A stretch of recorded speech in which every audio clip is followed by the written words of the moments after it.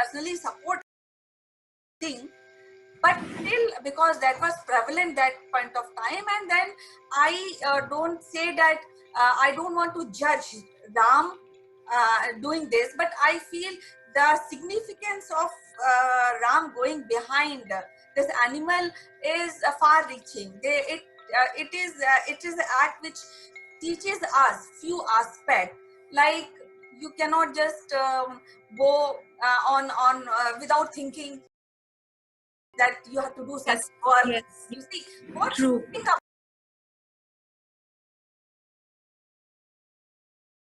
this act of Ram? See, I think that what I understand that Ram was a Kshatriya. We all know they were Kshatriyas, but he was a very kind-hearted person. Number two, there wasn't any intention to eat golden deer, although he chased golden deer, and in the process, the golden deer died also, but there was no intention of eating the golden deer. And yes, I very strongly say that Ram was a vegetarian. Now this whole act of chasing the deer, running after the deer, it was just to please his wife Sita Maya. They were staying in exile and there was no other activity that time to do, and they were passing their time. And Sita ji, if you have read Ramayana, she was very kind towards animals. She just wanted to play with the golden deer because that was a very rare thing to be seen, golden deer. And she thought, it is something, let me also have it. Let me also have the golden deer, love the golden deer. And perhaps she may have released the golden deer also, because anyway, they were in the transit phase. They were more like hermitage staying in the cottage. So that's what I feel about Ram. And I do support your view that we should not do anything without thinking. Random acts are not really very good. Random acts are not good. And in today's time, I don't think so people would do such kind of random acts. They would definitely think about the pros and cons, and then they would go. And in India, yes, hunting is banned. So around me, I don't think such things are happening, but there are countries in world where people, they tame the lions and the tigers, and we see on various social media that people, they feel that if you are rich, this is the kind of luxury you have. You know, having a dog is not a luxury, but having a tiger is a luxury. But I don't think so this is right. I don't really support this. Yes, and wild Yeah. animals are good to be in jungle rather than at home. I feel so. Yeah. I think I again put my point forward is that be vegetarian, and it is good to be vegetarian. We have all kind of strength we can get from Yes. plants, and we need not to kill animal for sport, for food, because they do have families. Like if you see wolf is one of the most intelligent animal. They live in families, and Yes. so if you kill one wolf, then it will be a kind of making family disintegrated. Yes, yes, it goes with the dogs also. That I've heard people, they eat dogs, but I think we should rather love animals. We should love animals.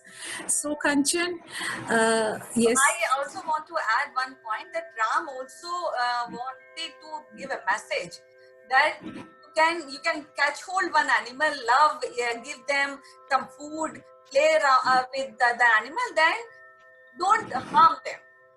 don't harm them, don't lock them in. Right. Just leave them. Love the animal, then leave the animal also. Correct. They will also love you. Right. Yes, Kanchan. So it was really nice having you today, and it was really nice discussion, the conversation we had about the animal love and Sri Ram and Sita Maya and the golden deer. I think it is going to definitely create an awareness globally, and yes, they are going to love our chat today. Thank you, Kanchan. It was really nice having you. Yeah, same here. See you See you. tomorrow. Yeah. Bye bye. See you. Bye bye.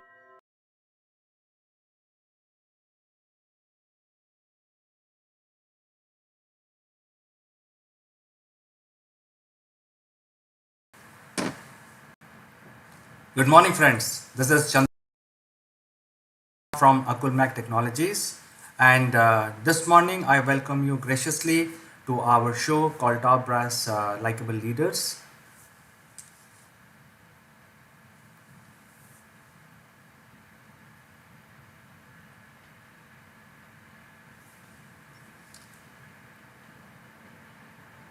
Good morning, friends. This is Chandra from Akulmach Technologies, and I graciously invite you to our show about skills gap that exists in India. And today we have very eminent personality on our show to discuss about this particular aspect. That is Mr. Naval Gant.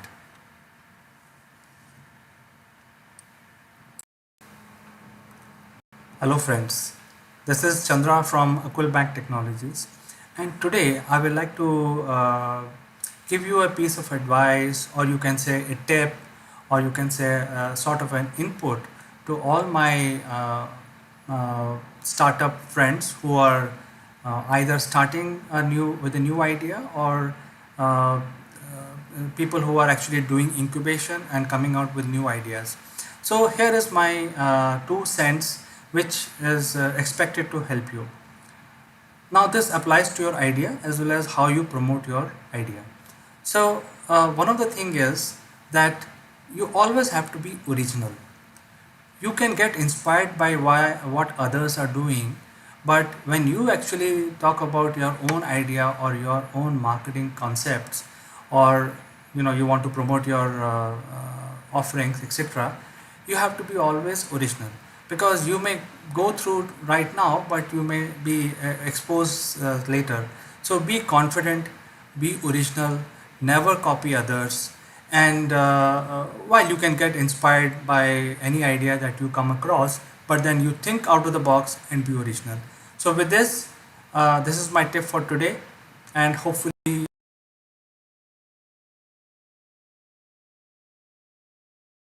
this is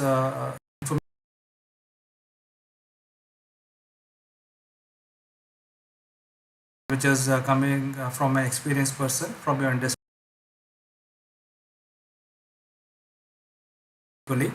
Hope you like it, and thank you very much. Bye bye.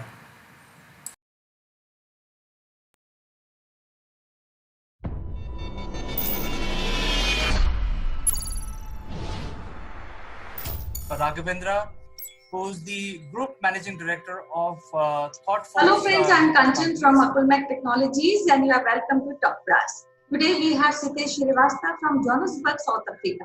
He has a vast experience in teaching IT professional and marketing professional, and he has a deep interest in corporate coaching. So welcome to Top Brass, Sitesh. Thank you, Kanchan. How have you been? Yeah, I'm very well. I'm very fine. Busy in all work which we have to do from home. And what about at your neighborhood? How people are reacting to this lockdown? Because now people can't go out in the parks and they have to follow social distancing. So how children and young people are reacting to this situation? Mixed reactions, I would say. But most of the reactions that I am seeing is like surprise, once in a lifetime kind of a reactions, Kanchan. And it is very, very hard for everyone to understand what has just happened or what is still happening and how long will it happen. From the children to the kids to the teenagers to the adults to the old age people, everyone, corporates, everyone is very, very surprised. In fact, they're scared. But you know what, human race is a quite a strong race. They have overcome so many of those challenges before in centuries, in the recorded history and unrecorded history. So I'm sure that it will come out again. This is quite a crazy times because life has suddenly changed. We are Yes, interacting through technology only. Now, what generally people say that change is the only constant in life. But then, that's right. are we prepared to really face this change? Are we have any support system to manage this change in our lives? Because I see there's a lot of toll on the young children, especially school-going children, and of course on college-going students also. But I feel that there should be taught, there should be a subject of change management from early, from the school. children should be taught about how to tackle the change in their lives, so that when change happen, they pass seamlessly and with confidence. What do you think about this? So, Kanchan, change happens anyway, whether we like it or not like it. Change happens. Uh, the time that ticks in our house, the clocks, the walls, it keeps changing. The only thing is that we try to bring in a sense of calm and continuity in our dealings with people, in our dealings with children, especially. But change is anyway happening. The only thing now is that it has become very clear that it cannot remain in the background of our mindset and our consciousness. It has to be told and trained, and children need to be told that every second life is changing, situation is changing, the stage is changing. And therefore, students, children at home, youngsters at home, or in the colleges or in the corporate life, they need to be told to live in uncertainty that a time change brings. Correct. The moment we talk about change, people become uncertain. Right. They don't want to change. They don't want to change the processes. They don't want to change the functionalities. But then, whether they like it or not like it, somebody had told me years back, the biggest change in the last 50, 60 years that has happened is the change nobody could have stopped, is the technological change. Very true. So I feel that it is better to embrace the change, agree to the change, and talk about it, and tell people and ourselves that the next moment the life will change, and we should prepare for it. Yeah, so one last point which I want to discuss with you, that is it now very essential or very important to have a subject of a change management in the curriculum of students? Yes, I think so. And why I say I believe that what you say is that we live in a very, very interconnected world where a tutor or an educator is not the only sole education or knowledge provider. Everybody can go to a Google or a Bing search or any search and find out a lot of other information probably that educator doesn't know. And the millennials or the generation alpha or generation Z millennials, they basically define their life around technology, and therefore they are always questioning. They are questioning their parents, they are questioning their educators. Whatever we say, whatever you say, they will suddenly, but you know what, I saw this. So they know that there is something that they can find out better and faster than us. So they are the natural inheritors of this change management curriculum. So going forward, for everyone, for the educators like us, for the students, everyone needs to have the skill sets which I put them into these categories: resiliency, flexibility and adaptability, emotional intelligence, continuous learning, creativity and critical thinking, and at the most important, entrepreneurial skills. And I think this should be the part of the curriculum, but I will leave it to the top educators of different countries in which grade to start this, whether it should be in the primary education, it should be in the secondary, or it should be somewhere later in life.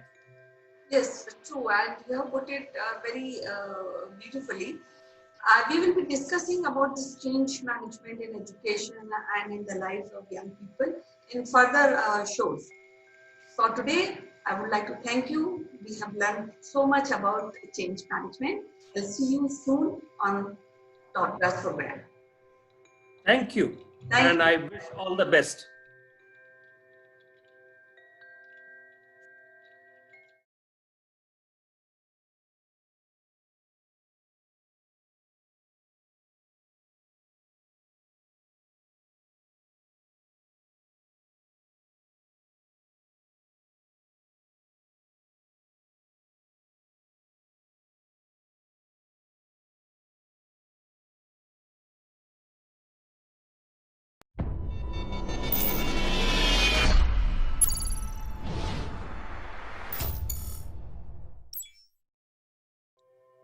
Hello, friends. This is Chandrakant from Akulmach Technologies, and welcome to the Journeys.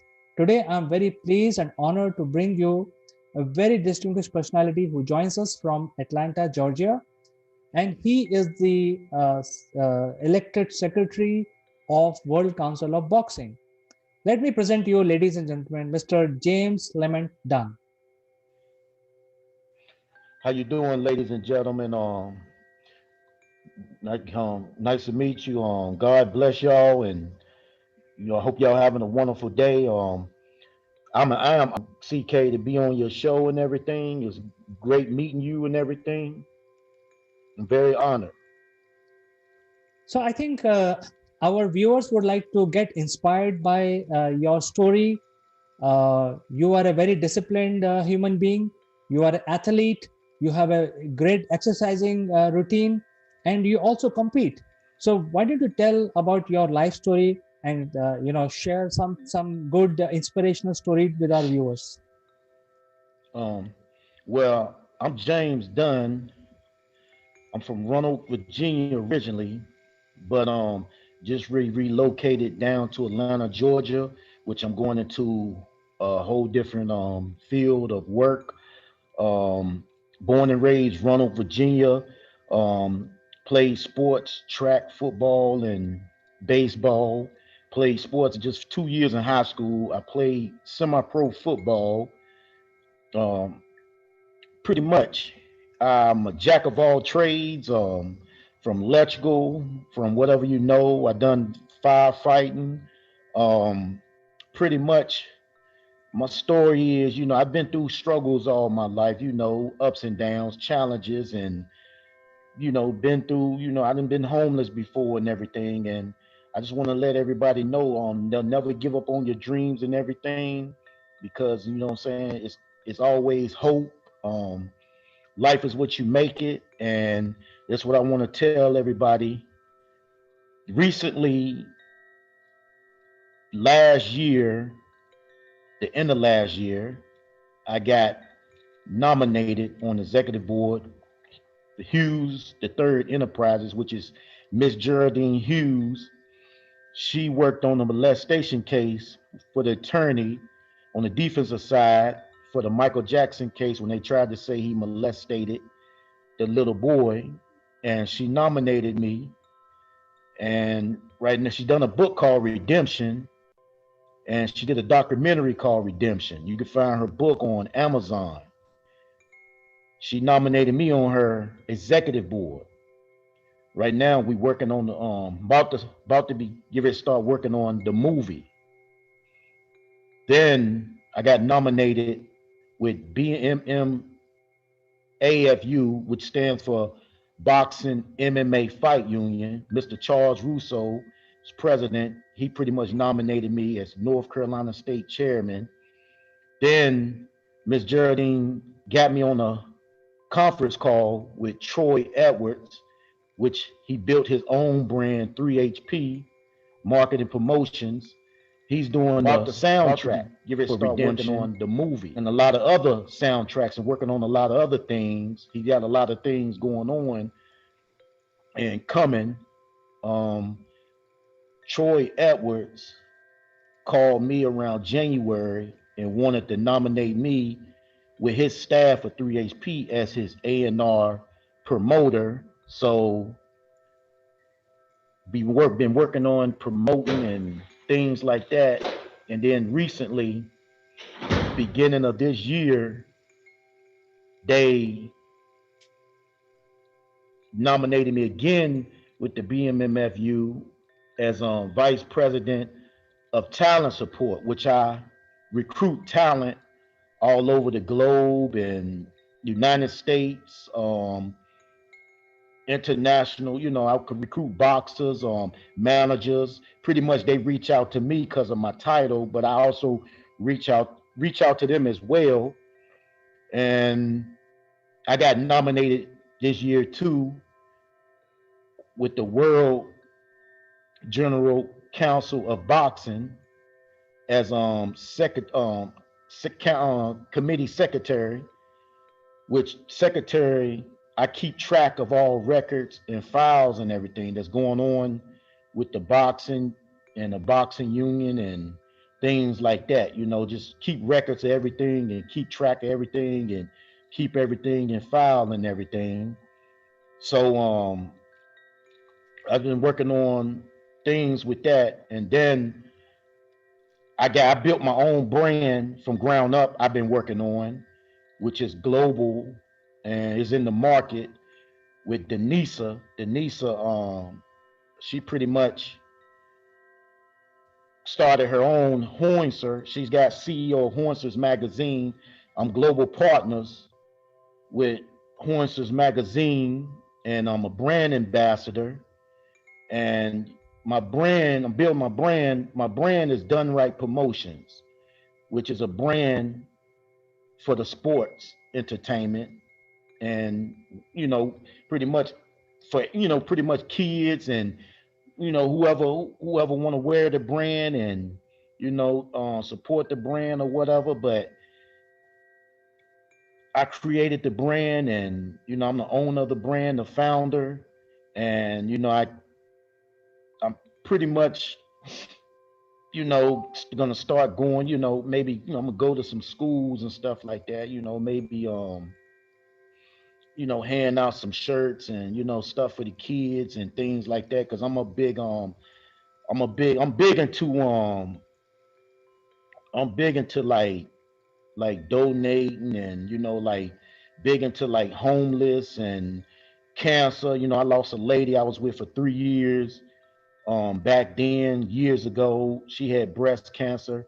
So I'm a big, huge supporter of breast cancer, homeless. I support the homeless and veterans, things like that. USO, I donate to USO.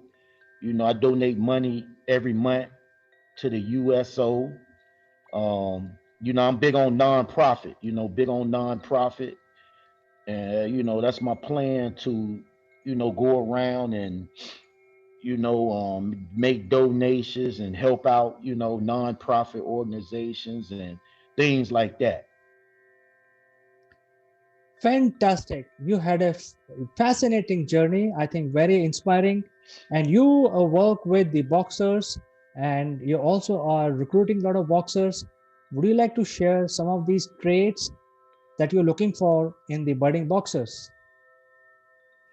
Repeat that again. You are working for the Boxing Association, which is also looking for the boxers. So what is the big quality a boxer must have? Basically, what I do, we a union. BMMF AFU is a union. It's a union we started, to help out boxers. What we do, we make sure the boxers have insurance. We make sure they have life insurance benefits. We have our own events we do and gonna be holding, but is COVID stepped in, and we had a lot of stuff coming up last year got canceled.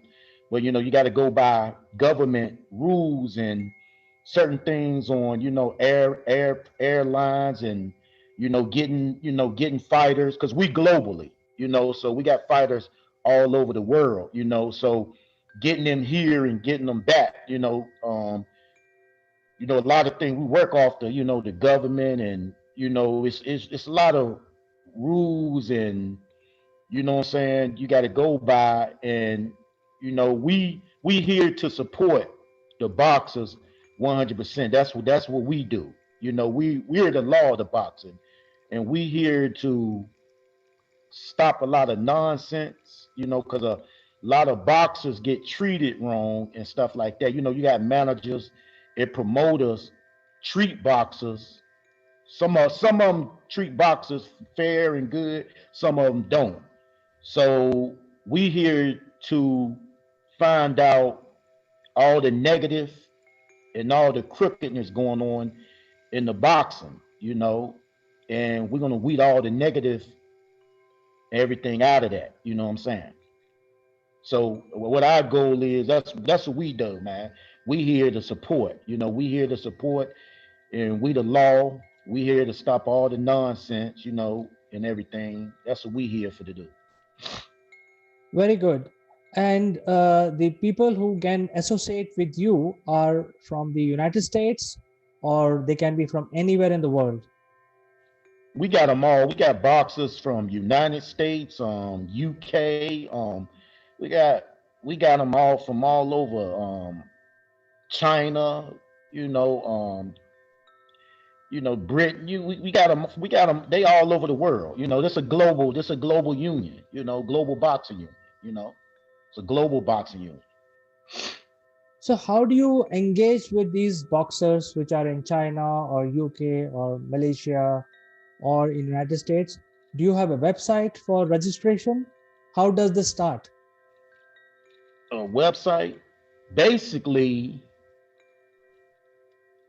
they like I said, they reach out to me.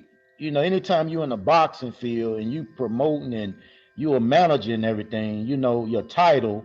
We normally reach out to their managers, promoters, and we normally their commissions, and we normally reach out. They reach out to us, and if they want to decide, or their manager, or whatever, bring them on with the union. We bring them on. We bring them on with the union, and we pretty much sign them up and get them in. And once they get in, we're gonna take care of them and make sure, we're gonna put them on there when we have our sanctioned events, our fights and stuff like that, fight cards, and you know, let them fight on the fight cards. We're gonna pay everybody fair, equally. Ain't nobody gonna get cheated, things like that. So, is there a joining fee that your organization charges from these boxers? And repeat that again.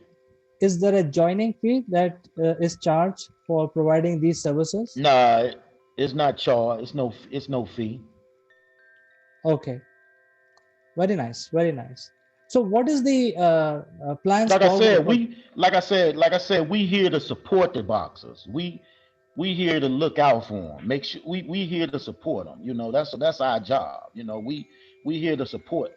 Support. Understand. So, what is the plan looks like in 2021?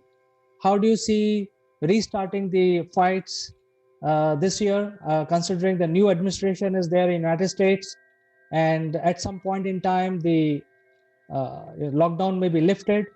Are you preparing for this? Oh, right now it's looking good. We had a lot of some. We had some stuff. We had some stuff promoted and pretty much started, but the COVID, like, it's a lot of things. It's a lot of things going on with the COVID in other countries and things like that too. Like, we still playing everything by ear. You can have and schedule events and put things together, but also things can come up too. And if we might have a date on a event, but the date could, because of that, could be pushed to, we'll still have it, but it can be pushed to a later date. But it's nothing we can control with whatever the government dishes out, with the COVID. It's better to be safe, what I'm saying, than anything. So basically, we got things happening and things coming up and things in the making, but at the same time, you got to go by the government rules and the government laws and stuff like that. In the COVID, we had to have a big issue with the COVID and stuff like that. So basically, we got to wait on, a lot of stuff we've been having. We just waiting and everything, but it's all in the making and everything is happening. We might have to push maybe back some events back, maybe a month back or something like that. Like if it's March, you might have to push it to April or something like that. Sure. So, in terms of the future of boxing, where do you see the sports going?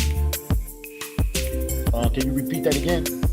The future of boxing, does it look very bright, or people will stop doing practice because of COVID, and they will take some time to get in shape? Do you see some challenges in that area? I think other than the COVID, I can't really say nothing about that because the COVID is the COVID. But people are still trained. They might, train. I mean, gyms and stuff is back open right now. People still doing like training and stuff like that, but you still got to be cautious. Certain stuff you do and this and that. You can't really say much. It's a lot that you can't really say because you don't really know. You plan things and you know things, but with this COVID, you don't know. You don't know if it get worse or it can clear up. You know what I'm saying? You don't really know. So basically, right now, it's a cautious thing. Boxing is looking good and looking great and everything, but with this COVID, you never know. That's with anything out here, not just boxing. That's with anything, jobs or anything. Anything that's going on in this world right now, this COVID. You don't know. Entertainment, anything. You know what I'm saying? Absolutely. I don't see any new movies also coming in, right? So we are all waiting for these new movies to come in theaters, but we don't know when they are going to get released. So you're absolutely right. Yeah, we about to start working on some things and stuff. We got some things in the making. I can't really say much more or say really anything, anything else about. I know we got a lot of things coming close and in the making, and a lot of things get ready to happen, and you know what I'm saying. I just can't say more, you know what I'm saying. But we got a lot of stuff coming. So I think it has been my greatest pleasure talking to you, James, and learning about the fight and the kind of work you do for the boxers, and you help them in terms of having the fair remuneration being given to them, legal support, and you work across the world.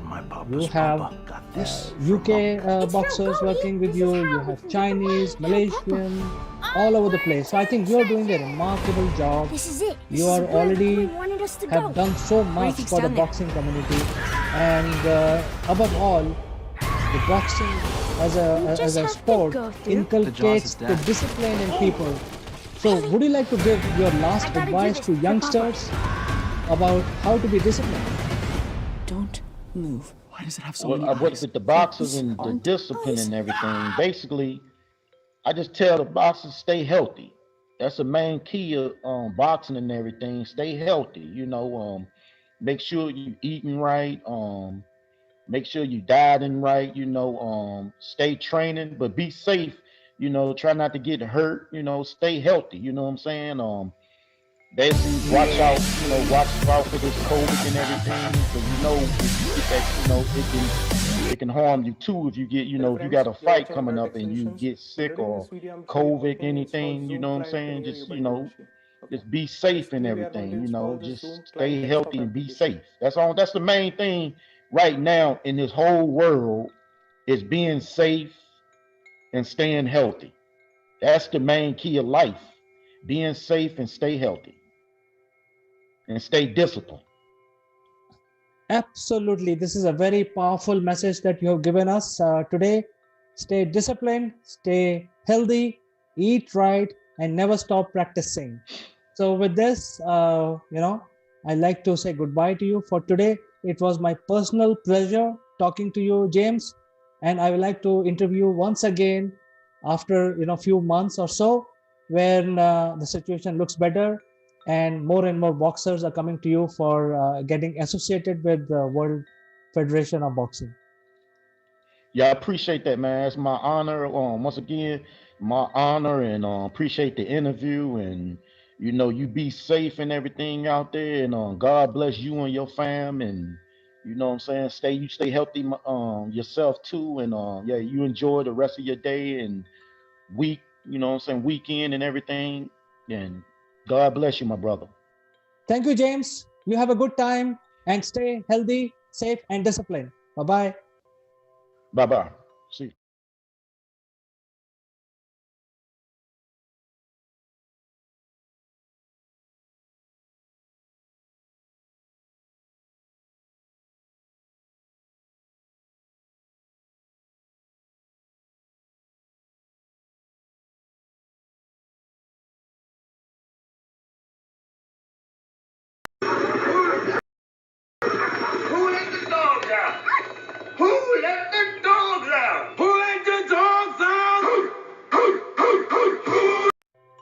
Hello friends, this is Chandra from Akulmach Technologies. Welcome to Top Brass.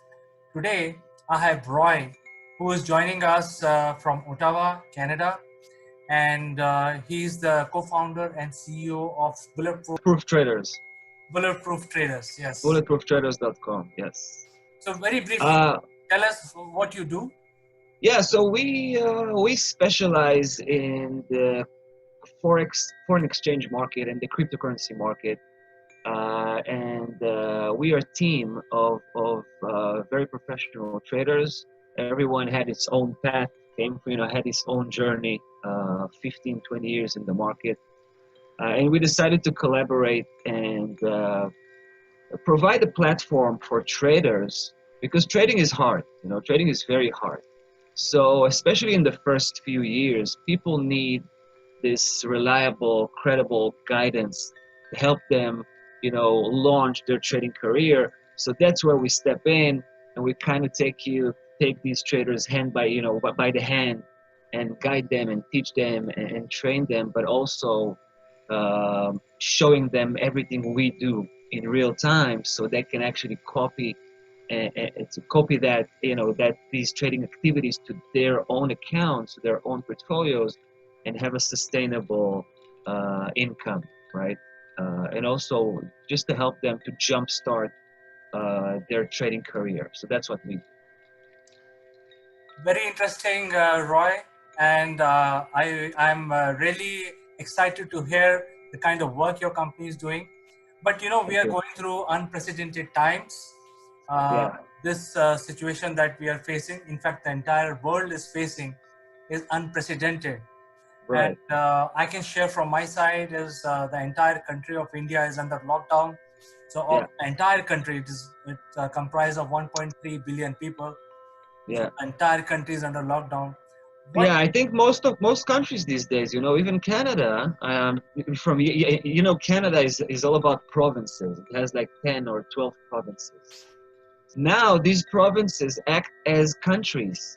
So all provinces are in lockdown and you can't travel. For example, right? I'm in Ottawa, which is it's right on the border between Quebec and Ontario. But since I'm on the side of Quebec, now I can travel to Ontario, but I can't travel to Ottawa. I'm on the Quebec side, which is Gatineau. There's only a bridge between those, and that's exactly where the border is crossing. You can go to Ottawa, which is like 5 minutes walk. It's crazy. That's how crazy it became. Right. So in your city, you are able to go out of your home and move around on the street? Only for grocery shopping. Okay. You have to have that excuse that you're going to buy food, right? Or to the pharmacy. And from 6 or 5 p.m. there's a complete lockdown. Yeah, nobody there goes out. And in terms of social distancing, what kind of laws or regulation that has been asked by the government?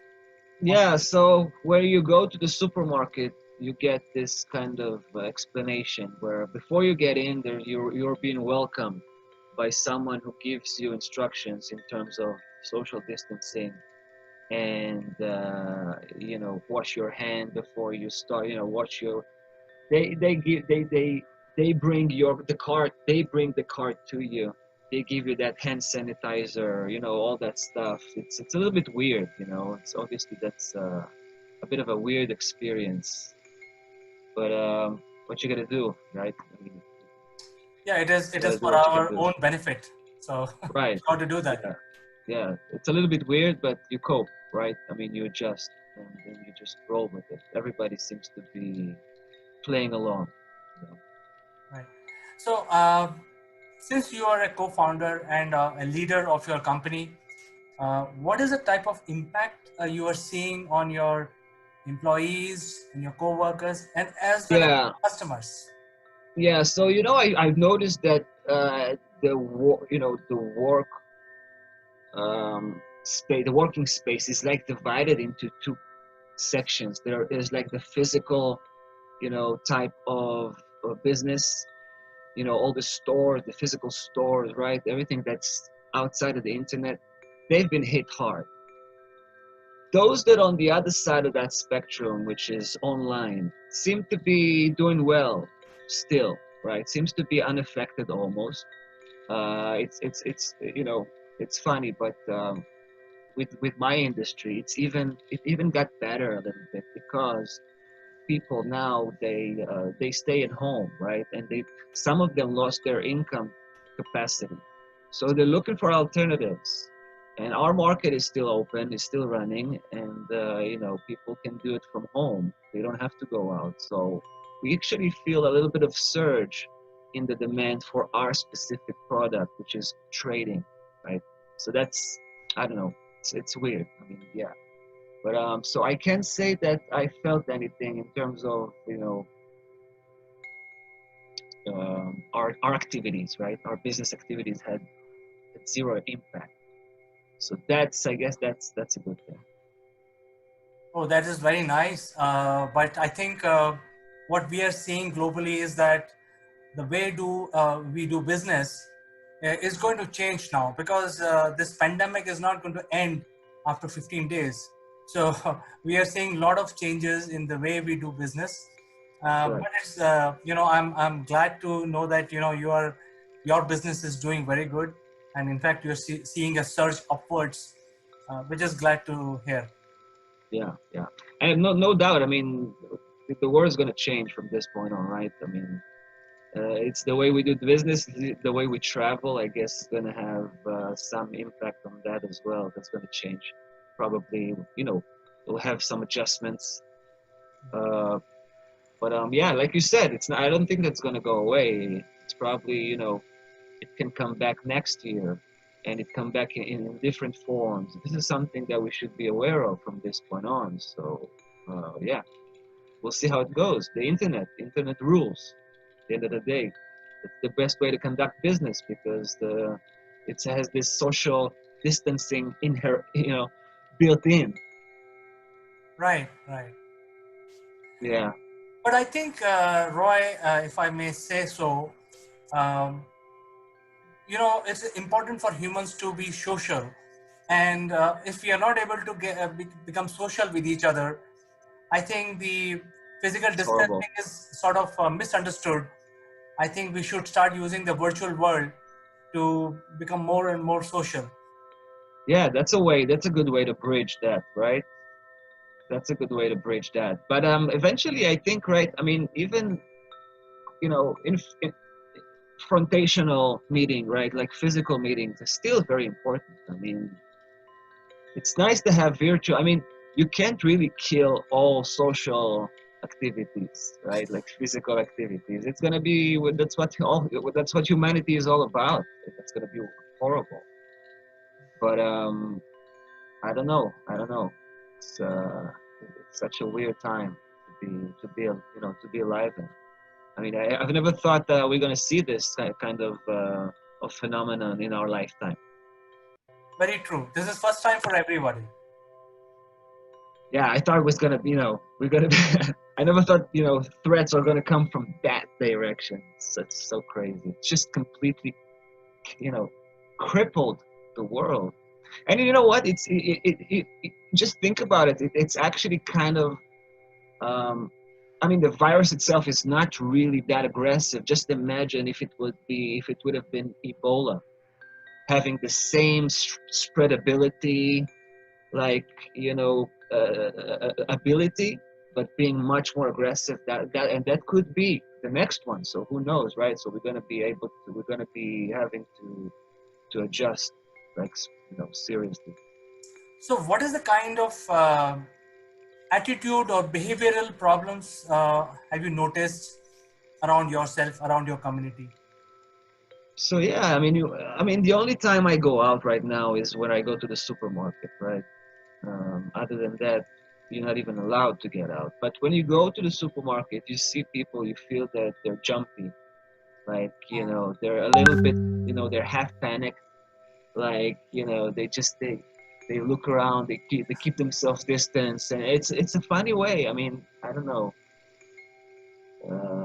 But yeah, people are shaken by this.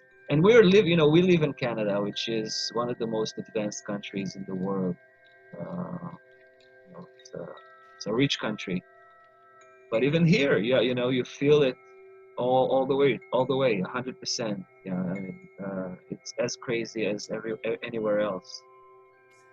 Yes, I think the entire globe is going through major transition, and it is great to know that so far in Ottawa and Canada, people are able to have some conversation. They are able to go down a little bit, but there are places where you're not even allowed to step out of the home. It's sort of a curfew. Yeah, So yeah. I mean, here you'll be fined if you'll get caught. Obviously, it's a problem to enforce this on a huge population where you don't have the army involved, right? It's just the police. They don't have that much manpower to enforce this everywhere. So you can risk by going out. You'll probably be fine. But if you get caught, then you'll be fined. And these are heavy fines. That's what I hear, like really heavy fines. You don't want to be fined for that. So unless you have a good excuse, I guess you're taking a bit of a chance there. So, Roy, it was so much pleasure to talk to you. I wish Same here.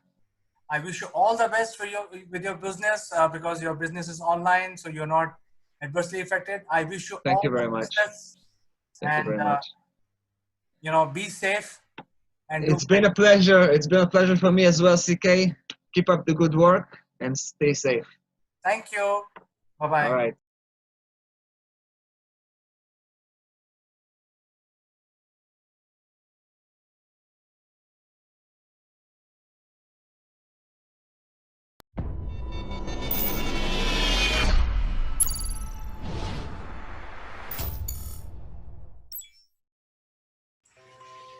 Hello friends, I am Kanchan from Akulmach Technologies and you are welcome to our series Great Kings of India.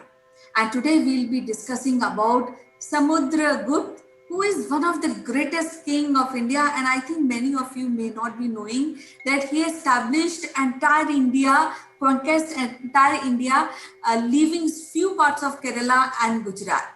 So, to discuss more about this interesting king, we have an eminent historian, Meeta Joshi, who is the head of the department of one of the prestigious college in Hyderabad, Saint Anne's College for Women. So, without wasting any other moment, I'm so eager to know about Samudragupta, who established the Gupta dynasty. So, welcome to the show, Meeta ji. Namaskar, Kanchan. How are you? I am fine, Mitaji. How are you? How's I'm everything? also good. So, everything is fine. So, I will talk about Samudragupta. Right. Samudragupta was the son of Chandragupta I, Okay. the founder of the Gupta dynasty, and a Lichavi princess. Okay. Okay. So, he is also called as the Indian Napoleon Oh, really? by many historians. Yes, Okay. like historian Vincent Smith, he coined this word.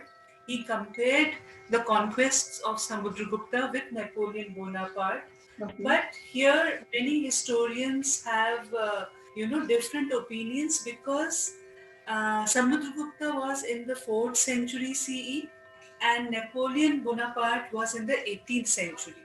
So, yes, and the empire of Samudragupta was almost the entire Indian subcontinent, leaving some, pockets of coastal Gujarat and Kerala.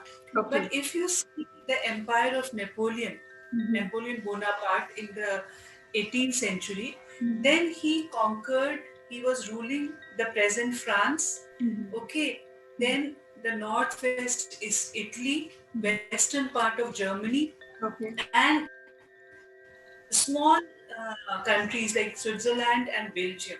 So if you compare area-wise, there is no comparison because Samudragupta's area was way bigger than Napoleon Bonaparte. This is one difference. Another difference is according to the Allahabad pillar inscription written by one of the officials of Samudragupta, Harisena, who happened to be his court poet also. So he wrote in that inscription that he was the hero of 100 battles. Who? Samudragupta. Okay. And if you leave the battles of North India and if you just count the battles which he fought in the Deccan, in down south, then you will be amazed to know that he participated in 29 battles in Deccan and South India alone. And it is said that he fought more than 100 battles, Samudragupta. But if you see the wars of or battles of Napoleon Bonaparte, he fought 60 battles in his 20 years as a commander of the German army.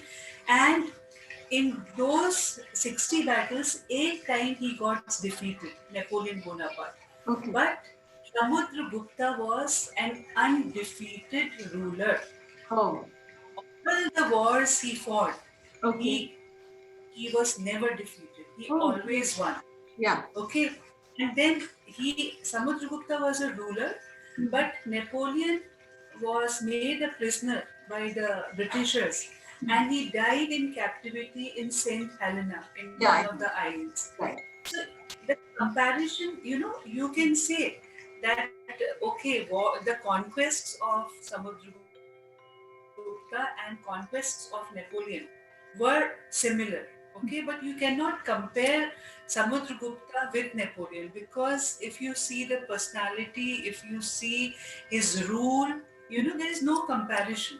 Napoleon, and as I told you, Napoleon was in 18th century. And Samudragupta was in 4th century CE. So almost 1400 years after Napoleon came.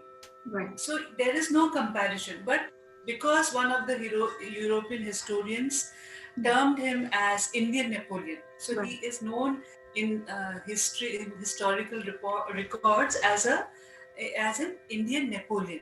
Why? Because Napoleon was a warrior, and he was a main figure in the French Revolution in 1789. Samudragupta, he established his empire when he started as a king. His empire was very small, but sitting at Patliputra, because his capital was Patliputra, and then fighting so many battles and establishing a huge kingdom, but managing it very nicely. Because what he did, he, in all the wars, it was not only deaths and blood. He went to the rulers and he asked them to accept his suzerainty. So who agreed? He annexed their kingdoms to his kingdom. So that way, very intelligently he worked, Samudragupta. And uh, if you see the model of administration, it was very nice because after Samudragupta, many rulers have copied that model of administration. Sitting at Patliputra, managing such a huge empire for a long period of time. Because if you see, Samudragupta was from 335 to 370 AD. Okay, and as I told you, in the there are many inscriptions. This is known as Prayag Prashasti. Prashasti means inscription. So in that inscription, he is described as a hero of 100 battles. And because not only he was a warrior, he was a very good poet. He was a very good musician. So he had a multifaceted personality. And in his reign, art, architecture, in every fold there was development. And that's why, because of his, administration and the development he did, Gupta age came to be known as the golden age of ancient India. It was not like this that everything was gold, but the development which happened, Right. and then a very good coinage he floated, Samudragupta. Pure gold coins were, started by Samudragupta, and those coins had an influence of Kushans. Kushan were foreigners. Right. So when you see the coins, Right. the dress which the emperor is wearing only had little differences there, because they used to Kushans used to wear a pointed hat. He was not wearing a pointed hat, Samudragupta. Some modifications here and there, but because he had this influence on him, Kushan influence, and uh, when he was an emperor, not only the domestic policies, the foreign policies were also very good, because he had friendly relations with many countries like Burma, Ceylon. So, and he followed Vaishnavism, but he was tolerant towards Buddhism also, because that time Buddhism was flourishing. So Right. he was tolerant towards Buddhism, and he even gave permission for many for the construction of many stupas, viharas, and monasteries of Buddhism. So that way, if you see Samudragupta, his personality in total, he was one of the greatest kings of ancient India. One of the Yes, greatest I king. can And very well understand that, yeah, because if we see into the modern India, even Maratha also moved towards north, and they were not able to sustain that empire, though they were so strong empire. And I can very well visualize the empire so big. I mean, from north, from maybe Kashmir to really Kanyakumari, leaving few parts of Kerala and few parts in Gujarat, and then maintaining it. Huh. Coastal Gujarat and Kerala were left. Otherwise, the Deccan, down south, North India, everything was conquered by Samudragupta. And Yes, some historians, they also compare Samudragupta with Ashoka. right. But that is a wrong comparison, because Ashoka was all for non-violence and peace Okay. after the Kalinga War. Okay. And Samudragupta was all for wars, conquests, aggression. Okay. So two different, ideologies. But if you see the extent of the empire, that matches, because Ashoka had a huge empire, Chandragupta Maurya had a huge empire. Same way, Samudragupta also had almost the whole Indian subcontinent under his reign. So Yes, that is the difference. yes, and that is the thing. I think we are missing out. We always remember a Maurya dynasty. We think of and talk of Ashoka, but somehow in some matters we are missing out Samudragupta, because he has managed to have that big empire, and then he is also a good administrator, and he knew how to really do the management day to day. So, in spite of being general, a good general, he is a good administrator also. Otherwise, Yes, it's difficult to really we manage such a big see, empire. as we call Ashoka as Chakravarti Samrat. Chakravarti means who was ruling the entire thing. Right, Same way, same way, they used to call Samudragupta as a Chakravarti. right. Digvijay. Digvijay means who has conquered all the dishas, all your north, east, west, south. Right. And even for Samudragupta, it was said for his horses that they have tasted the water of 4 oceans, because the extent was so huge. Right. So Indian Ocean, Bay of Bengal, all these oceans, because the trade and commerce was also very good. So the main ports were under the Gupta Empire, under Samudragupta. So that's why it is also said that he and his horses have tasted the water of many oceans, 4 oceans. Right. And can you imagine, Kanchan, a person who fought 75 odd battles and never got defeated? Right. Never ever. Yes. So So it is big. a really, Right. a big thing. Right. It's a huge Very thing. big. And that times the army which Samudragupta had, it was a Chaturang army. Chaturang means infantry, cavalry, Okay.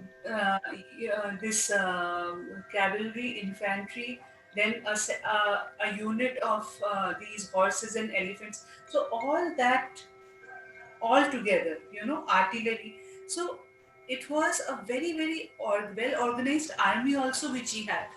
That's why they were able to conquer and they were able to conquest the entire Indian subcontinent because of the army also.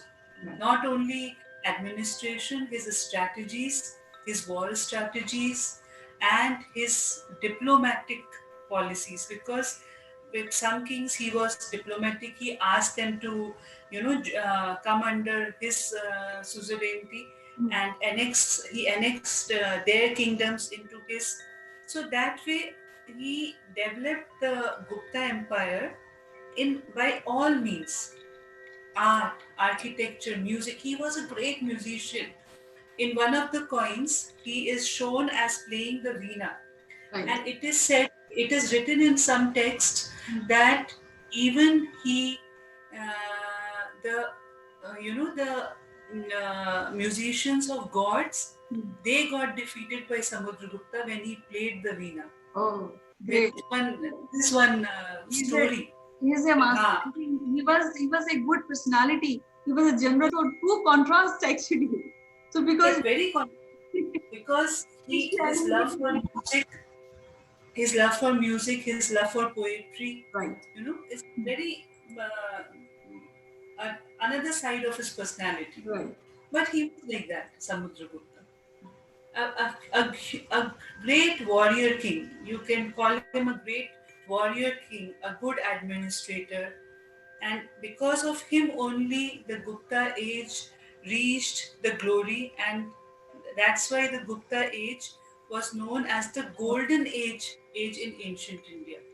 I know. Because of all round development, I know. art, architecture, administration, everywhere the progress was seen. That's why it is known as the golden age. But after him, like the successors, Ram Gupta, Skand Gupta, they were not as great as Samudragupta, but somehow they managed, to take the legacy forward. But the face of Gupta Empire is only Samudragupta. Only Samudragupta. No one else. So it was so wonderful to talk to you today. We will be discussing Samudragupta, who is the greatest, one of the greatest king of ancient India, tomorrow. And we'll discuss more about how he managed such a big empire and how he managed his army in our other series. For today, it was so wonderful to really talk to you and know more about Samudragupta. I'm sure our viewers will be benefiting to know about this knowledgeable topic. So till tomorrow, bye-bye, madam. Thank you, Kanchan. Thank you. Bye.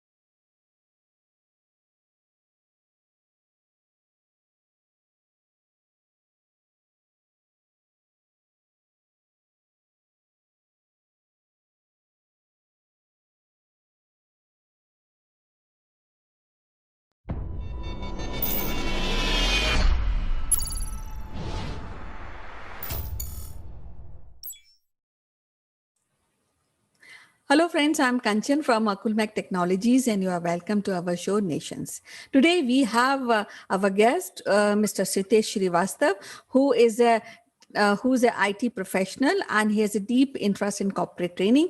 He's closely associated with radio broadcasting. So welcome to the show, Sitesh. How are you doing today? Thank you, Kanchan. It's always great to speak to you. How are you?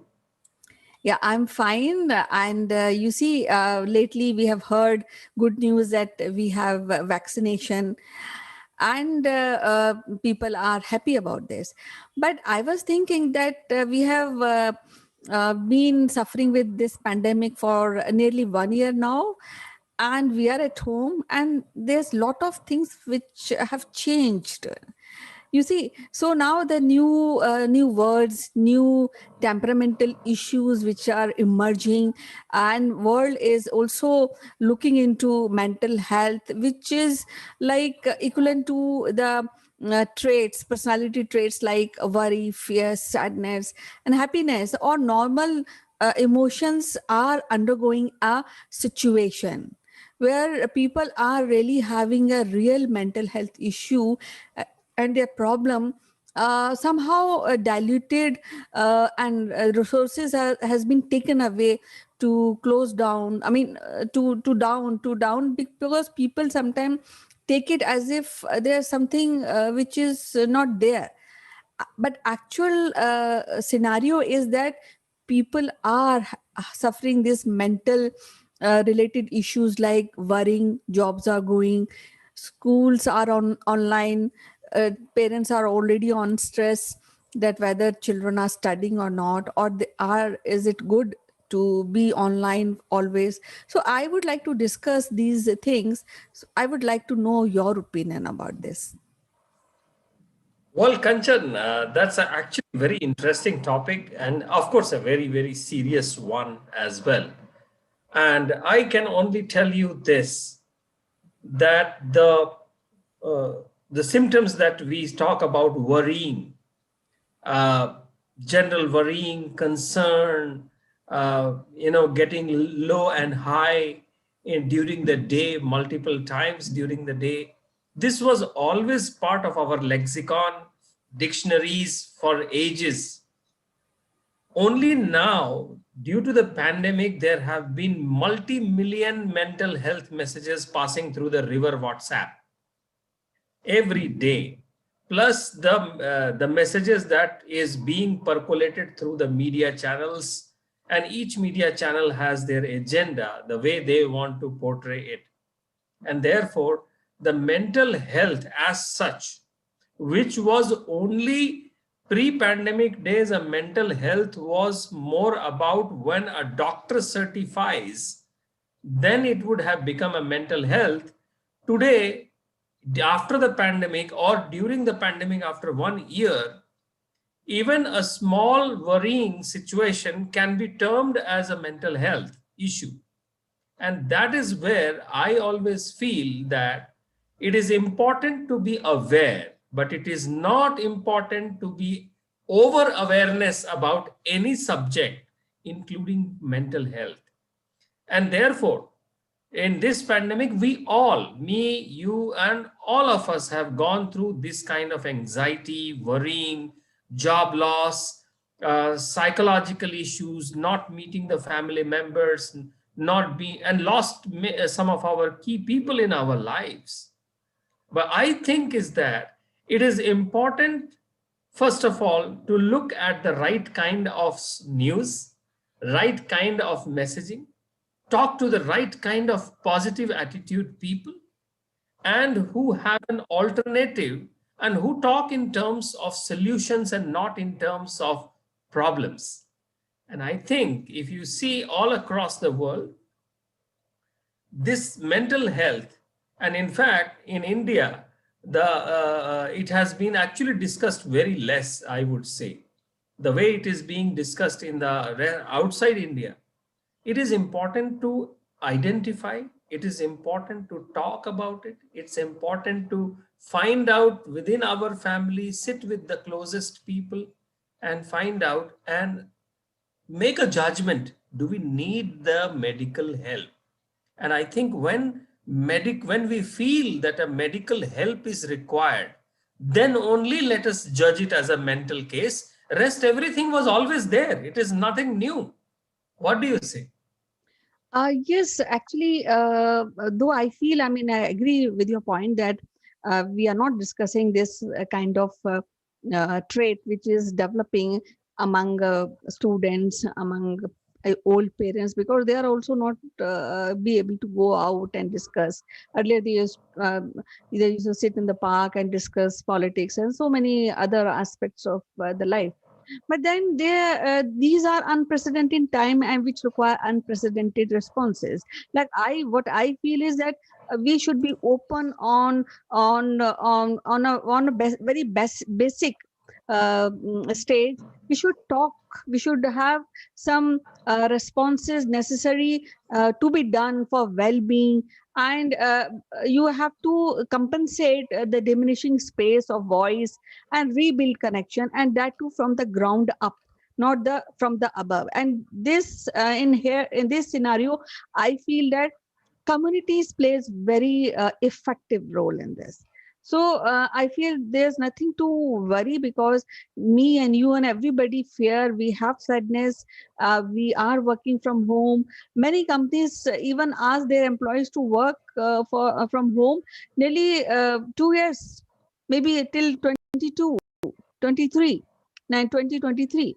So now the big question is how to normalize, how to be adjusted in this situation and be normal and be happiness, and have a normal emotions towards everybody. So how can we do that? How can we guide other people? And are we following these traits ourselves in our day-to-day life? Kanchan, that's a wonderful, observation that you made, and I feel that it is important to keep the mind occupied, keep the physical body occupied, keep the conscious occupied, and do something diverse from what one has been doing throughout the life. So when we were kids, when we were teenagers, we used to have 6 or 7 different subjects to study in the school. Then we had some hobbies. Then we also played sports. And then one fine day, we all got into jobs and we thought job is the only thing in our life.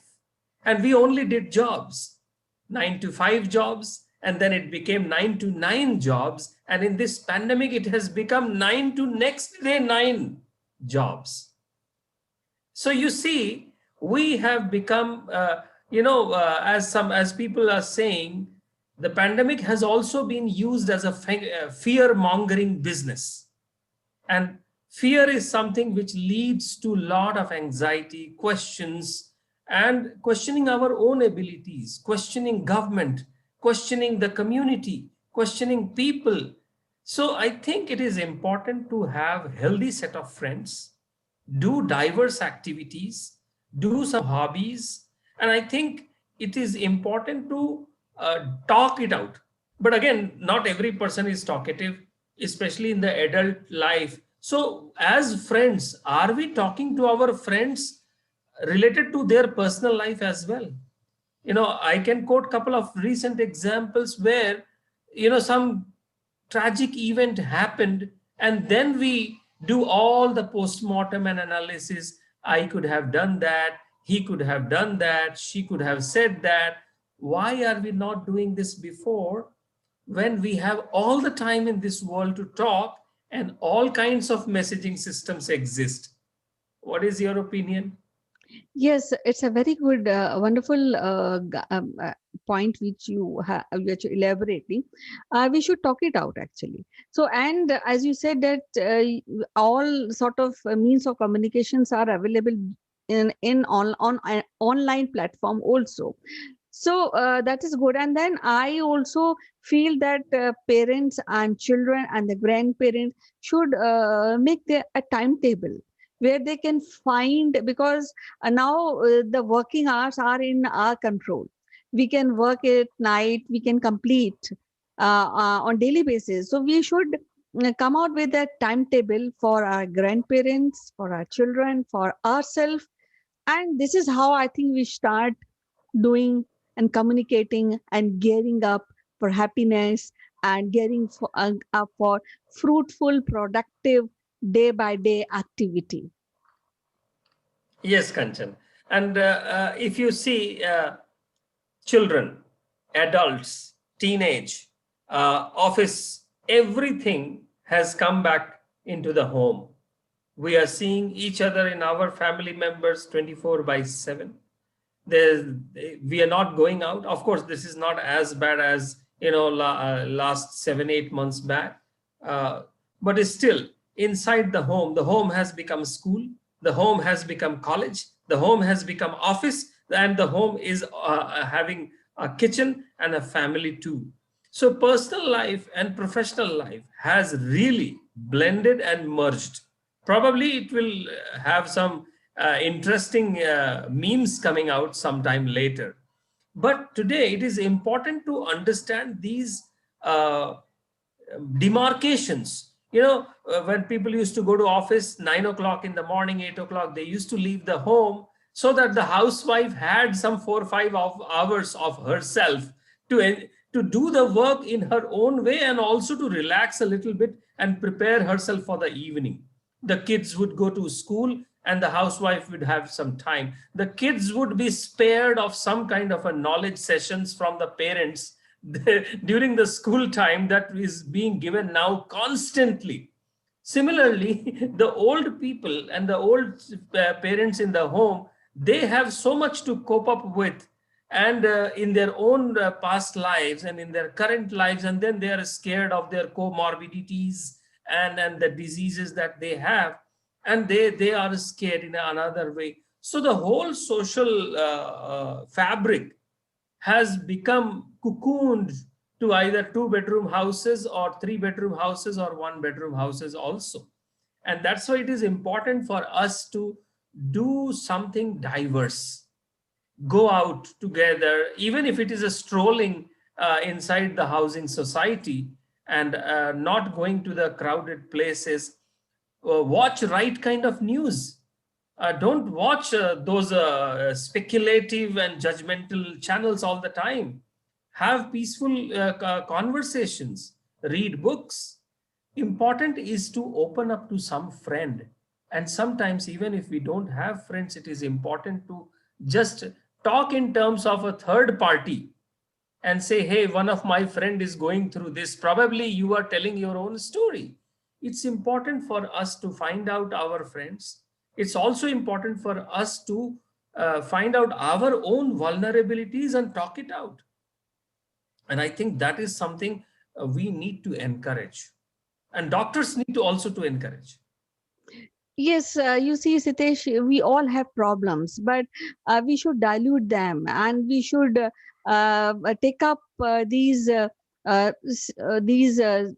anxieties which occur due to our problems, our sadness. So we should dilute them. And you see, there are a lot of things we can do online. There are a lot of hobby courses which are available online. You can do that. But at the same time, I also want to add one thing.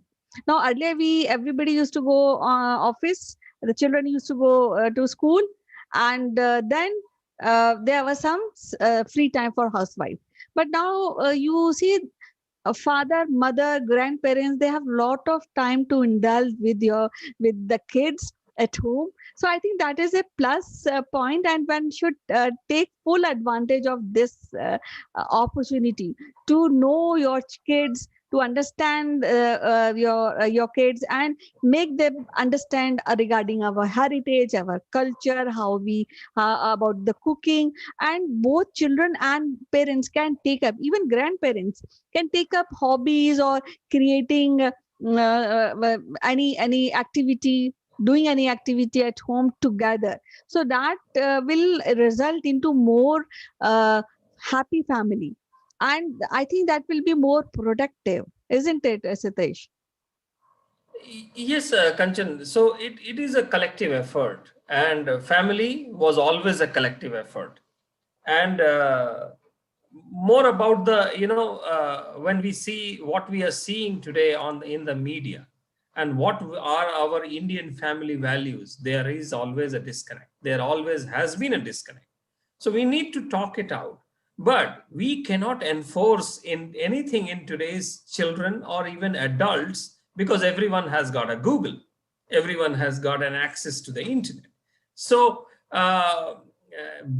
taking the face value of the word has lost a lot of value, as you just said, diluted.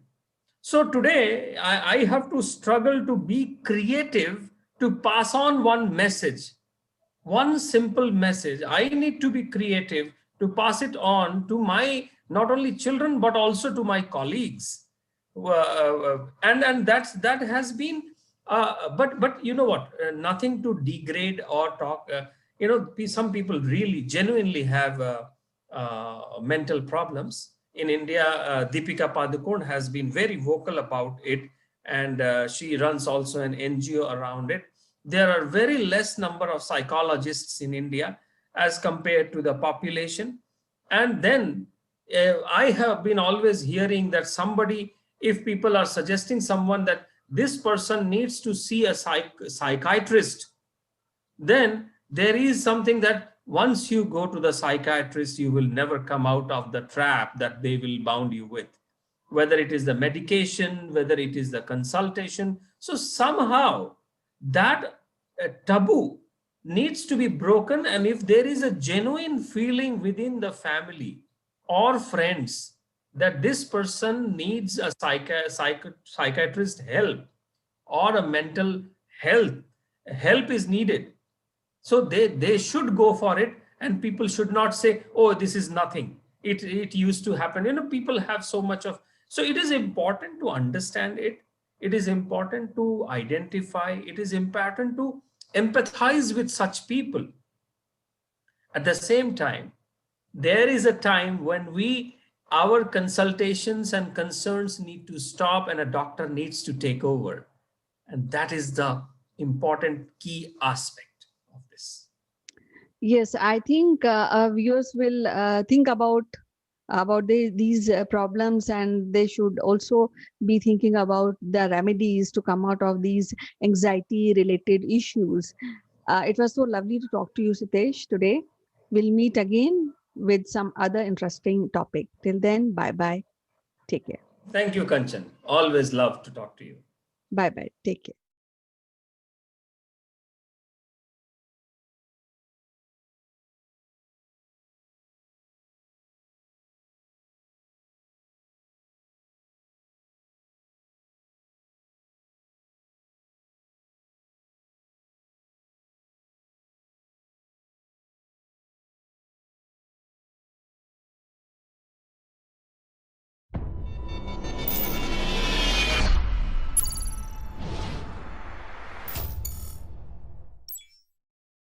Three.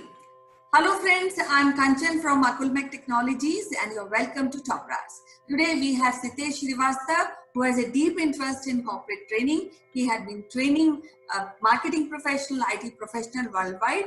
He is also having close relation with radio broadcasting. So Sitesh, welcome to the show. How are you doing today? Kanchan, great day and great once again to talk to you on this show. I'm very impressed by the conversations that we choose and we talk about. And I believe it has generated quite a good amount of interest amongst our viewers and listeners as well. So let's begin our today's conversation.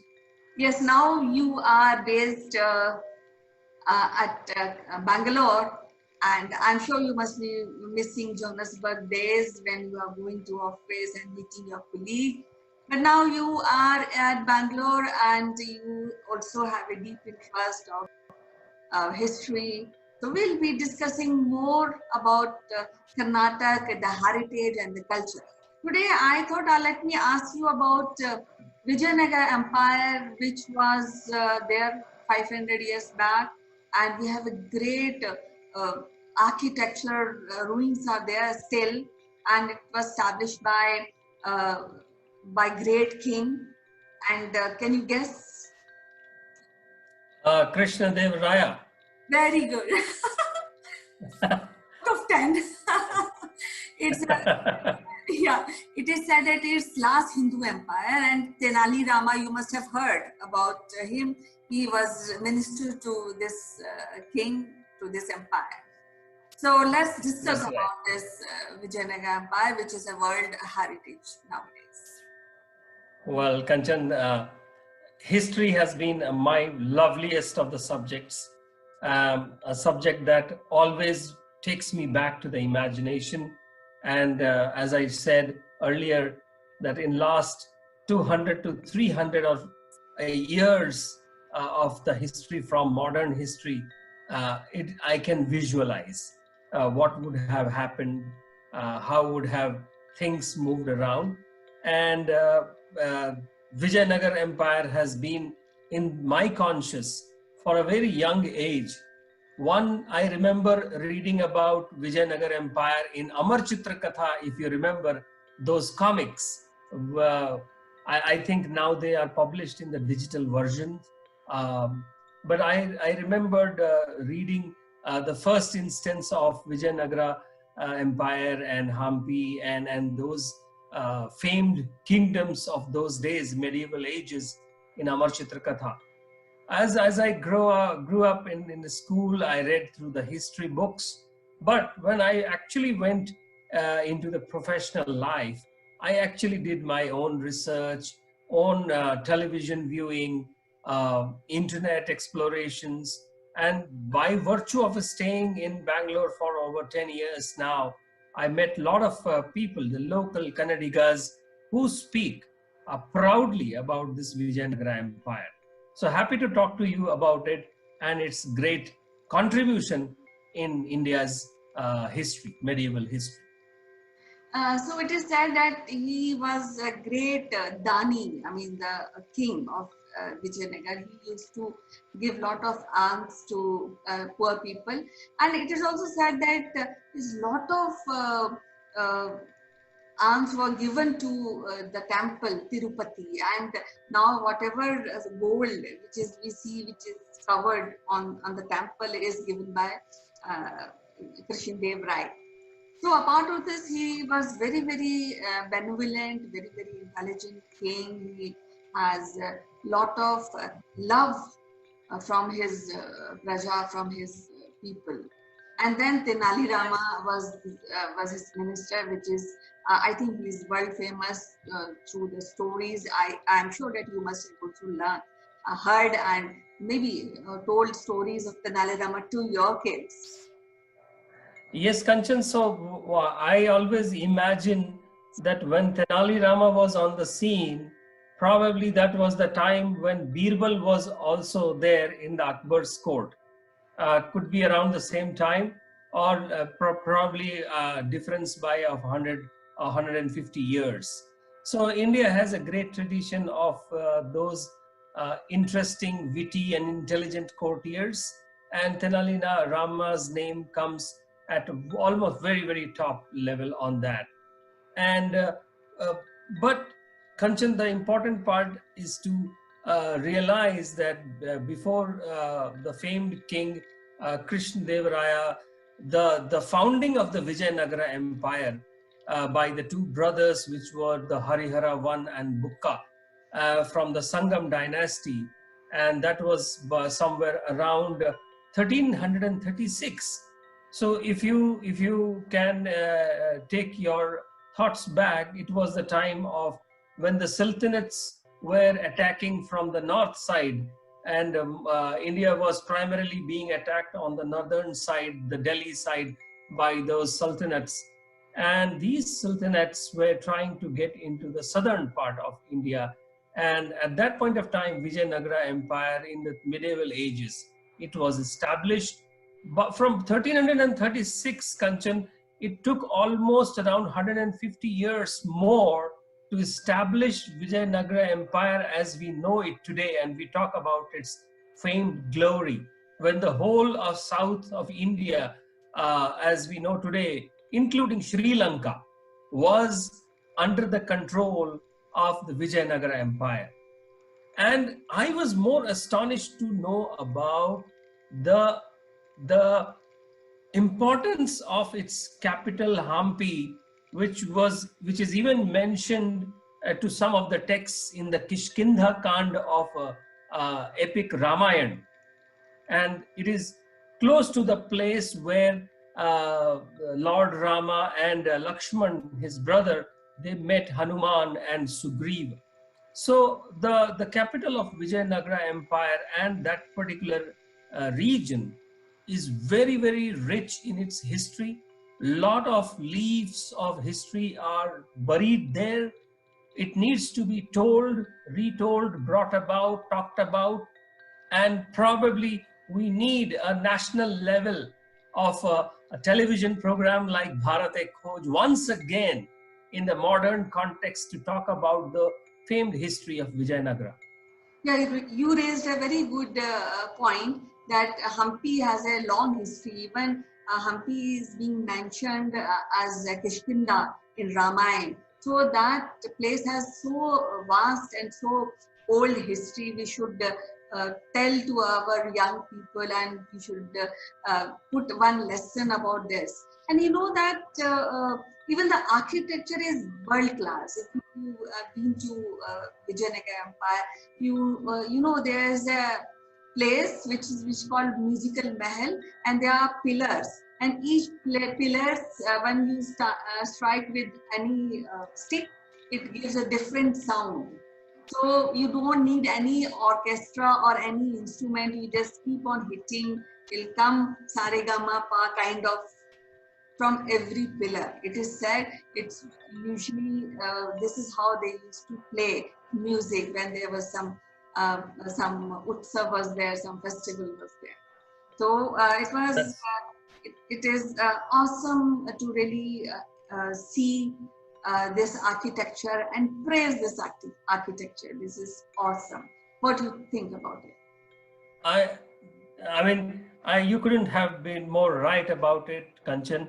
And as I said, we need to appreciate these individual kingdoms which were actually the real nationalism of today was being showcased by the Vijayanagara and those kingdoms of Hoysal and Kakatiyas and the Chalukyas and the Pandyans, and how they were being fought by the invaders or the crusaders who were coming from the the Iran side of India as in the modern world, modern India.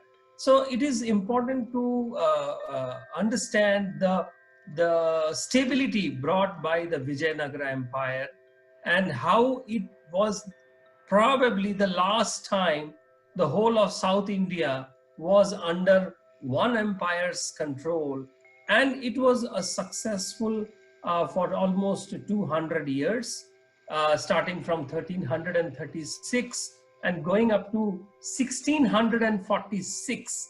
This is around 200, little more than 200 years of a history. We see great architecture. We are now aware of the great governance and the welfare systems, the bifurcations of the state versus the executive versus the judiciary in its early forms. And that was like a mini country in a big country itself. And that definitely needs to be spoken about, talked about in small pieces, in an interesting storytelling way. And probably the schools have a responsibility to take the children on the school trips. And then in the college time, college trips, not just picnics, to these areas to make it appreciated. I'm sure that the tourism department of Karnataka and India, they do a good job. Archaeological Survey of India does an amazing job by keeping and preserving these monuments and architectures. But we need to do more. The Hampi area is also the UNESCO World Heritage Site. But we need to do more in terms of the preservation, in terms of preaching about it, in terms of showcasing it, in terms of bringing international attention towards this part of our history, which will actually contributed to the Indian subcontinent or Indian peninsula's history, because these were not just few states of today. They reached up to in modern Asia Pacific levels. Yes, you have pointed out rightly that Krishan Dev Rai established a good administration. He had strong ties to foreign countries. There were trade relations were also established, and he has done a water management system established at that point of time for irrigation. And then he also enhanced the culture of Kannada, Tamil, Sanskrit, and whatever Carnatic music we learn, it originated from that era only. So all these things are so awesome, and I think one episode is so short time to really discuss such a vast and powerful empire and the powerful king. But then we may be discussing more about Vijayanagara later on in our next episodes. And do you want to add anything or message you want to give Definitely, to Kanchan. youngster? Kanchan, I thank you more that you again rekindled this interest, which I had kind of made dormant for some time, about knowing our own history. We live in this modern global village where we try to know more outside our own states and provinces and countries, and we try to find out less and probably know very less our own states, capitals, and its historical contribution to the modern culture that we have.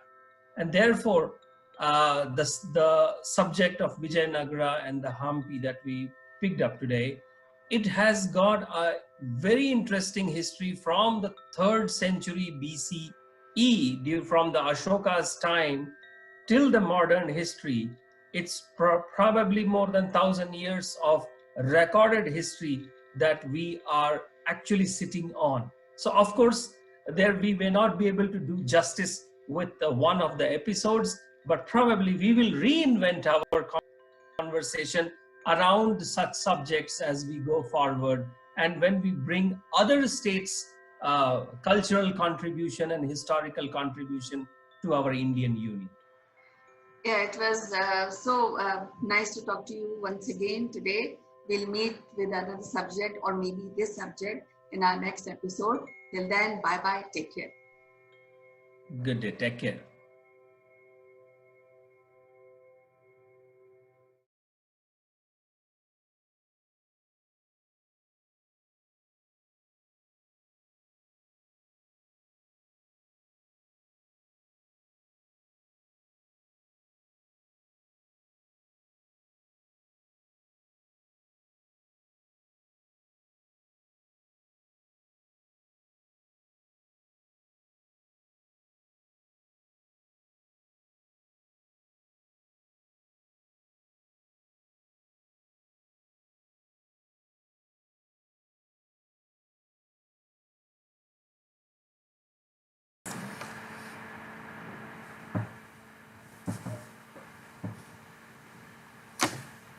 Good morning, friends. This is Chandra from Akulmach Technologies. Welcome to Top Brass. This week we will talk about the events which unfolded in our legal system within 14 hours, 14 to 15 hours, during the mayhem and the rioting that was happening in the northeast part of Delhi soon after Trump left. So this issue is not related to the writing itself. It is related to transfer of Justice Muralidharan. Now let me give a little bit background about this particular judge. He has, or rather Judge Muralidharan has given some of the remarkable judgments which has profound effect on the Indian legal system and Indian society by and large. He is the perfect judge. He has thorough knowledge of the law, and he is also implementing it thoroughly. He is one of the top luminary as far as legal systems are concerned. Justice Muralidharan was transferred after giving a verdict against the Delhi police, and which was then utilized by a lot of political parties, and it was all in the media and so on. So I just want to dissect this particular event, so that and give my own analytics on how it happened, and what happened during that 14 hours. So when the rioting was going on in northeast part of Delhi, there is a lawyer. In fact, there are activists.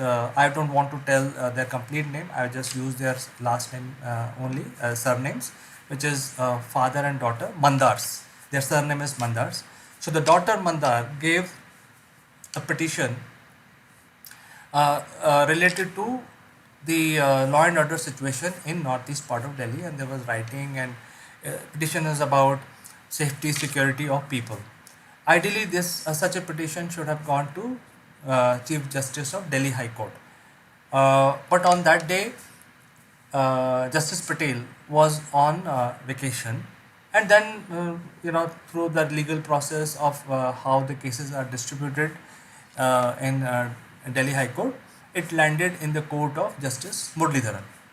So he listened to this argument, and there was, since it was a grave situation in north east part of Delhi, he decided to hear the case in the middle of the night at his residence. So, which is also a normal practice, that in case of emergencies, the judges open cases in their residence, and they call the staff and also sometimes other judges just in case. So Justice Muralidharan heard the case, opened the case, and gave judgment at 1:30 in the middle of the night. And the judgment is about instructing Delhi police to provide protection to people, which is fair. As far as legal system is concerned, this is absolutely fair. And the follow-up date was given on the same day, which is like 1:30 in the night, at around 12 o'clock, 11:30, 12, when the next hearing was set up. And while this case was being heard, just before that, the father advocate Mandar gave another petition related to the same event. So now there are two petitions related to the arson, mayhem, and rioting which is happening in northeast part of Delhi.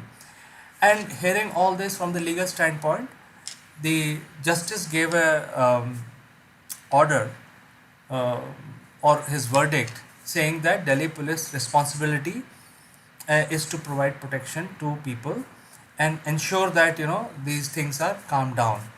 While giving these things, this kind of a judgment, the judge also used words like unprofessionalism on account of Delhi police, etc., etc., which is also fair. And from legal standpoint, this is what judge felt at that point in time based on hearing both the parties.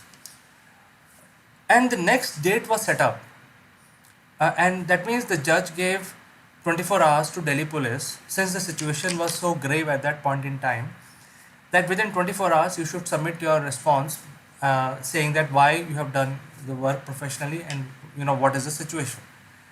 Now at that point in time, we all know, we have heard the news that Delhi police was really having a lot of tough time. They were losing their officers, police officers. In fact, there was so much news about this attack on police officers with acids and stuff like that. So I don't want to talk too much about the mayhem part of it, but nutshell, I want to say that Delhi police was having a really tough time at that point in time, and on top of it, the legal system is basically sort of putting a lot of pressure on Delhi police to give an appropriate response when they are fighting for their lives. And they have so much pressure that they have to bring the calmness. They were basically announcing in that area that announcing and asking people to calm down and go back to their home. At the same time, they were trying to not use lethal options like firing and stuff like that. They didn't do it, and they were losing their officers. So in such a situation, I think Delhi police really played a very vital role in controlling the whole thing, and they didn't want the morale of their officers come down, because if that would have come down, then situation would have been become very very grave at that point in time. So ensuring that the morale of Delhi police is always kept up, the government of India transferred this judge. Now let me take you back a little bit in time. This judge, Justice Muralidharan, was actually transferred on February 12th, much before all this happened, much before Trump came to India, much before the mayhem started and blah blah. It's like 2 weeks back he was transferred. The process is that the collegium, which is the group of judges in Supreme Court, they decide which judge will work where, and this collegium had decided based on their pressures and what is needed where. The collegium decided that along with three other judges, Justice Muralidharan will also be transferred. So Justice Muralidharan was transferred to Punjab and Haryana High Court in Chandigarh on February 12th. But in order to exercise this transfer, the government had to notify, and they were taking it easy and so on and so forth, and the consent of judge was also taken before the transfer. So it happened as per the book, as per the legal system, as per the consent given by everyone, which is all the senior judges, the collegium, which is a collective of judges, and also the judge who were transferred. So in this case there are 4 judges who are transferred, including Justice Muralidharan. All of them have given their consent to get transferred. Now having said that, uh, when this judgment came where Delhi police was pulled up, the government notified the transfer. That means, as per the process, whatever judgment any judge gives on that day, if he is transferred on that same day, all the judgments are null and void. So I think it was on the part very important activity that government of India had to do in order to keep the morale of Delhi police high, is to just make sure that the judgment which is sort of negative in favor of Delhi police does not affect their morale. So they transferred the judge, because anyway the judge is transferred. All they had to do is basically notify this order. They notified, and consequently all the judgments given by in the middle of the night at 1:30 and also in the afternoon at 2:30 on the same day are null and void. Basically there is no follow up. This particular judge cannot make a follow up. Hence, the Delhi police now get at least 6 weeks to respond, not one day. So now everything is fallen in place. Delhi police has enough time. Delhi police has filed a lot of FIRs. They are investigating, and they can submit a proper response. So that is what they needed also. So this is what has happened last week with regard to transfer of Justice Muralidharan. Even though it has been politicized, but I don't think the political parties have any legal standpoint. They can just make noise and they can probably fool some people. But as far as legal system is concerned, as far as the process is concerned, there's nothing wrong in doing this. And government of India ensured that the morale of police, which was very important at that point in time, is also kept high. So this is my analysis on this issue. I will meet you again tomorrow with some more analytics. Till then, bye bye.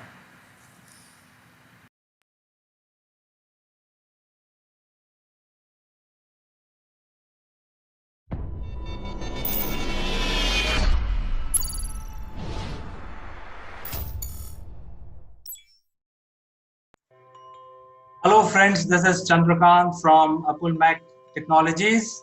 Welcome to Top Brass. And friends, as you know, in this series we discuss the legal aspects, and for this purpose let me invite my friend from Ahmedabad, Mr. Nagesh Sood. Hello Nagesh.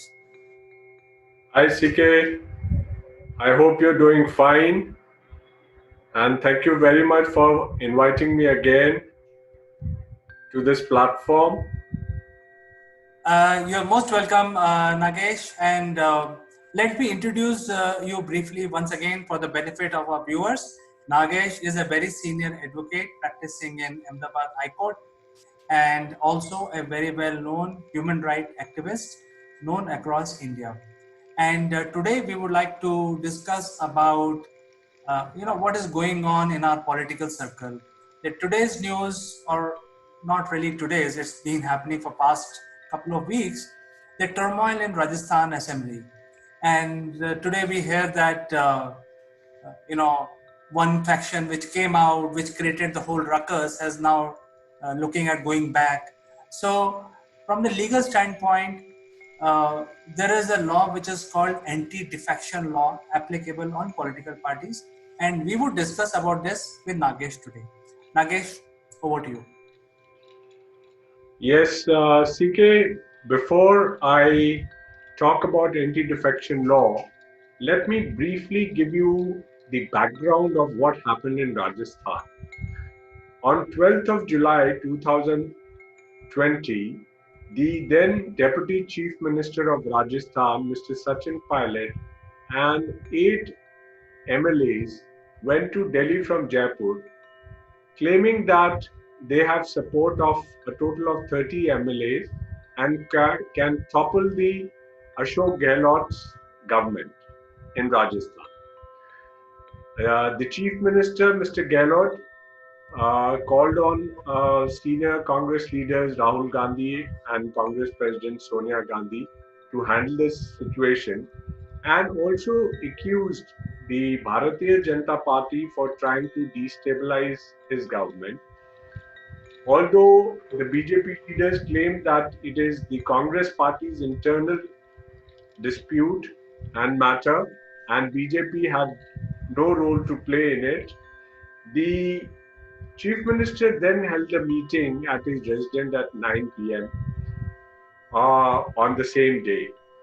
The Congress Legislative Party then issued a whip to all its MLAs to be present in the meeting, which was scheduled to be held at Mr. Gehlot's house uh, on strict action to be taken against Mr. Sachin Pilot and 18 other MLAs. Meanwhile, Mr. Pilot reaffirmed that he won't be joining BJP, and senior BJP leader of Congress, Mr. Jyotir Aditya Scindia, also met him in Delhi on 13th of July. So there were constant accusations from both the sides, from Mr. Gehlot and Mr. Sachin Pilot, that Mr. Sachin Pilot has not been loyal to the Congress party, and he has been trying to buy MLAs, or the BJP is trying to buy MLAs of Congress, and they want to topple the government at Rajasthan. But the constant affirmation by Mr. Pilot that he would not be joining BJP was also in the news. But finally, on the say of the Chief Minister, the Speaker of Rajasthan Legislative Assembly, Mr. C.P. Joshi, sent a notice to Mr. Pilot and 18 other MLAs about the dissolution of their membership from the assembly. That is when they used the anti-defection law. But the MLAs who were in one of the resorts at Gurugram were making allegations that they were, along with Sachin Pilot, were not allowed to work. And later, thereafter, the decisions were taken by Mr. Gehlot, whereby the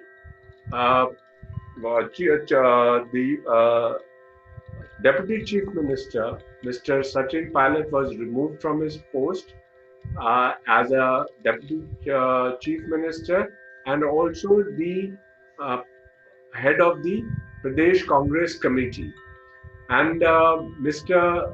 Govind Singh Dosara was then appointed as president of the Rajasthan Pradesh Congress Committee, and there were two cabinet ministers who went along with Mr. Sachin Pilot, who were supporting him, were also removed from their berths. So a lot of changes were made after this tussle happened between the two sides, and the 21 notice was then given for commencement of the session by the governor. Uh, that is what the governor wanted, that at least 21-day notice has to be given for convening the session of the assembly, which again created a tussle between the chief minister and the governor, because Mr. Gehlot claimed that at that point of time, around July 15, he had the majority of members supporting him, and that is how he wanted to prove his majority on the floor of the House. So, a lot of uh, game was being played. Mr. Gehlot then was, trying to hold on his MLAs for supporting him. He also shifted his MLAs from Jaipur to Jaisalmer. But finally, on 10th August, the whole drama was concluded or ended by Sachin Pilot meeting Mr. Rahul Gandhi and Priyanka Gandhi, and one MLA, Mr. Bhavanlal Sharma, reached Jaipur and met Chief Minister Gehlot.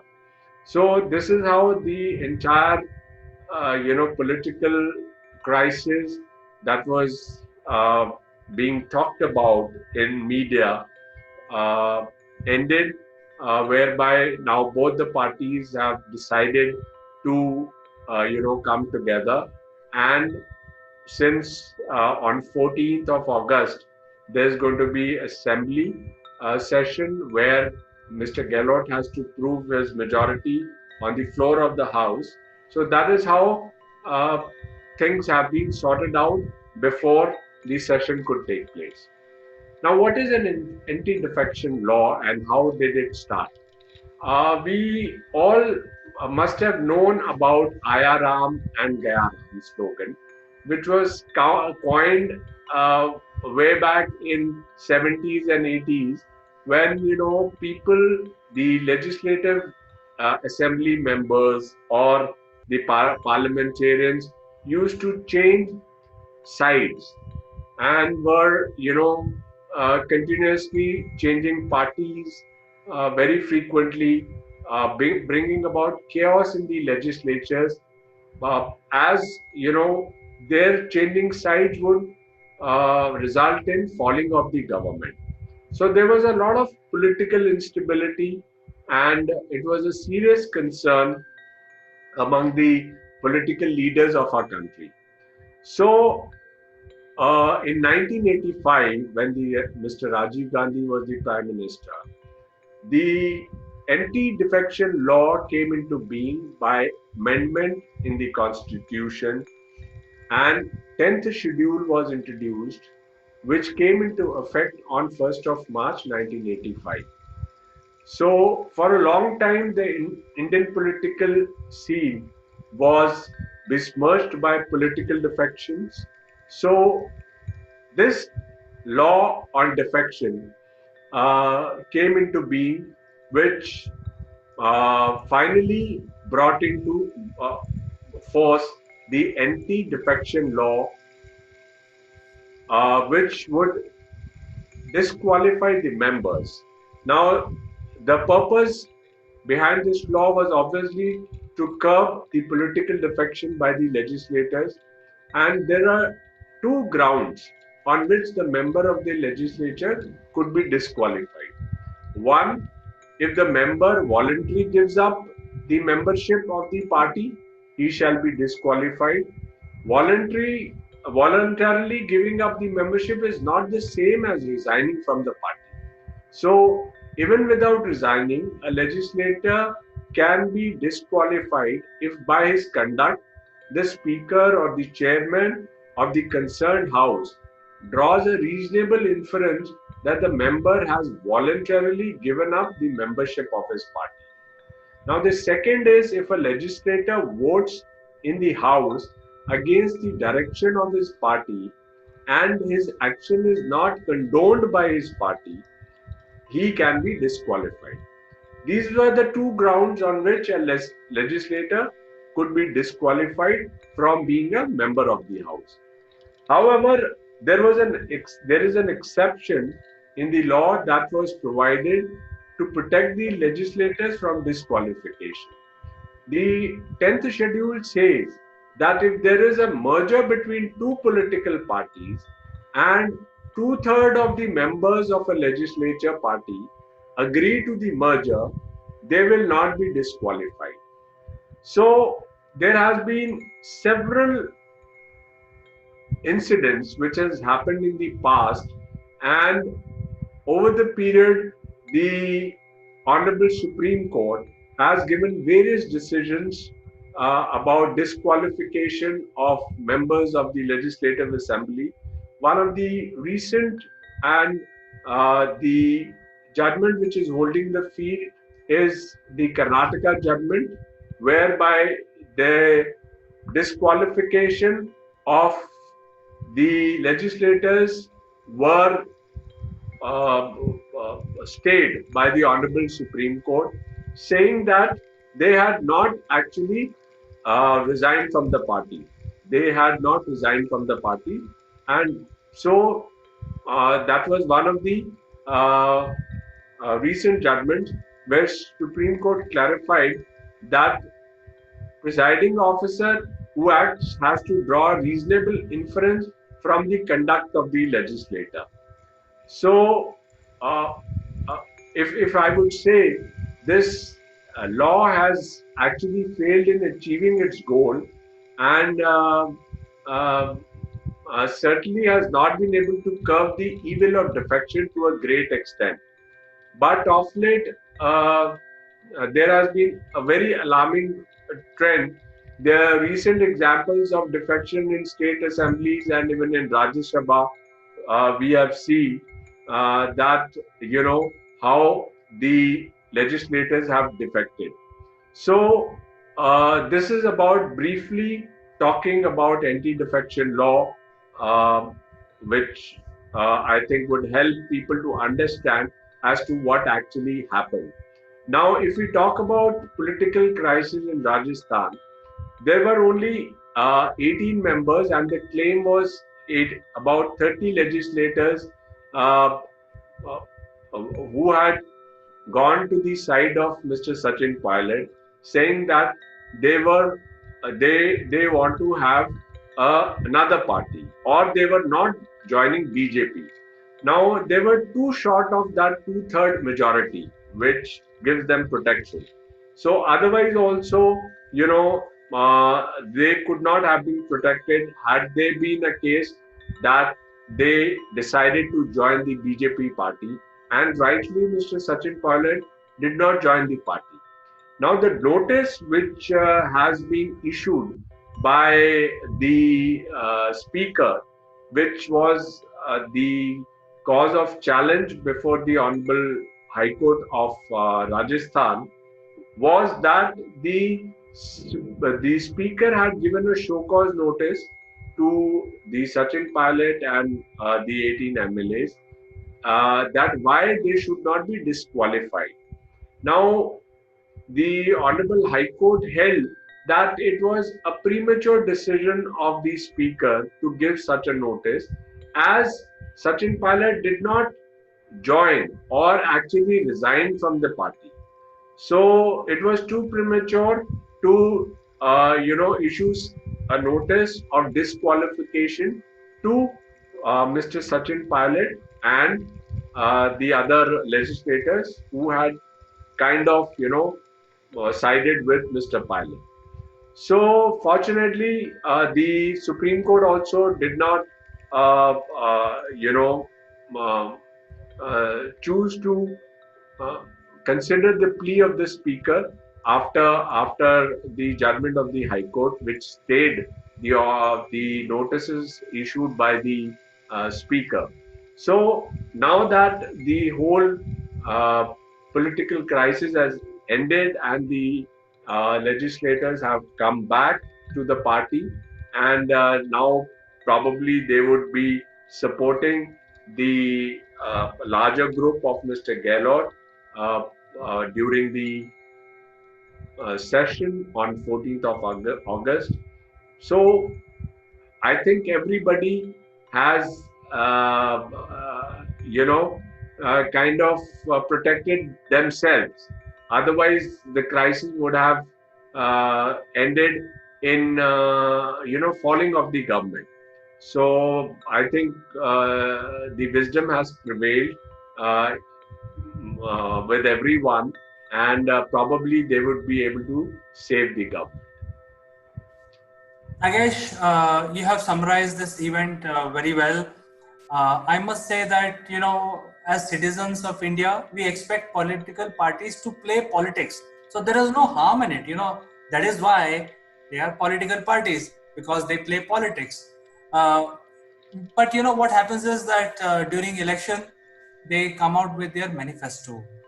They say that in their next 5 years term, these are the activities they will take care. These are the things that they will manage. This is how they will work for the benefit of people. Because political parties have to say all that. They are going to increase the employment. They are going to reduce poverty and thousand other things they talk about in their manifesto. After the election, when people choose them on the basis of certain ideologies and certain promises, such things happens where even with a law where you cannot defect from one group to other, these political parties have found very smartly fantastic lawyers who can circumvent all laws that Indian Indian penal code forces them to work. And you see what has happened in Rajasthan. For last 4 weeks, the crime have risen. Nobody is talking about COVID because these 200 MLAs are fighting nail and tooth, and they are enjoying themselves in the resorts. So there's a new term which is called resort politics. So they are having some yoga sessions and all that. But the people who have chosen them to govern the state, what about them? I think they have been made a big fool out of, because of these issues. What do you feel about it? Well, CK, as you rightly said that the politics. When you join politics, there is different interest which plays, uh, while you are in the politics. Now, what is important here is that when people of this country choose their representatives and bring them to the legislative house, it is their duty that they follow the manifesto on which they have fought the elections. So they must stick to the promises which they have made to the people, and on the basis of those promises, they have been elected, they have been chosen by the people. So this is very important, which everybody must understand. But usually what happens is that the personal interest also plays some role of those people who get elected. Now, when they get elected into a party, the party has some interest. There are people who are already the leaders, and they try to, you know, sometimes discriminate amongst their own loyalists or the other members who have joined the party. So actually, they don't get the kind of uh, placement, the kind of role which they want to play as the legislators, as they ought to have been given. Because ultimately when you see it is the higher command of a party or the senior leader of the party who's deciding everything. So sometimes they do not follow their own manifestos, their own policies, which is very difficult for some people to follow them. So at times the legislators are also in a dilemma as to what they should be doing, whether they should follow the dictates of the party by shutting their eyes, by not seeing the interest of the public, or they should choose it otherwise, or they should resign it or join a party which would support or which is already carrying the manifesto in the interest of people. So that is where the confusion comes. And yes, of course, the third personal interest is everybody who's been chosen at a position wants to exploit that position because for future benefits.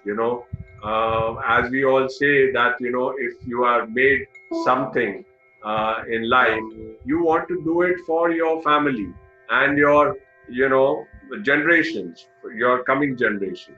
So this is how being the mindset of people. So I guess if people stick to their parties, the manifestos, the policies, we can reduce this kind of disqualifications, and people would then also recognize or would support a party for a longer period and with full force, giving them majority in the house. So this is what people also see, that how those people are loyal, how these representatives are loyal to them, and whether they should be chosen for this coveted post of a legislator or not. I think if you do the mathematics, it's not a rocket science. There are 200 seats in Rajasthan, and Congress is higher than 50% mark, so that is why they have formed the government. Now, I think there is a bit of miscalculation on part of Mr. Sachin Pilot, because with 18 or 20 MLAs, if he thinks that he can defect, then the other opposition party has only 75. So I don't see any mathematics working in the favor of Sachin Pilot, and I fail to understand why did he take this step. You know, the BJP has only 75 seats. So with 18 members, I think probably he was not actually defecting, but he was trying to make his point that he has not been allowed to work or he has not been given a position.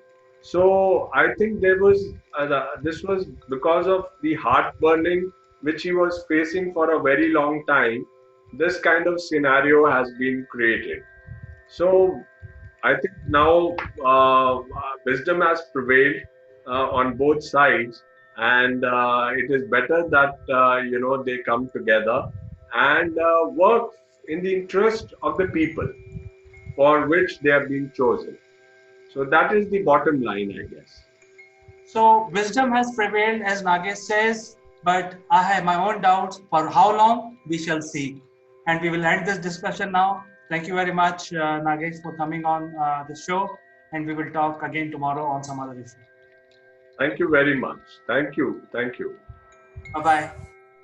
Bye bye.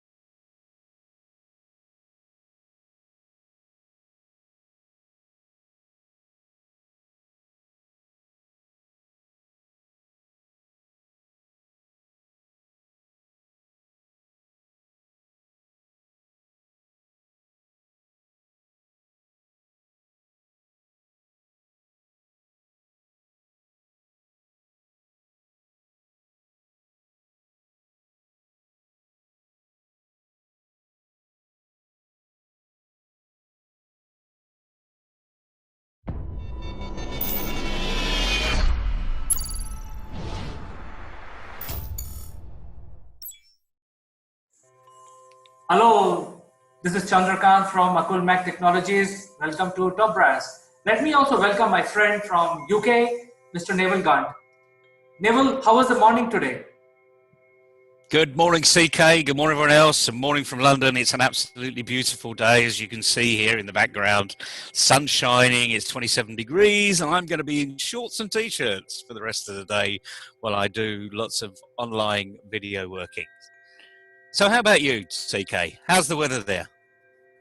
Well, we are in a hot country, so 27 degrees is just like a piece of cake for us. So while it is 27 degrees in your city, you enjoy, and I'm sure you will be moving around in t-shirts, so you enjoy the summers. But 27 degrees is not that hot for us. So, but one thing I like to say that, I can hear you, but I'm not able to see you. Where are you, Neville? I'm in London, CK, where I always am. But I'm not able to see you, and it's getting very difficult to communicate with you without seeing your face. Now we're hitting the rub here, aren't we?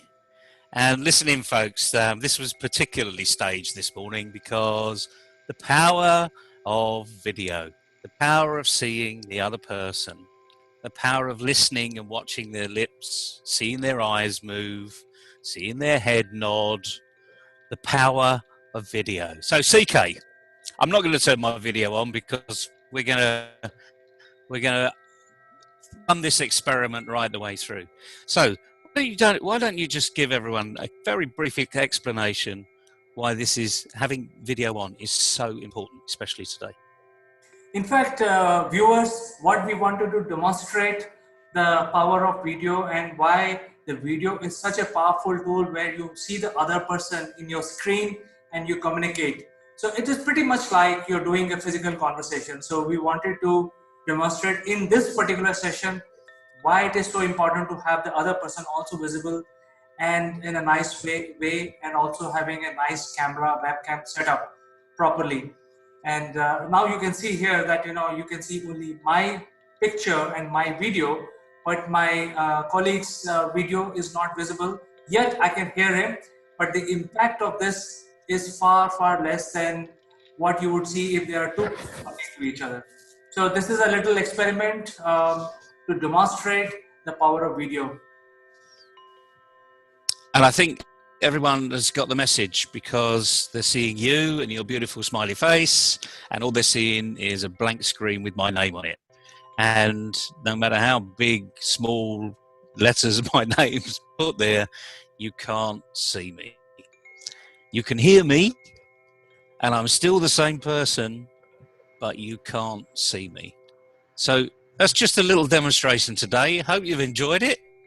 I've enjoyed it as ever, CK. So everyone needs to recognize that the digital experiment that you're going to be going on needs to extend into the video arena, because if you've got something to say, put your face behind it, because then people will believe you. Enjoy the rest of your day, CK. I'm going to have a fun day today as ever, and I'll see you tomorrow. See you tomorrow, Neville. But before you go, I would like to say that today is Tuesday, but tomorrow is Wednesday, and we come out with Sortie Wednesday, and tomorrow we will talk about the presentation skills on a digital platform. So this video of today, where the power of video is demonstrated, will continue in tomorrow's session. So folks, see you tomorrow again. Neville, have a nice day and catch up with you tomorrow. Bye-bye. Bye-bye.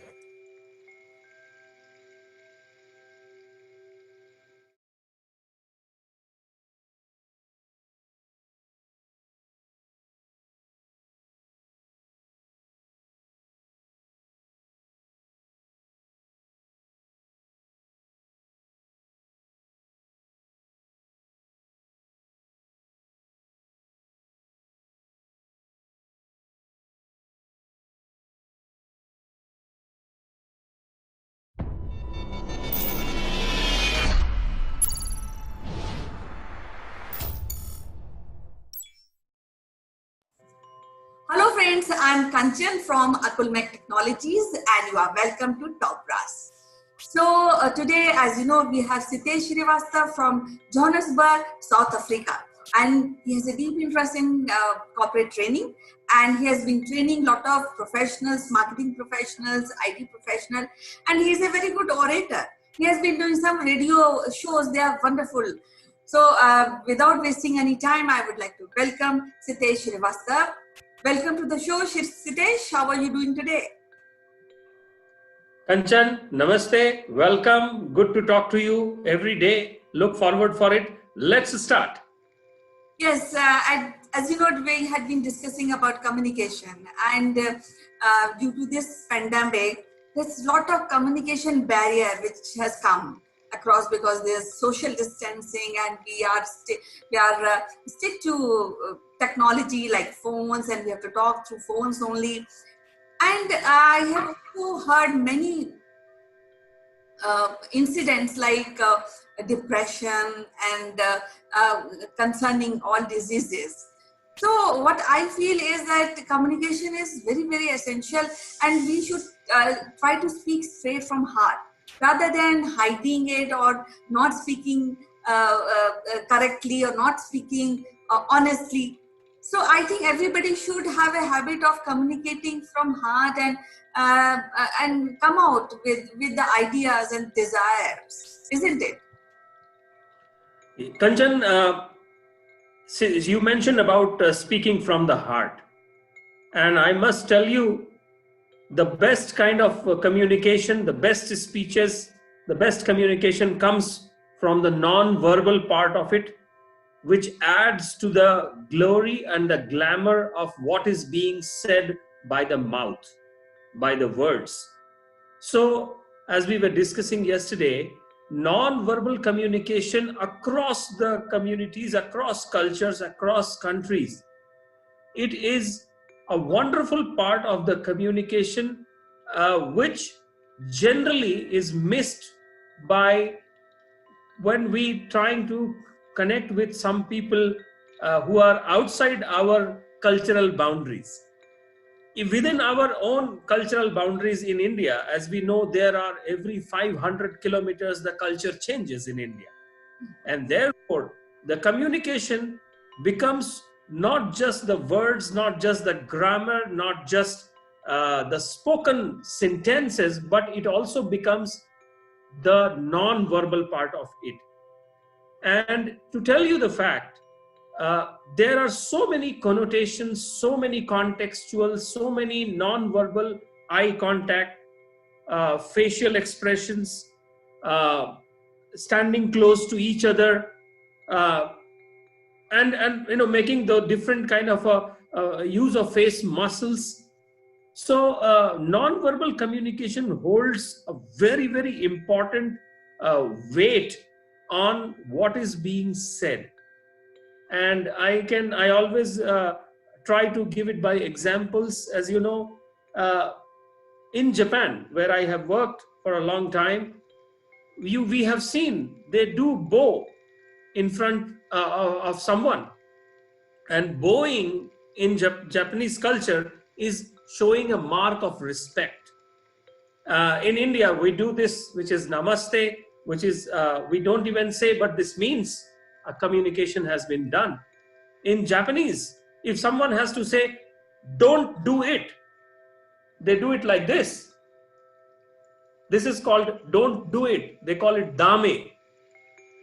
Then if something is okay, this is the way they say it in Japanese, okay.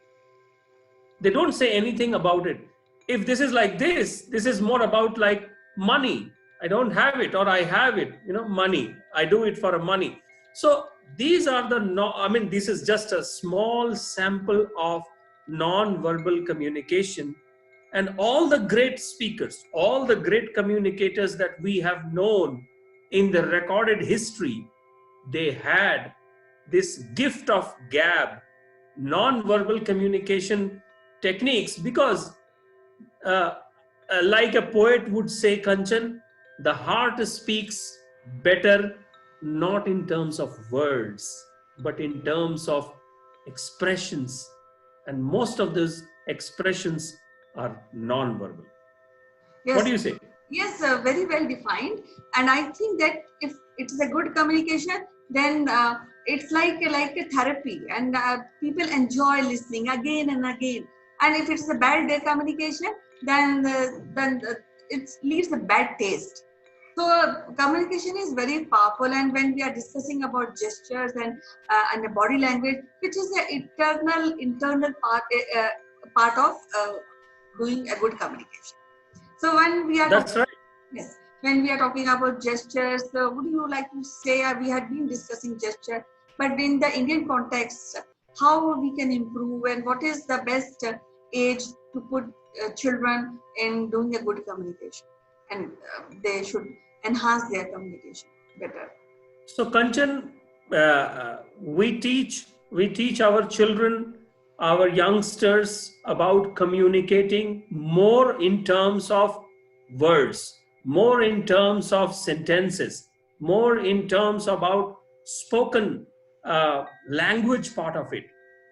What we really want to do is that we must actually inculcate the gesture part of it in any communication, the gesture, the non-verbal part of it, and trying to bring a balance between the spoken word and the non-verbal part. That is what we need to bring into a daily practice with our children, with our students, with our youngsters. More so in this today's highly addictive digital world, the interpersonal skills, I see there a drop because of the not a single spoken word being used, rather than a written word is more commonplace. Now in written word, you someone writes it and someone reads it, and when someone reads, there is no control over the mental image that the reader makes after reading that. So that means the spoken word has taken a back seat in today's too much of digital world, and therefore the youngsters, the what do we call them, millennials or Gen X, Gen Z, it is important for them to learn the language as it is spoken, and a clear distinction has to be made between the written word and the spoken word. And these two are two different realms, and both of them need to be supported with the non-verbal part equally. And that is something which comes with a time, and gesture as part of a curriculum would be definitely an interesting subject and interesting curriculum that needs to be brought into the schools. Probably in the schools, in the colleges, in the universities, I see students getting into this through the performing arts, the theater, sometimes in elocution, which was a debate some time back. But I think that can become a formal subject. Why not? Okay, so it was a quite interesting suggestion you have put forward. Does culture also play an important role in developing a communication skill? Yes, Kanchan. I can tell you with my experience from the Indian part, definitely we have so much to basically learn from. As I told you that every 500 kilometers in India, the culture changes. In Japan, shaking a hand is not a commonplace, and therefore a bow, which takes an important part of the Japanese culture. And to tell the viewers and the listeners, it depends on how much do you bow, whether it is a 90-degree or even lesser or even more. Depending on the bow in front of the person shows the respect. If two people are going both on the 90 degrees, it shows some kind of a very, very close trust. And I have been told, Kanchan, when somebody bows in front of another person in a Japanese culture, that says that I trust you with so much of integrity that even if you take down my neck, it will be okay for me. I trust you so much. Similarly, in South Africa, where I work, in South Africa, there are non-verbal communication, and one interesting part that I have noticed, they stand very close. And sometimes from the Westerner side, people who come from the West, I come from East, but sometimes that standing too close can become uncomfortable, but that is the part of the non-verbal communication that we pick up as we work nationally in India as well as internationally. And I'm telling you, there are orientation classes by the HRs of the companies, but there needs to be an orientation classes for the students, for the children, for the college-going students everywhere, and not just in India. So even some South African people, when they come to work in India, they need to understand the non-verbal communication part in India. Now in India, this means something interesting. I like it. But for a South African guy, this would be different. For a Japanese guy, they definitely don't understand the shake hand part, which is so common to the Indians as well as the other Western countries, even in South Africa for that matter. So non-verbal communication, Kanchan, is actually an unexplored area, I must tell you. And more, as you said, I work with radio also and talk to the guests on radio. I realize that in speaking, there are some non-verbal clues that we give in speaking by taking a long pause, a small pause, changing our tones, making it much bigger, making it far. So there are so many things which may be put into some kind of a curriculum. And if that happens, I would be a happy man, Kanchan. Yes, it's wonderful talking to you, and it was so good to take the inputs, which is very, very crucial. We'll extend this topic further tomorrow. Till then, take care. Bye-bye. Namaste as another non-verbal communication, and I want to end the note with this part. Non-verbal communication is the authenticity of the personality who can showcase it. Thank you. Thank you. Bye.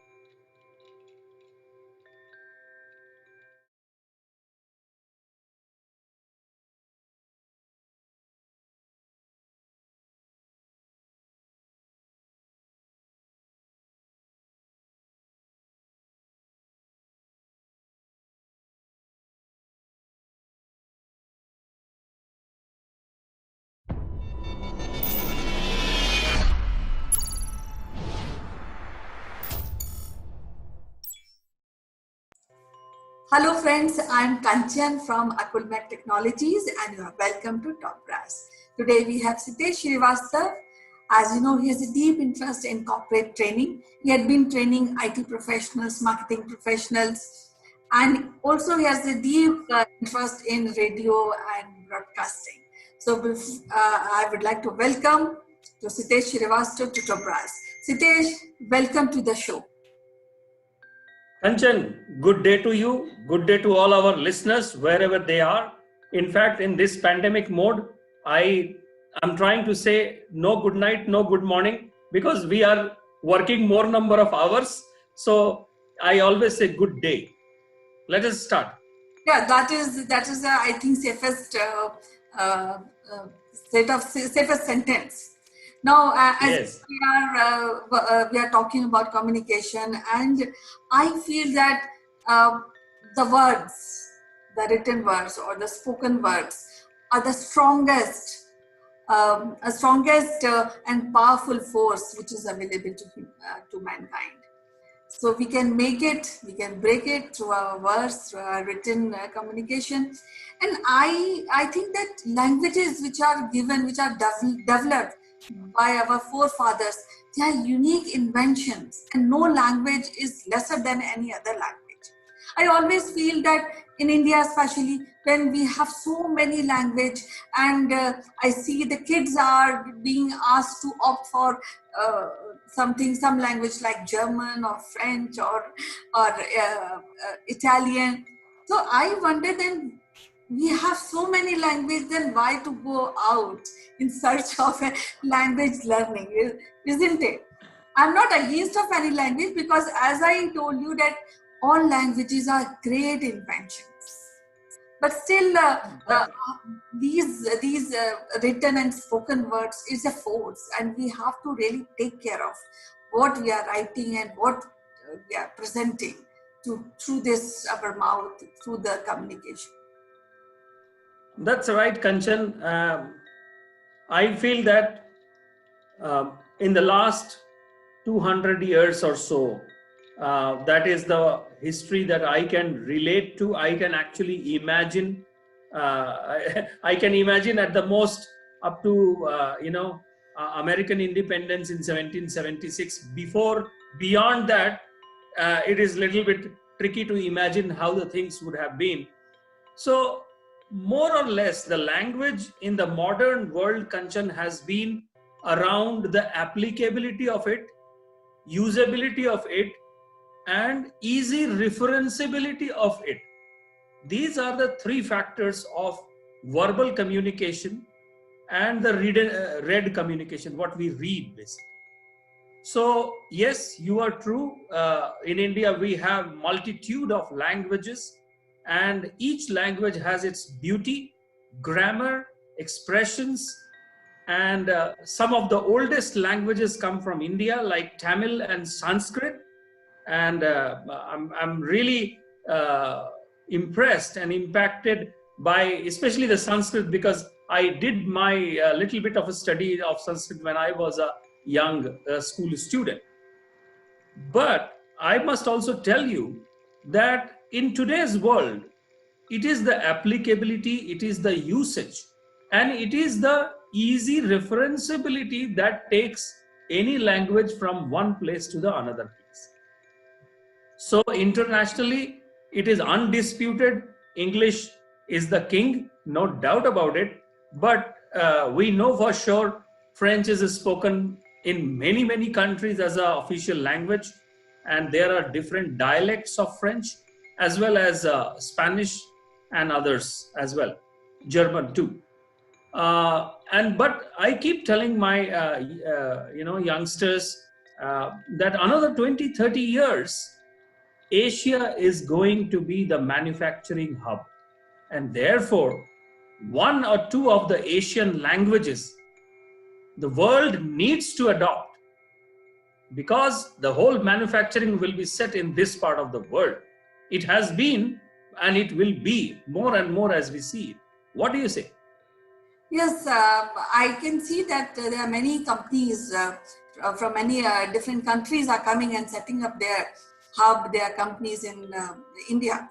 And because I think India is going really forward and becoming kind of one place, which is very exciting and very happening for maybe for next 10 years.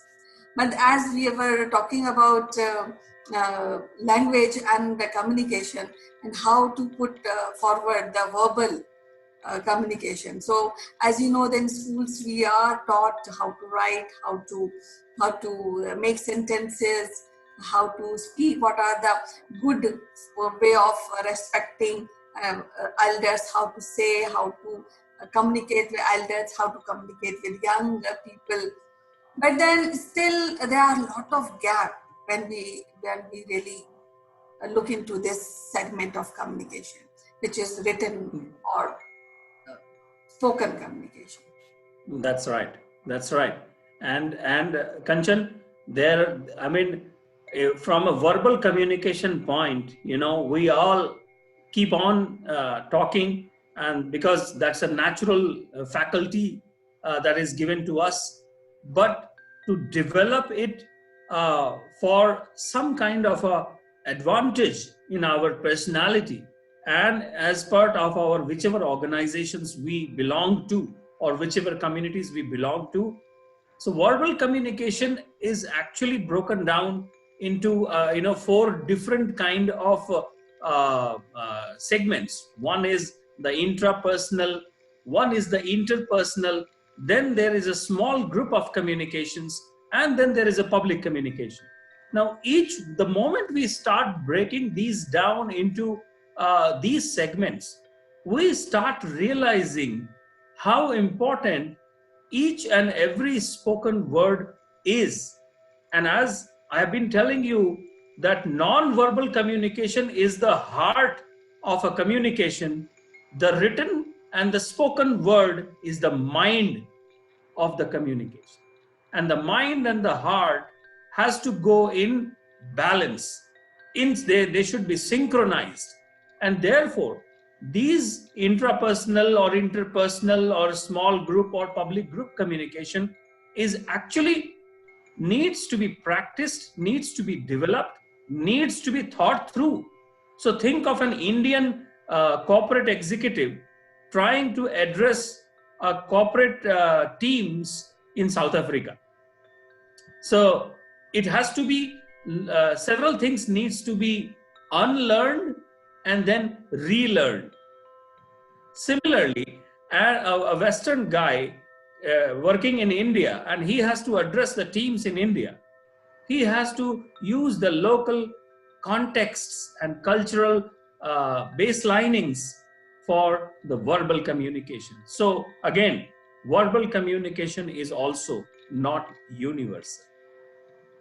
Yes, you have raised a very crucial point that culture also plays a very important role, very vital role in verbal and written communication, because somebody who's coming out in India from outside and then adjusting, and that adjustment only is done through the verbal communication, begins with that. But at the same time, I feel that when we are talking of development of communication, it has to start in the school, that is one. And that best option is that maybe every week or every month, there should be a group discussion, there should be something to enhance the knowledge of the language. And when we have the content to speak, then the communication or talking becomes very rich, and it is become admirable also. People admire what you are talking about. So I think 3 factors which are very, very important. One is language, second is the content, on what subject you are speaking, and then the audience. Are you taking along your audience also? And this kind of feature should start very early in the life. I think so. What do you say? Yeah, you're true. You are true. You cannot be more truer than this. And just to add to these verbal segments that we just spoke about, there is a lot of digital communication happening in all these 4 segments. Now, so far, these 4 segments, before the digital world actually conquered our lives, these all 4 segments, intrapersonal, interpersonal, group, and public communications, they were more, people facing people. But now in the digital world, we are doing all these 4 segments using our digital devices and digital connections. So again, the game little bit needs to be changed. The way somebody is standing in an auditorium and is speaking to 200 people, that cannot be the same kind of words, sentences, paragraphs in the digital communication, because most of us are working from home. Meetings are being conducted at home. The large group meetings are also conducted at home. And of course, intrapersonal, intrapersonal is a little bit different, because it is an extremely private conversation which happens inside us. We keep thinking on the certain stuff, we build it in our head, we become the sender of the communication, receiver of the communication, and then if somebody needs to analyze this, that can be said. So intrapersonal is something little bit of a different, but all the other 3, interpersonal, the public, and the small group communication, all of that is happening on the digital world, and it is going to happen more and more. And whether we like it or not, the digital communications was in our space, in our working lives for last probably 10, 12 years. We have seen the digital communications increasing. This pandemic time, it has come suddenly to the students' lives. All the students from kindergarten onwards are spending, I don't know how many hours on online studies. And now parents have to keep coping of looking into the screen and seeing whether the child is studying or not, or doing something else. So the communication, the verbal communication today has become very important.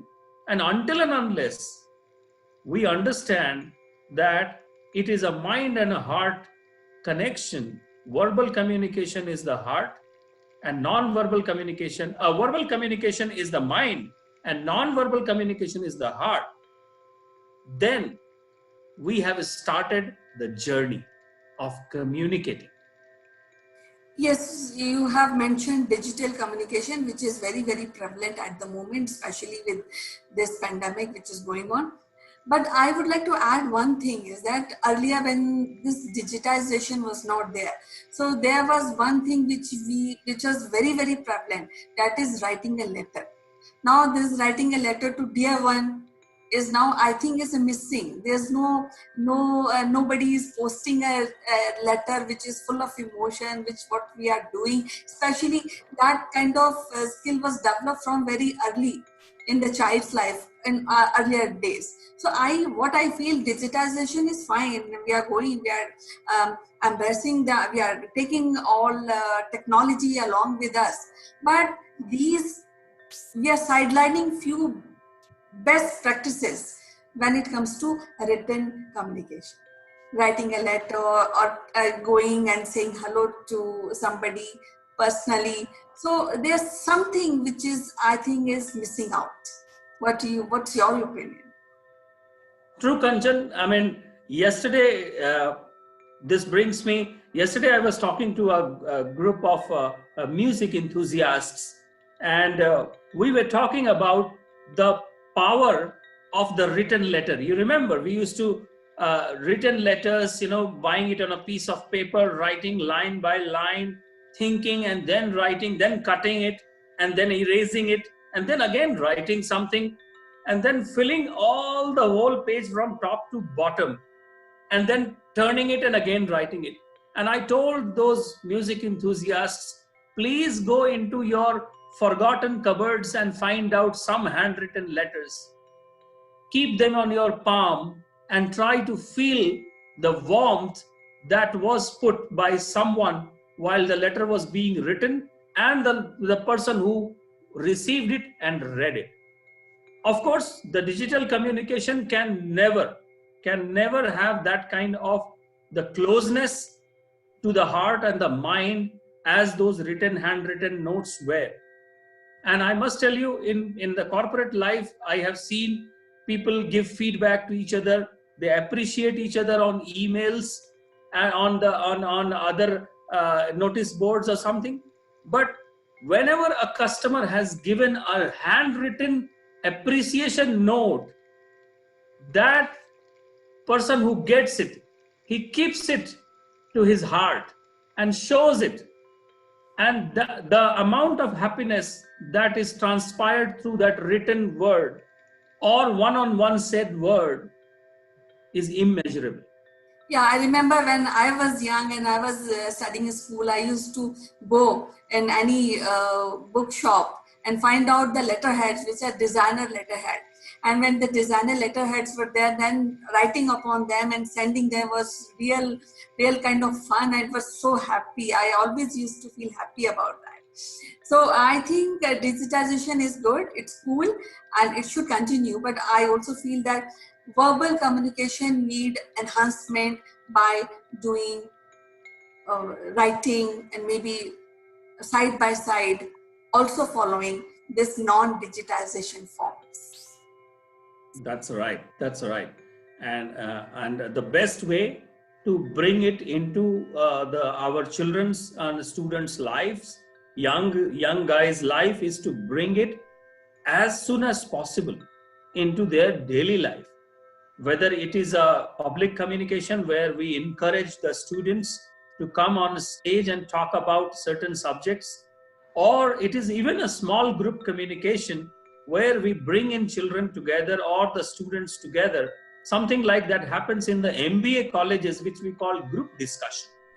Something that can be brought into the school level, which can then actually help the students making a thinking of their own opinion. And this becomes, Kanchan, more important with the new education policy that has been launched yesterday in India. Yes. And I was telling some of my friends, I mean, if this kind of education policy would have been in our times, we could have done something different, right? Yes, you are very right actually, and we really remember our olden days, and sometimes we compare because we have children in house, so we compare that so much of digitization, so much of happening in their curriculum, and we had something which is missing, but again they have the missing part. There are something which is missing in current education system also at the moment, because children, especially in pandemic, they are just glued to the computer screen or tab screen or mobile screen. So I feel that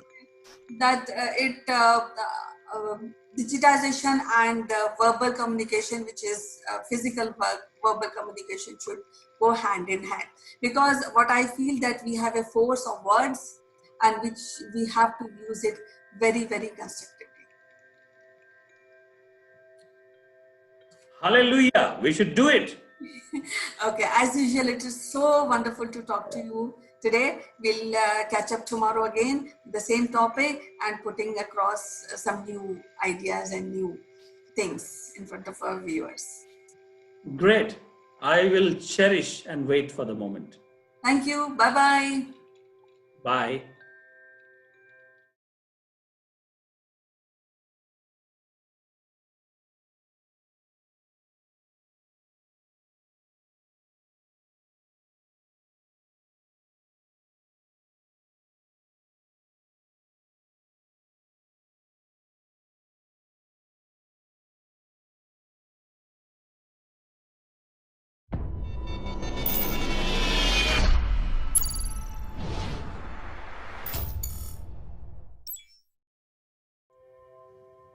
Hello, friends. This is Chandrakant from Akulmach Technologies, and I welcome you all on this day on December, when the Indian authorities have given approval to one of the COVID medicine, and that is called Covishield in India.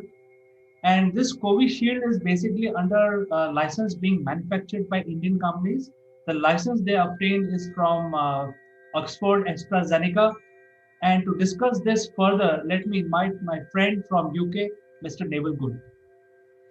Good morning, CK. And what a landmark day it is, not just for India, but for the UK as well, because the authorities here have just approved the same vaccine. So India and Britain, the UK, are aligned once again. We go back to 1947, and here we are working together in harmony, trying to kill something off that has been manufactured by somebody else. So, what a landmark day, and it's British born. This is actually a very, very unique vaccine. It probably, I don't think people understand, like me. I mean, I didn't understand what went on when you actually created a vaccine, and that's why it took years and years for a vaccine to be found for, the ailments that come from left field. If we imagine every year we get a flu jab, and that flu jab is slightly different from the year before. They know a little bit more about what flu viruses are out there, and they just modify the current flu jab just to include another few strains that are currently out there. So we're, human beings are not averse to understanding that we get a flu jab every year, certainly in the Western world. But this particular vaccine is absolutely unique. Would you like to know why? Yes, definitely, Neville. I would definitely like to know why it is so unique. But before we come to that, let me also inform the viewers that recently Indian authorities have approved a dry run of vaccination centers. The whole procedure of providing vaccination, and this is spread across 4 states, 2 districts each. And so these 8 districts in India will be creating a process of how do we administer the vaccination across all human beings. Uh, the Indian authorities want to vaccinate as much as 300 million people by August 2021. So I think it's a humongous task. The Indian authorities and health services are gearing up to handle the operational aspect of all of this. And of course, the medicine is an important part of this whole exercise. And who will get first? So many vaccine producers have approached Indian authorities, and including Pfizer and this AstraZeneca as well. And there is an Indian company also which is under review right now. The Indian medicine is called Covaxin. However, the medicine which is coming from Oxford is very, very unique, and it is called in India called Covishield, and this is the first one to get approved. So that means people who get the vaccination in the first few days or first few months will be this one, which is coming from Oxford. And now we would like to know more why it is so unique and why it is so novel. So, Neville, you can talk about it. Well, the first thing we need to go and say it's cheap. It can be mass produced very, very cheaply. And the fundamental building block of this Oxford AstraZeneca collaboration was that it would be made freely available. So it's not surprising that India is one of the first to get out there and start using it and approving it. But the key thing is, it doesn't have to. It's just like the current flu vaccine. It's easily transportable. You don't have to have it in ridiculously low temperatures to transport it. It's got a longer shelf life. So that makes it more akin to what we're used to when it comes to vaccines, like a measles vaccines, a rubella vaccine, the flu vaccine. It's easily transportable. And those are the unique characteristics of this particular vaccine. But we need to go further. We need to go back and understand not just why this has been developed so quickly, because it is very different to the way others have been developed, but more importantly, where it's come from. It's come from a university. It's come from the academic arena. And you and I, we both come from that education arena. We got faith in our scientists, and this is where it's come from. It's come from a scientific review which started several years ago. Can we create, and the question was, can we create a base formula that can work anywhere if we just add something in? So like a plug and play, just like your iPhone. I want an app, plug an app in. I want to put speakers, plug it in. And that's what how this vaccine has been developed. So all they took, apparently, and I'm going to read this because it's important to say technically what's been done.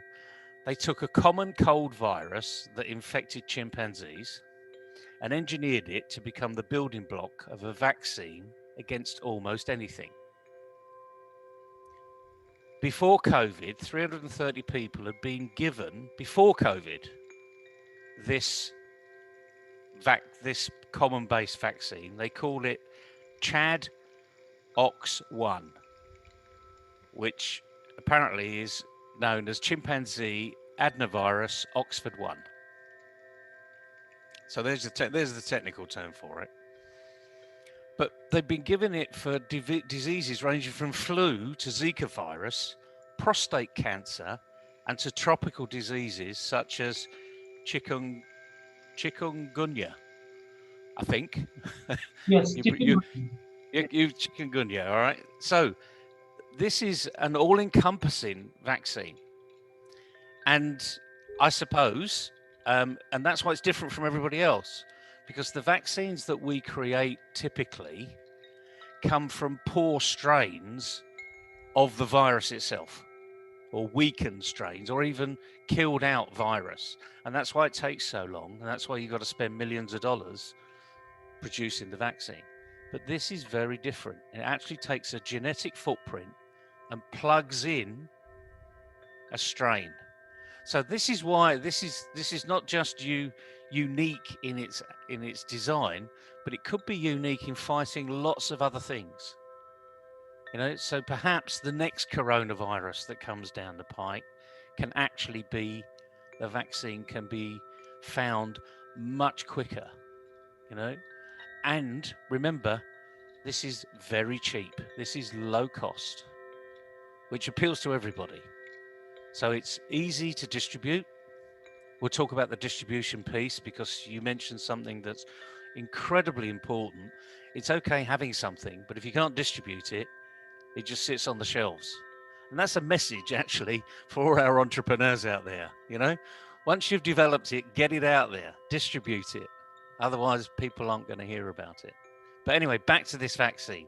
It is really a landmark. This is a human, this is a global impact as far as we can see. I don't think people are shouting from the hills as much as they should be shouting. I think all of the Oxford dons that have been involved in this are probably just so tired that eventually all of their hard work has been approved. And now we can get some sort of sense of normality back to the world. The other thing is, by the way, is that it can take longer in between doses. So that means whatever storage you've got today, that can be quickly implemented to a large population, the full population of the amount you've stored, because your reproduction rate is quite quick, but your implementation date is quite long.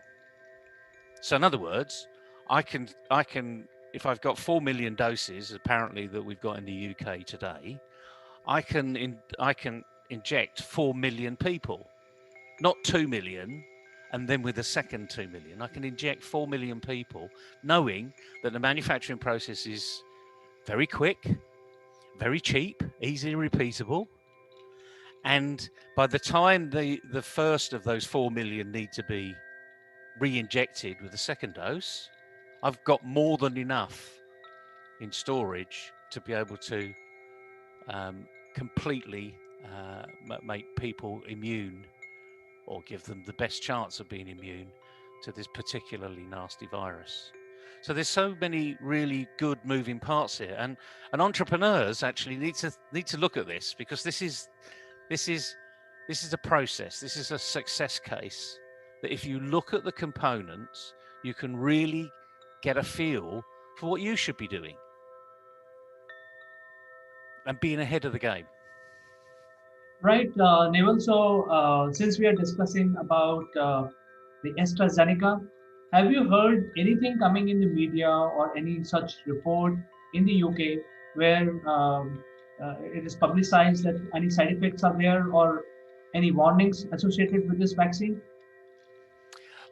There, like anything else, there are always side effects to anything, paracetamols and any antibiotic, etc., etc.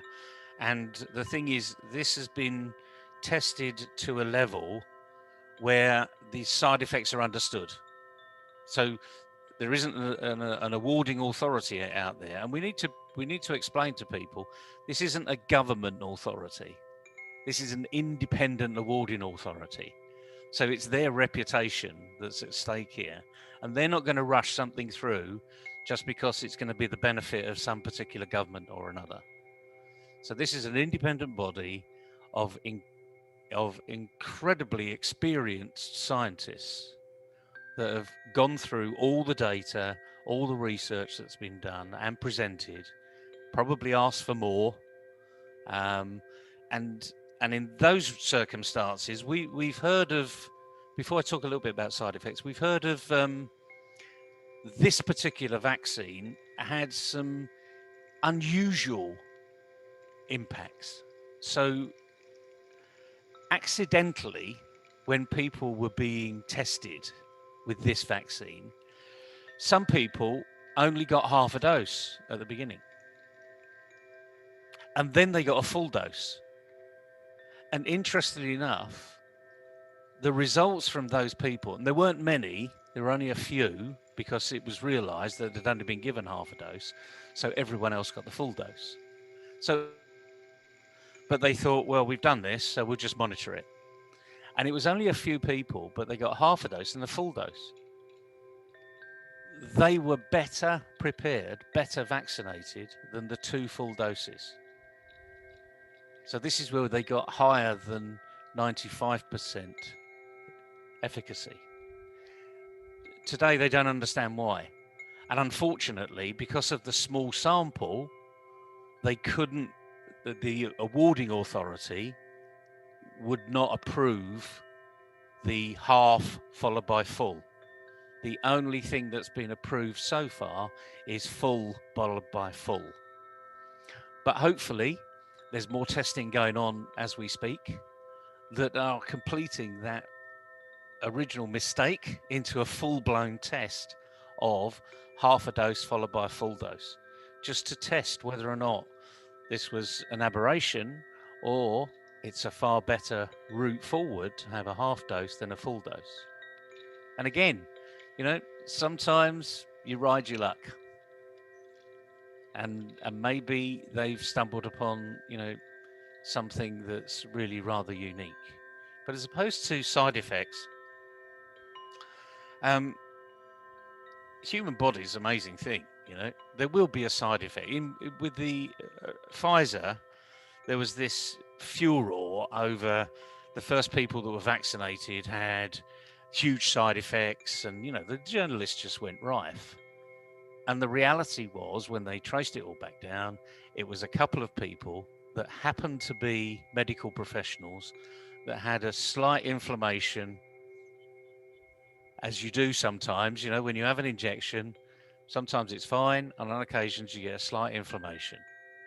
And so therefore they changed the protocol, they changed the SOP, so that all you had to do was wait 15 minutes before you left the premises. So it's a cooling down period. We don't know what's going to happen with this, because again, the mass testing hasn't been done. There's been a considerable amount of testing, but now we're into mass indoctrination. So we don't really know what's going to be happening. But I'm sure the SOP, the same protocol, will exist, in that have the injection, wait a few minutes, and then let the person leave. Right, Deval. So the preparation being done in India, what we've heard is that there are special centers being created where for the COVID vaccination, and the health workers will be trained on the SOPs. And primarily these vaccination centers will have 3 zones. One is where the waiting area of the patient. So there will be some documentation that can be done before the vaccination is given to the patient. Then actual vaccination room. And then there is a waiting area after the vaccination, so that we can handle these situations. So I think the standard SOPs are being created here in India, because the Indian government and the different state governments are gearing up to finish their job of vaccinating 1/3 population of India, which is the target is 300 billion. And I think the point that you made earlier during our discussion was about the distribution of medicine. And if Covishield, which is the Indian name of AstraZeneca, if it can survive, it can be transported at room temperature in bulk without any problem, then definitely in a country like India, it's a very good thing, because if we have to transport Pfizer medicine, which has to be stored in minus 78 degrees, it is very difficult in a country like India, where after February, the sun starts getting very hot, and it creates a operational hazard. So I think that is one thing. And second thing is that the pool of people which are available in India are very diversified. There are gene pool from all over the world, and that makes us a truly mixed breed population here. So I think it's a good exercise where, as you said, that the Oxford and these people are not having any interest, any business interest. They just want to help the mankind, and they are coming from the education arena. Uh, Unlike any other company which wants to make millions of dollars out of these vaccinations. So the people behind this medicine have no commercial interest. So I think that makes it very unique. And another piece of information I would like to give you, Neville, is that Prime Minister Boris is going to attend our Republic Day celebration on 26th January. And I think it's about the same time when the vaccination drive will start in India. I don't have the exact date, but I think I will consider that it is a good gift to India from UK. Well, that's a really interesting piece of news, and these things sort of align for a reason, don't they? And as you rightly say, there's some key components of this that make it easy. Let's not dismiss the Pfizer vaccine though, because it can be used in different areas. So our healthcare workers, for instance, that work in hospitals, it's a perfect opportunity for the Pfizer vaccine now, given the other vaccines available, is to be concentrated on our frontline professionals. That's not to say one's better than the other, because they haven't proven that. That's the whole point of efficacy, it's the whole point of independent testing. So it's a great collaboration that companies around the world have actually gone after this together. And I expect the first thought in their mind was to find a vaccine, and the last thought in their mind was to make a profit. But the good news is, I think there's so much is needed that everyone is going to be catered for. Because there'll certainly be billionaires out there that will want to have this opportunity now. And maybe this Oxford AstraZeneca new vaccine gives them the opportunity to go and buy the Pfizer vaccine or any other vaccine. But the main thing is it's going to get to the right people so that we can protect everybody against this particularly nasty virus. It's a war we didn't want to fight. This was World War III, effectively. Absolutely. And while we are talking about this, Neville, yesterday I told you that there are 6 patients with a UK strain. I'm sorry to say this word because there is no other word right now in our dictionary. It's called UK strain. But today it is 20. So I was talking with my colleagues in the office and saying that, hey, it has come from UK. So I clarified, it was already there. It's just that we started testing them now because UK has given us the information. So, so I think. Well, you never know. You never know with this. But let's just go back to this part about the implementation, because I think it's really important as well. And the only way to immunize 1.4 billion people is to have this global, like corporate approach to making it work. And we talk about SOPs, which for people that really don't know, it's standard operating practices. And we have them everywhere. In the corporate world, we have them all the time. Sometimes they're called policies or procedures. But in this particular instance, we do need that logistical, almost like military process to make sure that this happens quickly, efficiently, effectively, so that we don't waste the vaccine. Everyone gets the same opportunity, and we immunize literally everybody over time. Because one thing's for sure is that there is another one coming. There is another virus on its way. We may not have heard about it, but it's already there. And it's just a question of when it comes and how fast it goes. Hopefully we'll have the mindset and the tools to compete with it next time. But it is World War III. That's effectively what we should be calling this. You're absolutely right, Neville, because a couple of days back, WHO also announced that The coronavirus outbreak is just the beginning.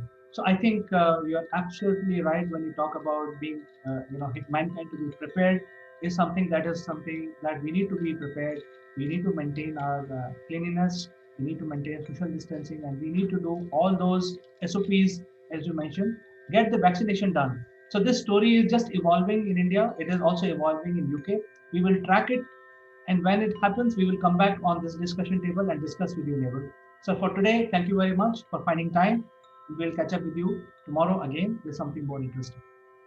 My pleasure. And everybody, be safe, wash your hands, social distance, and we can all live a happy life. Thank you. Bye-bye. Bye-bye.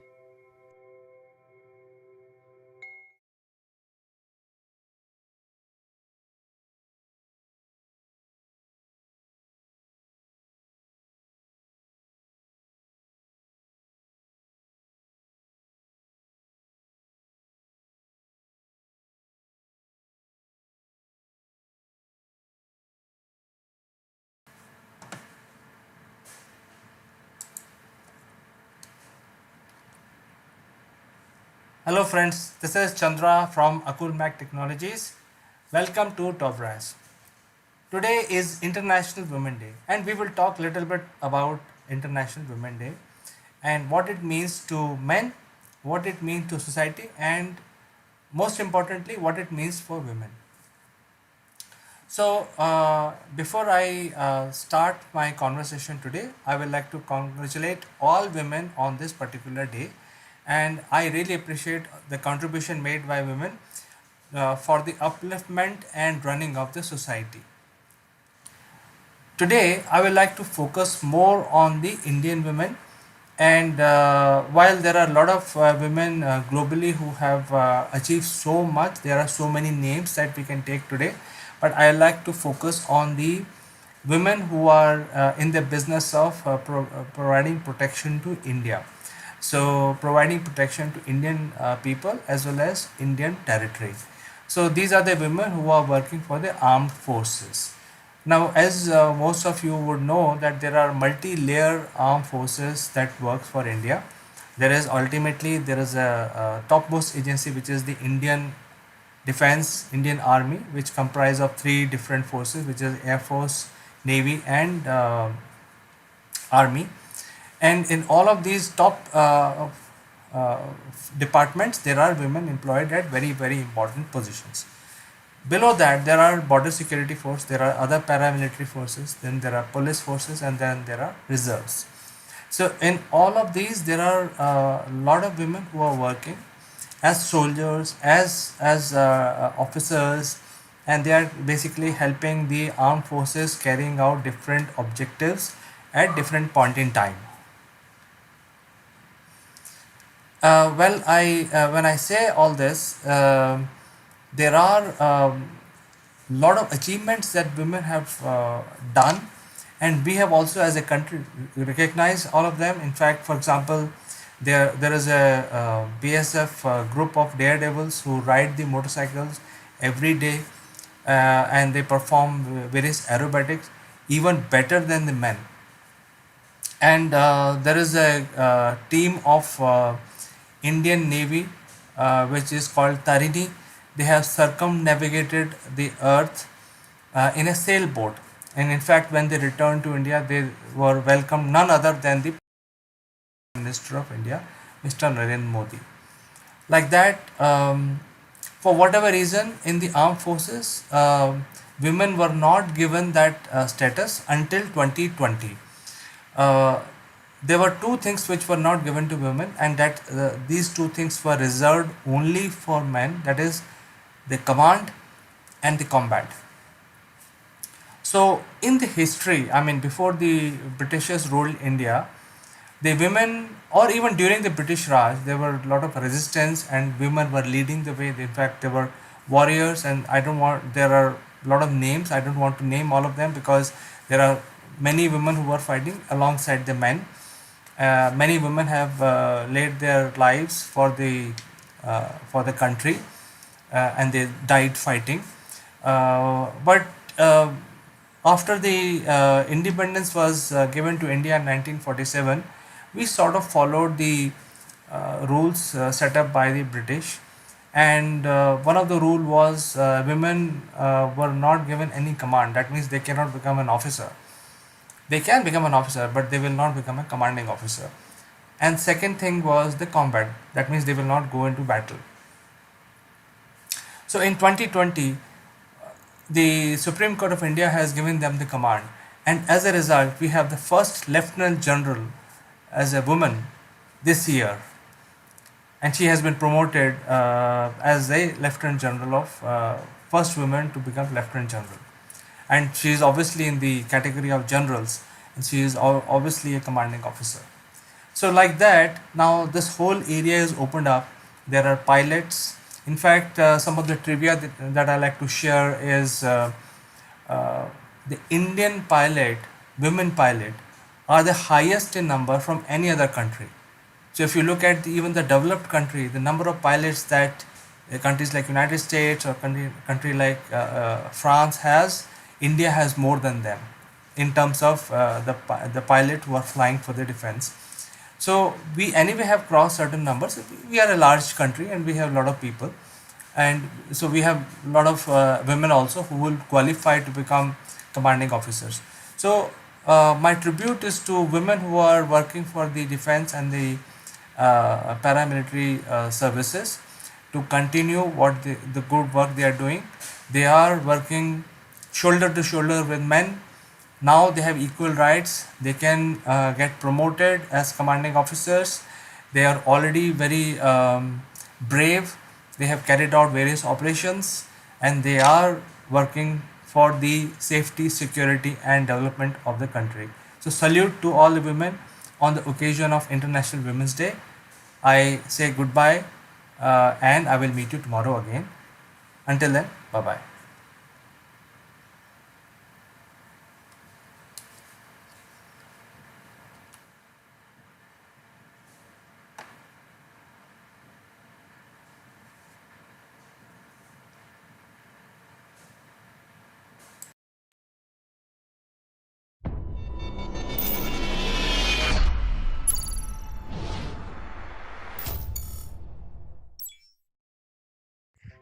Hello friends, this is Chandrakant from Akulmach Technologies. Welcome to Top Brass. Dear viewers, as you know that we have discussions with famous personalities and people who have achieved something in life, and therefore today in Spotlight, let me welcome my friend from Ahmedabad. He's a senior advocate at Ahmedabad High Court and he has been practicing. His name is Mr. Nagesh Sood. Nagesh, welcome to Top Brass. Hi CK, how are you? I'm good. Hi everyone. Hope everyone is doing well in these lockdown period, and I wish everybody well, both mentally and physically. Thank you, Nagesh. In fact, for the benefit of our viewers, I would like to give little introduction about you, Nagesh. Many people know you because you're very popular among some people, and then others also who are watching for the first time. For their benefit, let me introduce Nagesh. You are a very senior lawyer, and you have a lot of opinion about legal matters. And we will be actually starting a series from today where you will talk about your opinion on different legal and social matters. But for today, we will discuss about the recent demise of the famous film star Sushant Singh Rajput, which has shaken the nation. And people are talking about various reasons, and there are a lot of urban legend around it. So what we want to discuss today, and we have Nagesh on the panel, we want to basically talk about the mental health related subject. What led to the suicide committed by Sushant Singh Rajput? And there may be a lot of people affected by this kind of a syndrome. So with this information and without further ado, let me ask the same question from Nagesh. Nagesh, waiting to hear from you. Yes, CK. Suicide, actually, which has nothing but it's a cry for help. And we all know that Sushant Singh's suicide has really moved the world, not only his family, but every individual, his fans have been moved by this incident. Now, when we talk of suicide, suicide is a cry for help. What we hear in the media, there are different views given by his friends, his families, etc., are maybe various. The opinions may be various. But when we talk about suicide, suicide is a cry for help.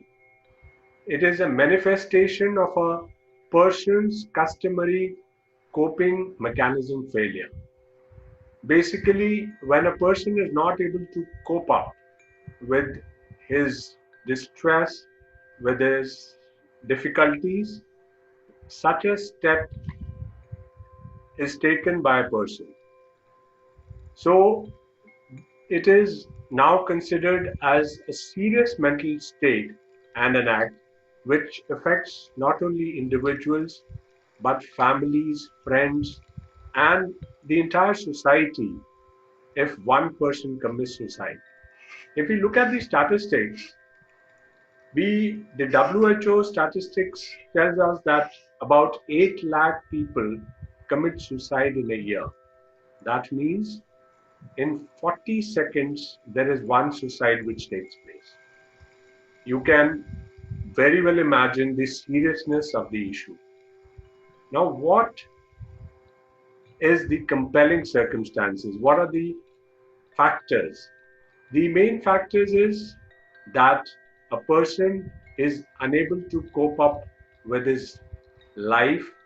There are different scenarios where a person is undergoing and is unable to express, unable to share his grief, his sorrow, his loneliness with any other person. Nagesh, So, you for a moment here because I think there are two very important aspects you have talked about. One was the people are driven to take this step, which is really the most difficult and ultimate step for anyone. And you say that it's a cry for help. So, if this is a step and this is the messaging people are giving by saying, "Hey, I need help," but next day, next moment, they are not there. So, who others are going to help? So, do you have any opinion? While we understand this is cry for help, but the person has already taken a step and he will not be available from that point onwards. So how do we cope up with that situation where if there is an early warning which others can see and try to help this person? well, CK, as you just said, that, after suicide, what is to be done? It has come as a shock to everyone that Sushant Singh had committed suicide. Now, there could be a lot of symptoms when we say it is a cry to help. 95% people who commit suicide do not want to die. Their wish is to live. But unfortunately, when they look around, there is nobody there to share their grief, their sorrow, their loneliness. And therefore, it is very much necessary that people around that person must uh, come forward and see the symptoms which a person is notifying to everyone and come forward for help. You have to try a bit of uh, gain trust from them so that that person is able to connect with you and open up with you. So that's a gradual process which you have to begin. Usually, around the middle of the conversation, the person would sort of come out with what is really going on in his life and uh, why he needs help. So, when you start a conversation with a person, you start listening to the story of that person. you would understand how to go about it. Basically, what is your responsibility? A person around has a responsibility of listening to that person warmly. You have to show your warmth that you are listening to that person without being judgmental or critical. If a person has a problem, you generally, people have this idea of being judgmental. People would look at somebody's problem and try to criticize that person or the problem. But what really a person need is a non-judgmental, non-critical hearing of his uh, problem. So if that is given to that person, probably he will come out with his story and can share his grief to the other person, which would again lighten him. I mean, the stress, the feelings which he's overburdened with would get shared with the other person, and therefore that person would feel lighter. The other thing is that what you need to give is an unconditional emotional support. Unconditional emotional support would allow you to concentrate on the feelings which a person is going through. Maybe person when he's talking to you, maybe he's very angry, he's very depressed, or he's kind of not able to speak. There would be times when he would be completely silent about talking about his problem. So one has to understand the feelings that person is going through and give an emotional support while giving him an assurance that you would keep everything, whatever he shares, confidential, and you would not reveal his identity to another person. Basically, for winning the trust of that person, you need that a person builds up a trust in you to share whatever he is going through. So that is very important for a person to help a person with these kind of symptoms. I have a question, Nagesh, because I think what you are saying is very important with regard to how do we basically have a social life with each other. I think in today's world, what you're asking us to do is basically because we don't know who's going to do this, take this step, who's going to go through that situation in life because people don't share their greatest secrets with others. So I think there is a need for a lot of orientation for the people, for everyone, to understand that they are themselves are going through these symptoms and they should take help as number one. And number two is the people who are around that person. Like you're saying that you have to be warm, have a little warm in relationship. People have habit of sharing with each other. So if these things are not happening, I think it will be very tough to even find a solution to this issue. Yes, of course, CK, what we need to see is, first of all, we need to identify these symptoms and the signs a person is going through when he's under depression. Usually, when you must have seen around your workplace or amongst your family, there are people who want to stay in isolation. They they don't want to involve themselves. They are in their own cocoon. Then some people show their uh, feelings of low self-esteem. Some people are perfectionists. I would hear like to have an opinion about what was Sushant Singh's personality was. It seemed like he was a perfectionist. He wanted to everything doing correct. And while the process was on, I mean, he must have gone through some failures. And naturally, when a person is doing well in life, there are at times failures which are faced by those people. And when that failure comes, one needs to be able to cope up with that failure, which is very important. And how do you cope up with that failure is that you build up confidence in yourself, which can also happen by sharing your thoughts, by sharing your feelings with others. Because if you're in an isolation, you would not be able to share your feelings. So it is very important whenever a failure comes in anybody's life, one has to share with those failures with somebody who's maybe an elderly person, somebody who's very close to you, and gradually, people would then come forward for your help. So that is what I feel that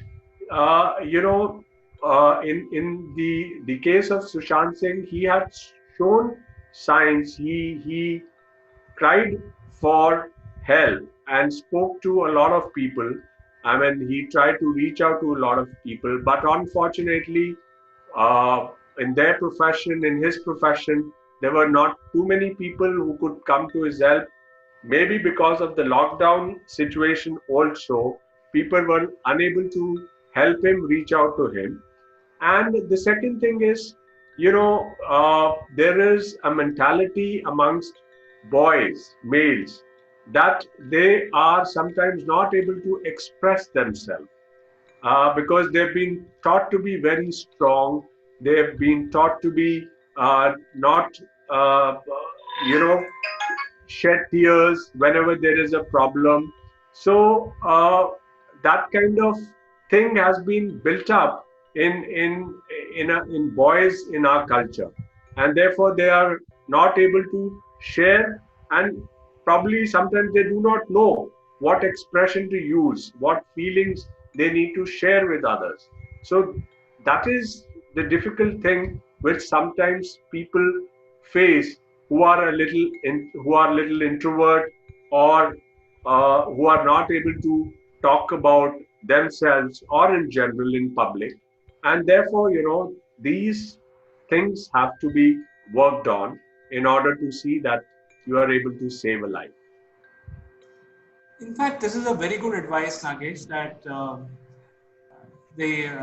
people should not get confused between introvert and extrovert. But I think by habit, they should start be very frank with others, with people who are around them. Now that brings to the second point that you are making is about the factors involved. So would you like to talk a little bit based on your experience, because you work with the judiciary in India, you must be seeing a lot of different types of incidents and cases. So what are the different factors involved uh, which forces people to take these drastic steps? Basically, you see, when we talk of depression occurs to a person when a problem is persistent for a longer time. If somebody is facing a problem for a long time and he has not been able to get out of it, then a person gets into depression. Now, that depression could be a clinical disorder where you need an psychiatrist or psychologist help. You also need to have little medicines. But the factors generally what we see where a person is uh, kind of under depression is that he loses interest in life. Basically, somebody who gets irritated very fast of at the drop of a hat. A person is not able to control his anger. Sometimes person is having sleepless night. you know uh, he's not able to sleep well, he's not able to eat well. And there are conditions when people who are in depression eat a lot. They would be eating much more than their capacity. So uh, these are some of the factors. There could be a family pressure, there could be a social pressure. There could be a parental pressure. We see all sorts of things happening.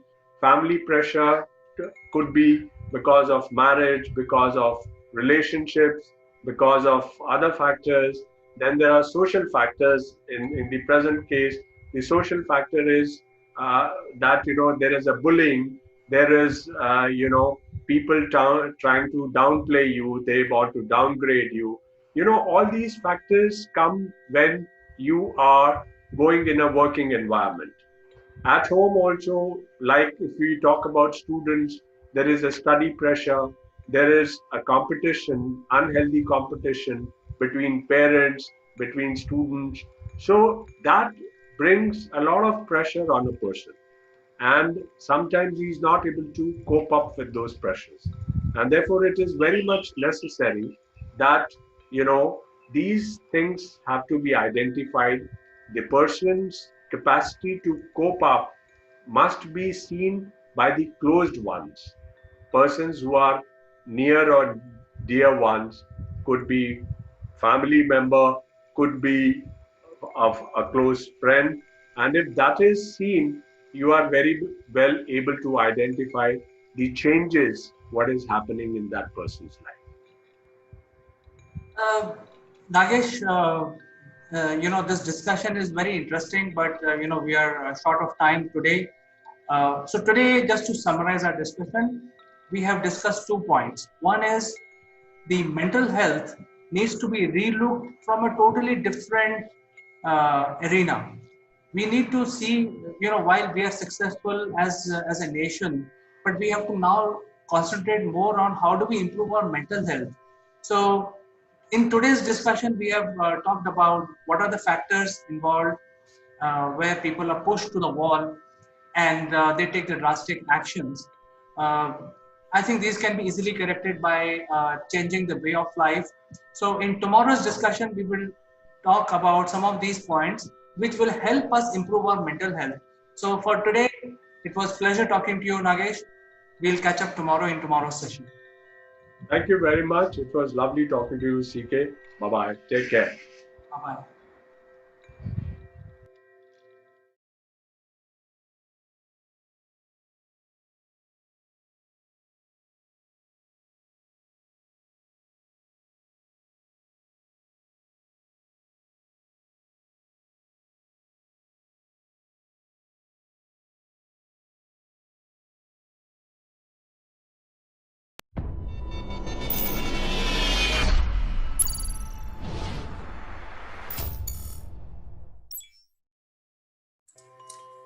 Hello, friends. This is Chandrakant from Akulmach Technologies, and today is a bright Monday morning here in India.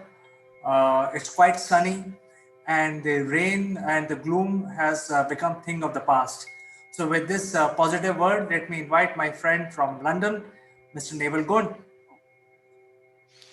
Good morning, CK. Good morning, everybody. Yes, your seasons are changing, and so are ours. I've got a sweater on, as you can see. It's pretty chilly over here now. So heating's on, sweater's on, and we're into a new season. American elections this week, so we'll see what happens over there. And unfortunately, the weekend, one of my idols passed away. Quite a sad event, really. Sean Connery, or as most people will know him as James Bond, the original James Bond. Well, I have one word to describe this. Bond is broken. And Bond is broken. Very true. Very true. He certainly did. He certainly did set the tone, and it was very, tongue in cheek. Somewhat misogyny was going on in that era, which was, if you like, acceptable at that time, if the word acceptable can be used. But he certainly did set the tone, and it was very tongue in cheek. And we saw new gadgets from Q, and we've seen rapid change actually, and we've seen many other people try to take the role on. Daniel Craig, as we know, is doing his last films now, so I suppose we're all going to see who's going to be the next Bond. Maybe it'll be a woman like Doctor Who. You know, Doctor Who was the current Doctor Who's a female, so you never know. You never know. Maybe the black guy. Yes, could be. Could be. As I say, you never know. It's about time we sort of mixed it up a bit. And I suppose it's interesting because this month as well is International Vegan Month. Did you know that? Well, I have been vegan for last 20 years, so it is. Well, that's another opportunity to, again, change things up. And vegan in their sense means somewhat more than just eating vegan. It's about practicing vegan behavior, lifestyle. But could be a huge change for people. So the question we've got for people this week is, are you ready for change? Are you prepared to change? We all want change, don't we? We don't want things to stay as they are. I mean, if you ask anyone, you know, if you put your head out the window and says, who wants change? I'm sure everyone would put their hand up and say, yes, please. But then if you ask the next question, who wants to change? Who's prepared to change? In other words, are you prepared to change? The answer to that question will be, not sure about that. Oh no, I'm quite happy where I am. Thank you very much. Then when you ask the next question, who's going to lead this change then? All of a sudden, the whole room disappears. There's no one around, you know? Because not only have we got a shortage of leaders, we've certainly got a shortage of people that will lead change because, as you and I both know, most change doesn't succeed. It's true, isn't it? 80% of change in big organizations just doesn't succeed. So who's going to lead that one? That's an exit strategy. Right. So I think you rightly put, Naval. I think I will go back to Sean Connery. During my childhood, I was lucky. During my college years, there was a festival going on in one of the theaters near the college, and I watched all the Bond movies in the morning shows, which are very, very cheap. All of them up to that time. And after that, I have seen all the Bond movies which came subsequently. So in all of these Bond movies, there has been significant change. And if you look the movies where the Daniel Craig is doing a fantastic job, the the style and the persona is so physical. So even the Bond has changed over the years. And you mentioned vegan.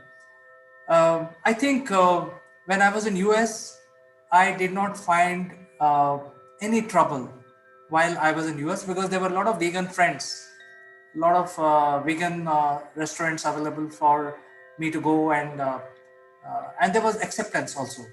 So, to bring that change in other parts of the world, I struggle sometimes. But Neville, I don't have any animal product on us. We don't have leather, belts, shoes. So it's not only the eating habits, it's also the lifestyle which comes along, and that requires a lot of change. So if we talk about business, as you rightly said, nobody wants to change and nobody wants to lead the change. And that is where the concept of risk management comes in, where the change manager has to incorporate the risk associated with every change and then make the changes which are appropriate so that you succeed. And as you rightly said, if you just change without any risk management, the chances are the organization will fail. But if you do a subsequent risk management and change towards positive, I think that likelihood of positive change is very, very high. Yeah, you're absolutely right. I mean, as you say, it's a bit of risk management, but like anything else, we've got to do any sort of change. We all want to improve. Everyone says they want to improve. They want to get better. But the interesting thing is they don't actually know what they do. They don't know how they do it. They sort of know the process, because it's repetition. You know, I did this yesterday, I'm doing the same today, and I'll do the same tomorrow, and I'll do the same ad infinitum. But the question is, if you're not prepared to change, you're not going to improve. You might get, a small improvement just because something happens out there that you haven't really noticed. You know, someone says yes when you expect them to say no, and all of a sudden you've got a contract that you weren't expecting. But you don't know how you got it because it's the other person that made the decision, you know, and then you turn around and say, oh, that was lucky. And each time you need to have that little bit of luck. Well, people that are really good at improving themselves and are really good at things actually know what they're doing. So let's just look at something. You know, we talked about massive change in the film industry. Well, let's look about the massive change in another industry. In the Olympics, let's say a 100-meter runner. You know, although we may not acknowledge it, 30 years ago, the fastest runner in the world was running at a second slower than today's fastest 100-meter runner. So Usain Bolt is approximately a second, 1 second. That's almost 10% better than we were 30 or 40 years ago. That is a huge stride because we're only talking over 100 meters. You know, you can actually see 100 meters. And to be 10% better internationally on a world stage is something to be recorded, something to be reckoned with. But now let's look at all of the different athletes, all of the sizes of the athletes that we've had over that 30, 40-year period. Some have been tall and skinny. Some have been tall and well-built.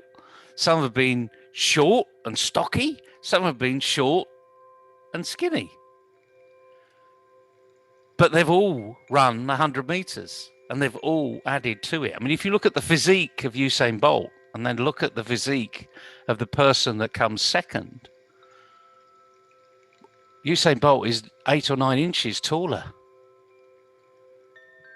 The guy that came second is stockier, you know, but he's only marginally slower than Usain Bolt. And who knows, the next person, I mean, the current fastest person in the world isn't getting to where Usain Bolt is, but they're shorter and stockier. So we're coming through some sort of cycle here, are we? Or is it luck? The point is, it's not luck. This is about process. This is about being better than I was yesterday. Athletes have it really easy because they do something called personal best. And they know that if all the conditions are there, they will achieve their personal best if they're on top form. If they've had the right breakfast, if they've done the right warm-up session to making that run. And notice, they don't do all of these big runs, these major tournaments. They're not week in, week out. The Olympics is once every 4 years. World Athletics, again, once every 4 years. So they have a huge build-up period. But in business, we don't have once every 4 years. Most SMEs, it's week to week, month to month, day to day. But the thing about this is, the message this week is, if you're not prepared to change, you won't improve. And then the issue is, what are you going to change? Just do something slightly differently. Go and practice, go and experiment. Something that isn't going to make a massive impact in your organization, but something that ultimately could make a big impact if you do things slightly different than what you're doing today. Hope that makes sense. Naval, if I take this learning from you and apply verbatim as it is, I mean, you mentioned about the athletes and the advantage the winner has is only few microseconds. And that is what makes all the difference between gold and silver. So you see, a few advantage in a business also will make a great deal if you're able to change and make those few advantages add to your own business. So I think if I have to apply your teaching today in absolute businesses, the message I can give to my clients and my prospect is that, hey, change is inevitable. And I think as a business, we should be able to change. And today, for next 2 years, we know for sure that digital age has arrived finally. So why not leverage it? So I think that is one thing which the today's entrepreneurs who are waiting and watching, the message is very clear. I think you should embrace the digital age, change, leverage experience of people like us, myself and Neville and our colleagues. We can help you there. Absolutely. I mean, as you say, the digital age is here. It's been here for a number of years. It's something that some people have recognizing that it's actually landed because of COVID. They've been stuck at home. They haven't been able to go to their businesses. So just embrace it. Don't worry about it. Change is inevitable. Just do something slightly different than you did yesterday. That could be, go onto LinkedIn and renew some of your relationships that you have forgotten for a while. Pick 5 that you haven't spoken to a while and just send them a little note. Not spoken in a while. COVID's really made a mess of the world. How about having a discussion and seeing where we can go? If you don't make that first step, don't expect someone else to do it. Leadership is about doing things, and good leadership is about getting ahead of the curve and doing things first, being the trailblazer, that experimenter, getting ahead of that curve. And let's face it, that curve has been flattened, as they said, for some time now. So just do something different.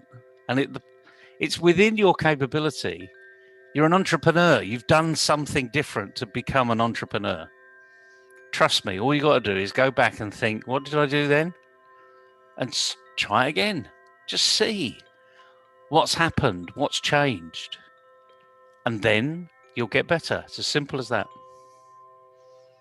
Absolutely, Neville. I think these are very good advice today you have given to our viewers.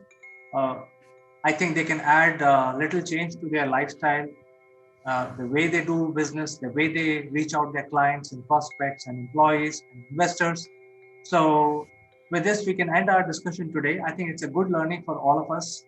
And I'd like to say thank you to you for today's advice. Pleasure. And tips.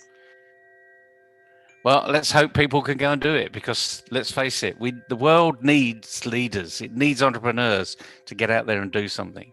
So take this advantage. This is the first Monday in November. Make the change. Thank you so much, Neville. We will catch up again tomorrow. Cheers, CK. Bye, everybody. Bye-bye.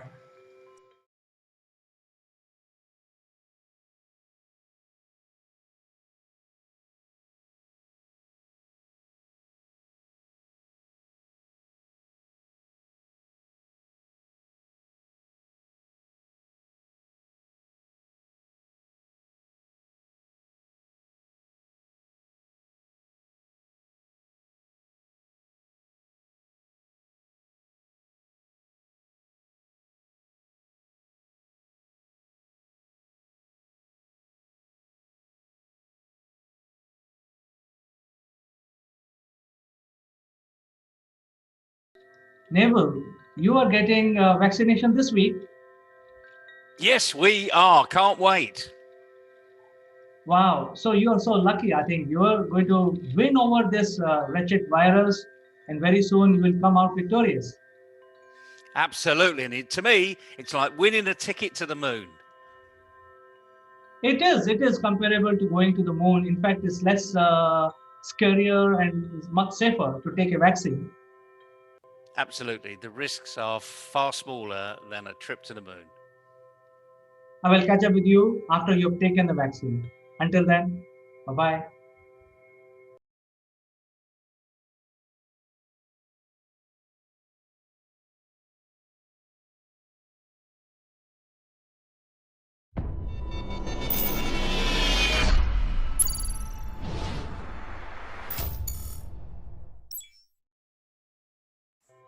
Hello friends, I'm Kanchan Verma from Akulmach Technologies and you are welcome to Top Brass. And today we have Sitesh Srivastav from Johannesburg, South Africa.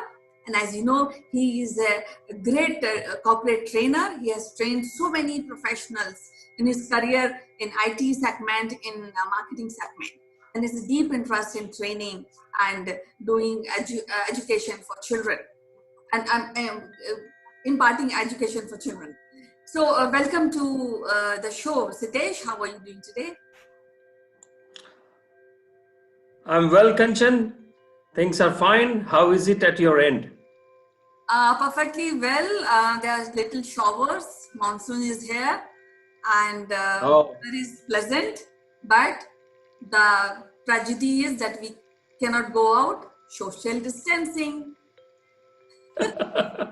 Yes, yes. And that's what we are here for, to convert this tragedy of sitting at home. We want to make it pleasurable, entertaining, at the same time productive. Very true. So yesterday we have discussed that you should ask right questions to get a right outcome of whatever we are seeking. Now we all have our own mind and we take our own decisions, right? So we do judgment according to the parameters which are available at that point of time. Now, when we talk about change management, and you know, change management or any type of training or any type of productivity always starts from the top. So exactly how this change management and the critical thinking give way to change to the professional, and how these top management can help in that. I'm happy, Kanchan, that you brought up this subject. Water flows from the top. We have read the story of that lion and a goat, and in our childhood, where the lion wanted to eat the goat, and the lion made an excuse that you are drinking the same water that I am drinking. So we have seen those kind of anecdotes and stories.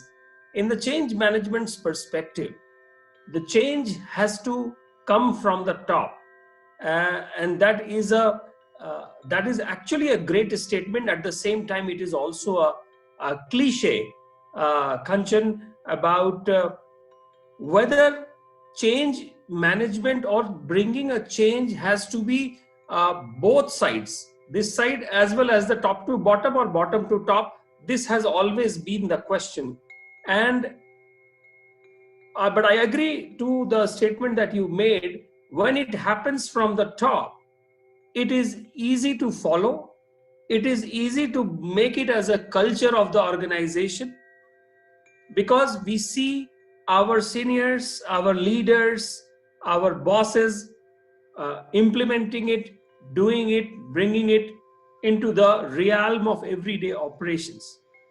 But I would also tell you that it is also imperative at many times, not only in the corporate paradigm, but also in the non-corporate paradigm. It is also important that people who are not at the top, they also should and can become leaders of the change.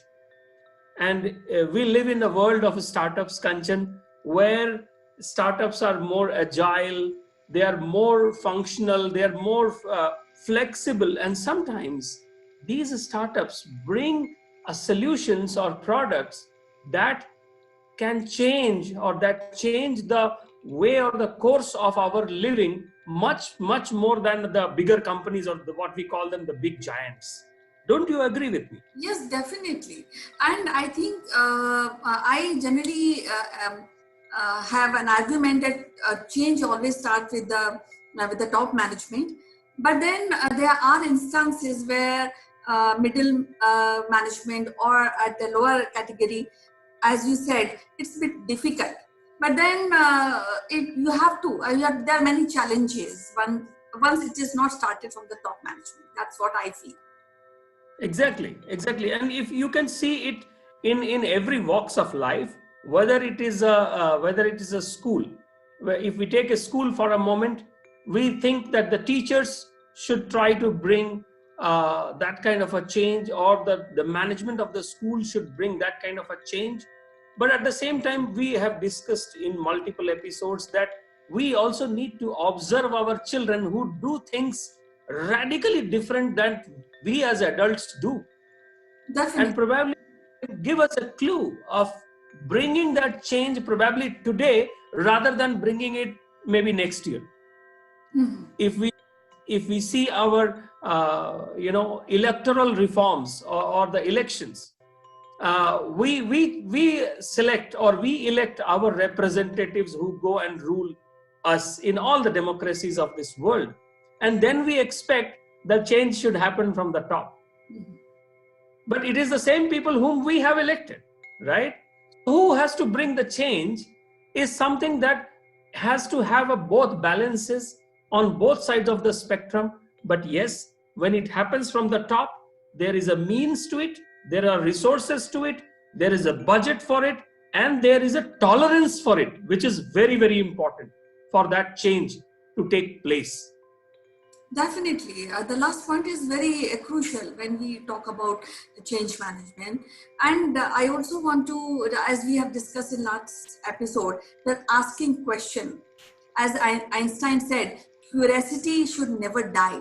So asking questions is very, very important, and to get into critical thinking, eventually which end up in seamlessly getting into changing the situation if required.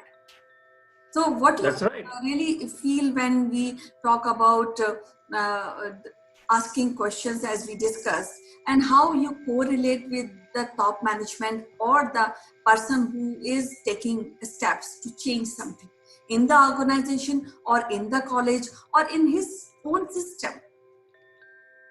So Kanchan, as we discussed yesterday, precisely in the yesterday's episode, asking the right kind of question is important. But we have also discussed, and now we appreciate, that asking a question as per the cultural context of that geography is equally important. In some of the geographies, asking direct questions could mean completely different than asking in some other cultures and working. There is no universal cultural context available where direct and to the point questions are appreciated, until unless it is a mission critical subject, as we discussed, like a medicine, like a space exploration or engineering or something like that. But in most of the cases, asking a question needs an understanding of the cultural aspect, and that is what is the top management can enable the youngsters, the juniors, the middle layer management, to encourage them to ask questions. Because many times we know that if we don't ask the right question, the top management can get into upset mode, and nobody wants. Maybe he became ignorant. Maybe the top management may not have discussed those aspects of change management. It can happen. Correct. Absolutely right. So therefore, we have seen that in some corporates, in some institutions, asking questions by the people who are junior in the lower rung of the hierarchy is appreciated, is encouraged. But in some of the organizations, it is not so much appreciated, and you have to go through the web of hierarchical channels to make your word, make your questions to be known. So that actually has a premise of this thinking that every question to a senior leader is actually hurting somebody's personality. But that may not be the case. That may not be the case. It could be a very, very genuine question, but yes, I agree, it has to be framed nicely. I don't agree to sugarcoat it, but it has to be framed nicely. If there are some political connotations, then there is a need to be politically correct as well. But then There is a very, very fine difference, Kanchan, between bluntness and intelligence. Do you Very agree? well said. Very well said. At this point, I want to ask you. Then, asking questions, the right questions, need training or experience? I think it needs experience rather than training. It needs an experience. And if we talk about the mission critical projects, mission critical engagements that we have discussed, then people can be trained to ask the next level questions. For example, in engineering design, in space exploration, in design thinking, it is important to ask the right frame of questions which can be trained. I don't say that it cannot be trained, but in our general management lives, there are so many situations throughout the day, throughout our career, throughout our jobs, where we need to ask right questions, and that comes via experience. At the same time, it also comes via somebody's encouragement to understand to that question and say, thank you for asking me that question. How many times we have heard somebody saying that, right? Yes, yes, definitely. So we will be discussing this topic further, and I think it's quite interesting topic, and I think a listener will enrich with whatever we are discussing. So tomorrow we'll again meet and discuss this topic further. As usual, it was a pleasure to talk to you. So till tomorrow, bye bye. Take care. Thank you, Kanchan. Have a great day ahead and try to enjoy the showers in Hyderabad. Thank you. Bye.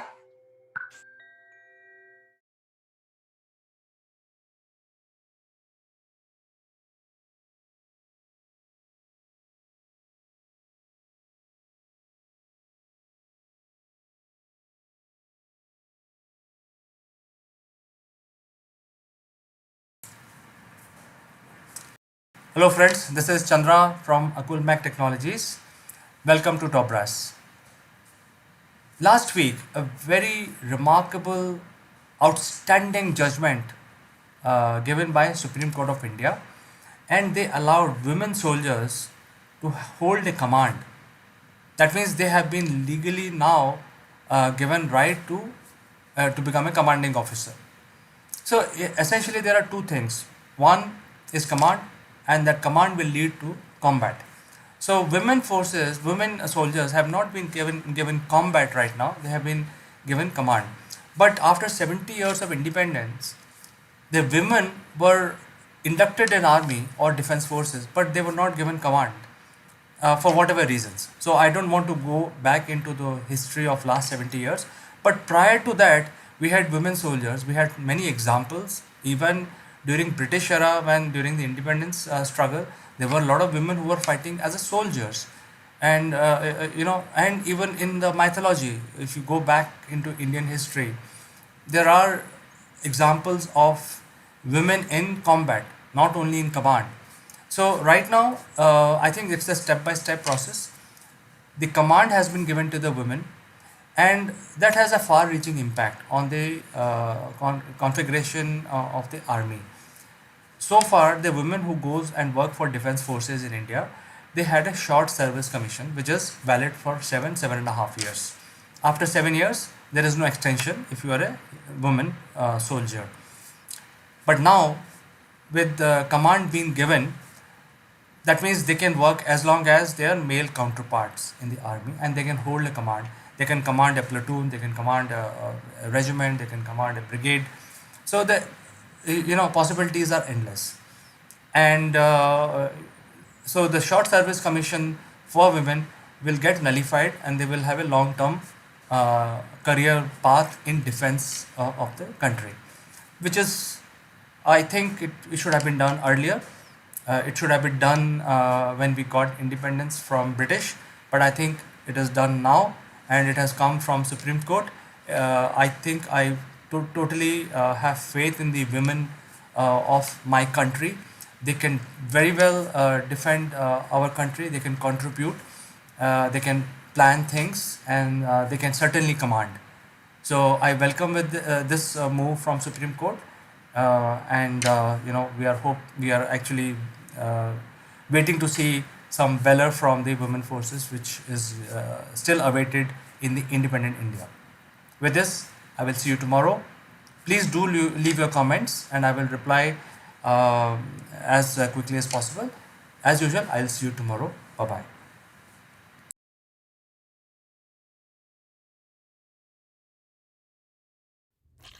The table looks nice, na? This video is sponsored by Single Point Solution. Single Point is pioneer in production and distribution of electric vehicles like electric bikes, electric scooters and three-wheelers. Single Point also provide consulting services to small F player.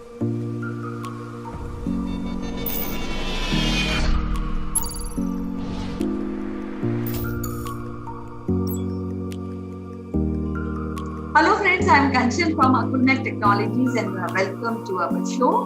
And as you know, we are discussing with the women power, how women have progressed after independence. Though women progress is not new and women power is not new to our culture, our technology. From antiquity, women remain power, they were builders, when you really see your Puranas and your traditional aspect where some rituals where women are required to complete the rituals. So yesterday we discussed about what makes women to rise, and we discussed that education plays a very vital role. Also, the social fabric where the mindset has changed. To discuss further, we have Hitesh Srivastava, who is a deep interest of women. He has been working with women organizations. He is a part of radio broadcasting. So without wasting further time, I would like to welcome to the show. Hitesh, welcome to this. Thank you, Kanchan. It's a great day ahead and great day so far. A lot of good conversations with you all the time. And we're talking about women empowerment. You are one of it. So, how are you doing? Yeah, I'm fine, perfectly fine. In COVID era, they are coping up. But I think everybody, women, look forward to a positive aspect of life and progress for betterment of family and That's right, Kanchan. And therefore, it is very important for us today, since we all are sitting at home and we are working. We had a chance. We still have a chance. Does your PC know and how you probably work we have best? already seen Launch your how apps much faster? women work Give you up to 30 inside hours the of home. battery. Does your And PC know you? I have The new heard Latitude family with from a Dell lot of Optimizer women does. that the house job, the house chores are basically a thankless job. And I realize that it might be true, the kind of work that they do inside the home 24/7 without a wink, without a holiday, without any break, without any gap. And then it becomes दुनिया के 5 advance और And then it futuristic becomes phones a जिसके daily बारे में routine, सोच पाना भी काफ़ी and मुश्किल there is है। no break. Number Then we 1 take it out ZTE from, होके the इस home, फ़ोन की and then खासियत we को जानने के realize बाद how much आप लोग they हैरान हो work, जाओगे। women do आजकल के in the सारे phone corporate finger sector, touch से in चलते the हैं, NGOs, पर ये as a फ़ोन charity, आपकी आंखों से as a चलेगा। village panchayat नहीं समझे heads, तो मैं आपको बताता as हूँ। mayors, जैसे and as आपकी we आइज़ spoke मूवमेंट होगी, yesterday about, उसी प्रकार से इस so मोबाइल की many स्क्रीन में different women change at the आएगा। top of the जब आपकी sphere. आंखें ऊपर की तरफ It हिलेगी is more तो स्क्रीन important, ऊपर की तरफ Kanchan, स्लाइड to होगी, realize और जब आंखें and नीचे की तरफ consolidate हिलेंगी तो स्क्रीन and अपने आप नीचे reiterate स्लाइड हो जाएगी। about आपको the इस फ़ोन में टच करने की कोई ज़रूरत that नहीं, they do सारा and काम they can आपकी do आंखें ही कर देगी। from तो the फिर आप very, सोच very सकते early हो age, इस फ़ोन में from गेम the खेलने में daughters कितना in our ज़्यादा home, मजा from आएगा, the sisters क्योंकि in our आपको हाथ से families, टच करने की कोई from the ज़रूरत ही cousins. नहीं होगी। It is not about number 2 aerobics anymore portal. about any kind आपने of a काफ़ी silver अनोखे lining फ़ोन्स देखे between होंगे, boys पर and आपने girls कभी ऐसा anymore. फ़ोन नहीं And if it देखा होगा। exists, इस फ़ोन को this आप कहीं needs से भी to be, कितना भी मोड़ लो, ये टूटने वाला protested. नहीं, This needs क्योंकि to ये be, एक फ्लेक्सिबल pushed स्मार्टफोन away. है। ये phone And, octa core so we are Snapdragon here processor to पर talk चलता about है, some of the पर great, इसमें सिर्फ 3 GB names, रैम दी गई है।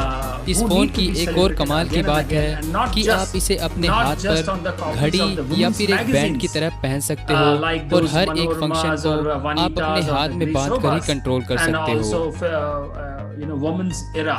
Number 3, Vivo Nex dual screen. आप लोग इसके नाम से ही समझ गए होंगे कि इसमें आपको दो स्क्रीन मिलती है, यानी कि आगे पीछे दोनों जगह स्क्रीन। ये फ़ोन में octa core Qualcomm Snapdragon 845 processor लगा है और मिलती है आपको 10 GB रैम। एक खास बात ये भी है कि जब आप अपनी फ़ोटोज़ क्लिक करोगे तो आप अपने पोजेस को पीछे वाली स्क्रीन पर देख सकते हो, जिसकी मदद से आप अपनी बढ़िया सी बढ़िया फ़ोटो क्लिक कर सकते हो। आगे वाली साइड आपको मिलती है फुल बेजल-लेस डिस्प्ले स्क्रीन और पीछे वाली साइड थोड़ी सी छोटी स्क्रीन है। ये फ़ोन इस साल इंडिया में लॉन्च हो सकता है, जिसकी कीमत करीब 50,000 से भी ज़्यादा की होगी। Number 4, Samsung Galaxy zero. तो भाइयों, सैमसंग ने अपने गैलेक्सी ज़ीरो फ्यूचर फ़ोन के कॉन्सेप्ट को दिखा दिया है, जो बहुत ही ज़्यादा पसंद किया जा रहा है। इस सैमसंग में आपको इन्फिनिटी ओ डिस्प्ले दी जाएगी। इस फ़ोन में आपको बेजल-लेस स्क्रीन मिलेगी। इस फ़ोन का डिज़ाइन बहुत ही ज़्यादा शानदार है, फिर चाहे वो इसका फ्रंट हो या तो बैक हो, दोनों तरफ कूल फिनिश डिज़ाइन दिया गया है। इस फ़ोन में 4GB 6GB रैम नहीं, बल्कि पूरी 10GB और 12GB रैम ऑप्शन मिलेगा और बैटरी 4500 mAh होगी। बैक कैमरा होगा 52 मेगापिक्सल का और फ्रंट में 23 मेगापिक्सल और इस फ़ोन में स्नैपड्रैगन 855 प्रोसेसर होगा। इस फ़ोन को 2025 को दिसंबर में लॉन्च किया जाएगा, जिसकी कीमत 98,500 रुपीज़ होगी। Number 5, चैनहोंग S2। ये फ़ोन साइंस और टेक्नोलॉजी का चमत्कार है, जो दिखने में तो बिल्कुल सिंपल है, पर इसके अंदर एक स्पेक्ट्रोमीटर लगा हुआ है जो इस फ़ोन को नेक्स्ट लेवल इन्वेंशन बना देता है। इस स्पेक्ट्रोमीटर की मदद से आपको ये पता चल जाएगा कि आप जो चीज़ें जैसे कि फ्रूट्स, आइसक्रीम खाते हो, उसमें क्या चीज़ है, क्या वो फ्रेश है। यहाँ तक कि ये डिवाइस आपके बॉडी फैट के बारे में भी बता देता है। ये स्पेक्ट्रोमीटर फ़ोन के बैक साइड में लगा है, जो चीज़ों पर इंफ्रारेड रेज निकालता है और कुछ ही मिनट में स्कैन कर चीज़ों के अंदर की मॉलिक्यूल्स और सब्सटेंस की सारी डिटेल बता देता है। यहाँ तक कि ये दवाइयों को स्कैन करके बता सकता है कि दवाई अच्छी है या ख़राब है, क्या दवाई फेक तो नहीं, और ये चीज़ों को मीठापन के स्वाद के बारे में भी बता देता है। ये फ़ोन नहीं, एक जादूगर है।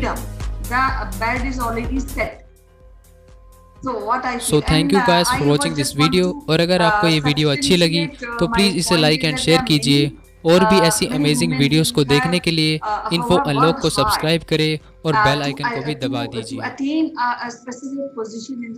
Growing businesses need a hosting solution that is powerful yet easy to manage.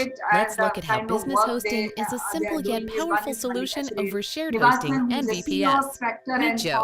He commutes to his business on the bus. The bus is affordable, but Joe must adapt to the bus route and schedule.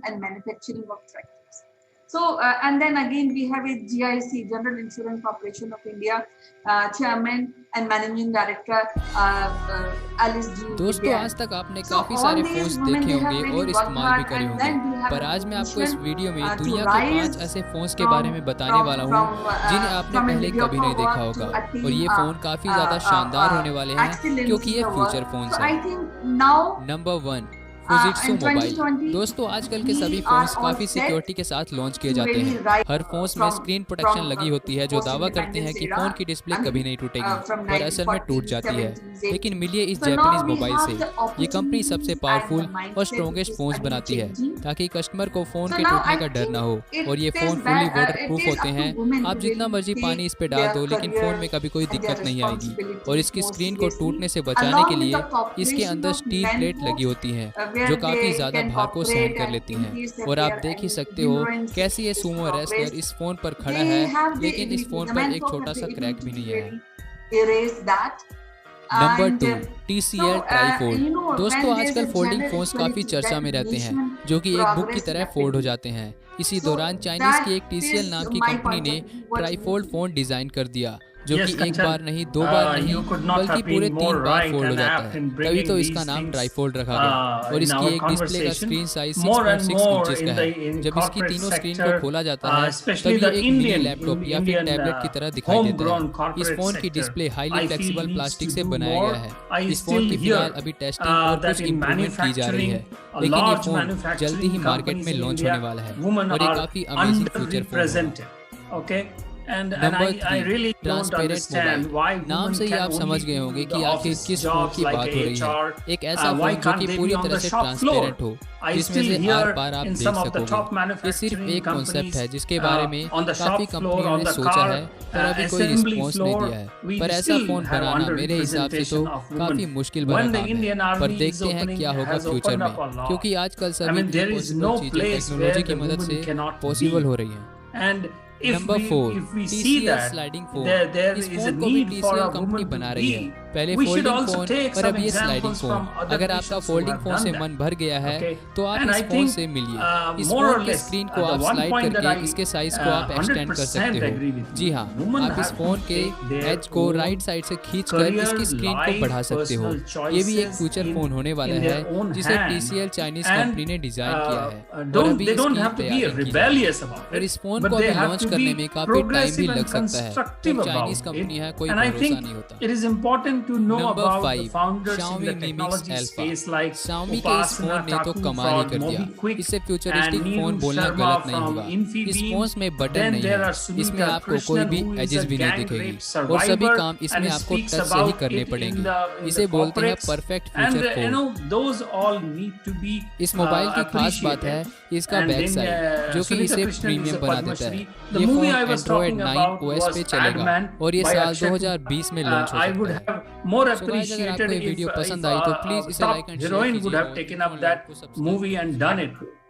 Though I'm happy that For Deepika just Padukone $67, did that you can Chapak make as movie many videos as about you that want, and you acid never need to survivors. pick up a camera So or use any I fancy think editing this is software. this is a great With time Doodly, to be in you India drag, to see you drop, women growing, you tweak some settings, and especially and boom, from the rural video done. sector. It'll take you Lot just a of few minutes. small rural So, entrepreneurs, let's hear from the Doodly creator, women, Brad, are to see still why not Doodly is so being easy to use known in the and why you public should media. grab this offer Our right now. mainstream media does not talk Hi, about I'm Brad them. Cowan, and in Probably this video, in I'm gonna our show you how anyone conversations can quit. we can bring those names and what they do, and we can celebrate their success, Kanchan. Yes, definitely, because now with the penetration of internet in rural areas, there are more chances we can hear the great stories of women entrepreneurs and business women in rural area. Because I'm sure there are women sarpanch there, and I hear a lot of stories about their progress and what they have done, especially in the COVID area. So, and then again, one name which I really appreciate is Sunita Reddy, who established the chain of Apollo Hospital in India. So, all these kind of work which women are doing, but we have to add little more. I think women should add themselves more in the mainstream of progress of leadership. So, with this thought, I would like to end today's session, and we'll meet tomorrow again with some different topic. Till then, bye bye. Yes, Kanchan, and I think it is time that Julius Caesar's wife has to come out of the shadows of Julius Caesar. Yes, she will be, I guess. I think it's the coexistence we have as women and men. They put together their energy. Nation will progress rapidly, and then will again be called So, thank you. It's lovely talking to you today. Bye bye.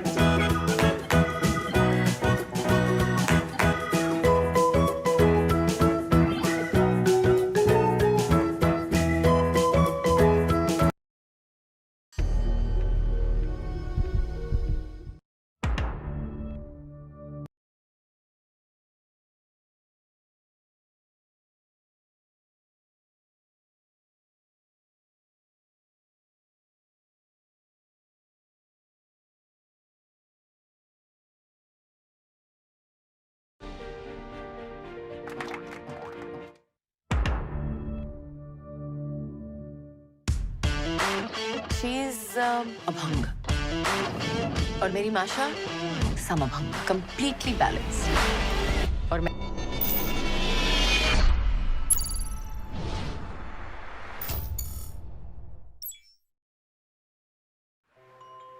Hello friends, I'm Kanchan from Akulmach Technologies and you are welcome to our shows, our series, Great Things of India. And we have been discussing about the great king, Chandragupta Maurya, his administration, his army. Today we'll be discussing about economy at that particular point of time, position of women, social fabric of that era. And I've read somewhere that Cottonley has already laid down few rules for women, and one of the instances it is mentioned right to property to women. So I think it's great because anywhere, any country which follows gender equality, that country develop rapidly. So when we talk about right to property to women, so it is a great aspect because even today there are many communities where right to property doesn't exist for women. To discuss more about this aspect, we have Professor Mita Joshi, who is an eminent historian, and she is also head of the department of one of the prestigious college, St. Anne's College for Women. So without wasting any time, any moment, I would like to welcome Professor Mita Joshi. Mita ji, welcome to the show. यहाँ पे आप देख रहे हैं, ये आपको नजर आ रहा है. So we are discussing today about Chandragupta Maurya and economy and social fabric. So I'm eager to hear about that particular era and in terms of economy and social fabric. पहले ये ऑप्शन शो नहीं हो रही थी, जैसे ही हमने legacy को enable किया तो ये ऑप्शन शो नहीं शुरू हो गया. अब नीचे आएंगे तो यहाँ पे हमने सिलेक्शन करनी है. ये ऊपर भी हमने करना है. ये जो ऑप्शन आ रही है ना यूएसपी और इसको हमने फर्स्ट ऑप्शन पे करना है. तो फर्स्ट ऑप्शन करने के लिए यहाँ पे ना F6 से हम जो है ये ऊपर करेंगे. F5 से नीचे आएगा, F6 से हम ऊपर करेंगे. इसके नीचे आ पाएंगे. Now when करेंगे. was in India and he observed all the activities of the court and the Mauryan administration, then in his book Indica he has mentioned that apart from the four Varna system which existed, he wrote that there were 7 types of castes. So he has put philosophers, अब दोस्तों अब हमने क्या करना है. अब हमने ये पासवर्ड यहाँ पे शो करवाना है. पासवर्ड जैसे ही हमने इसे सेव करके दोबारा ये ऑन हुआ है, ये पासवर्ड यहाँ पे हमने एंटर करना है. ये शो करवा रहा है जो भी यहाँ शो करवाए सिस्टम पे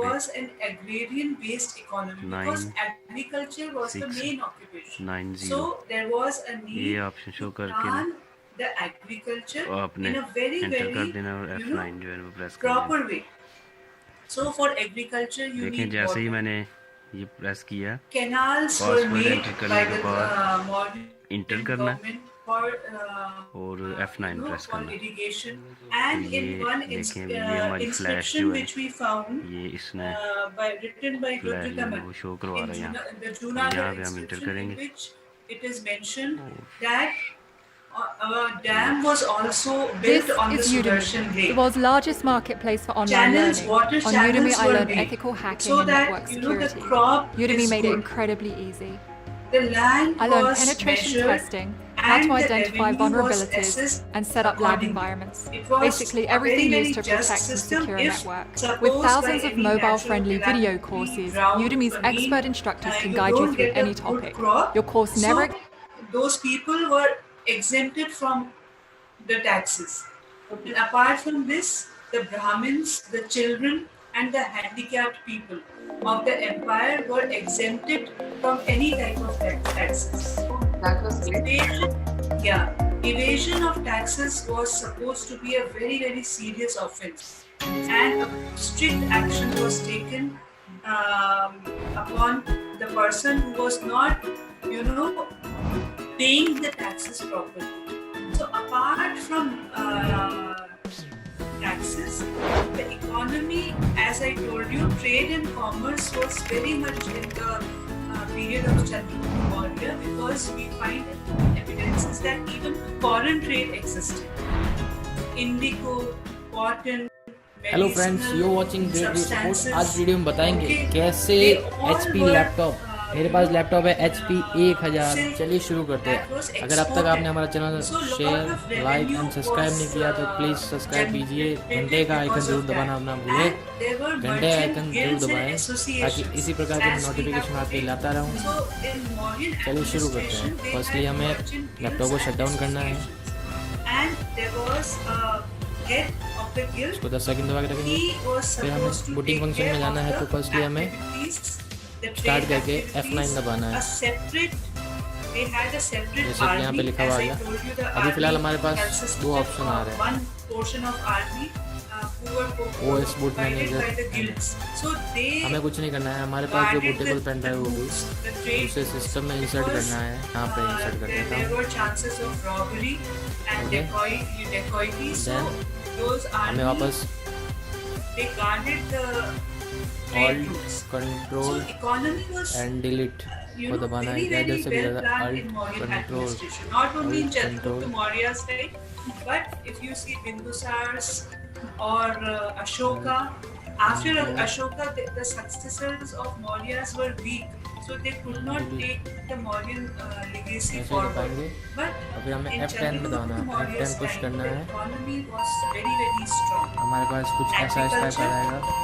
Trade and commerce, you know, the export import of things which happened through land and through sea System also. configuration में जाना So है that improved the economy to a very high extent.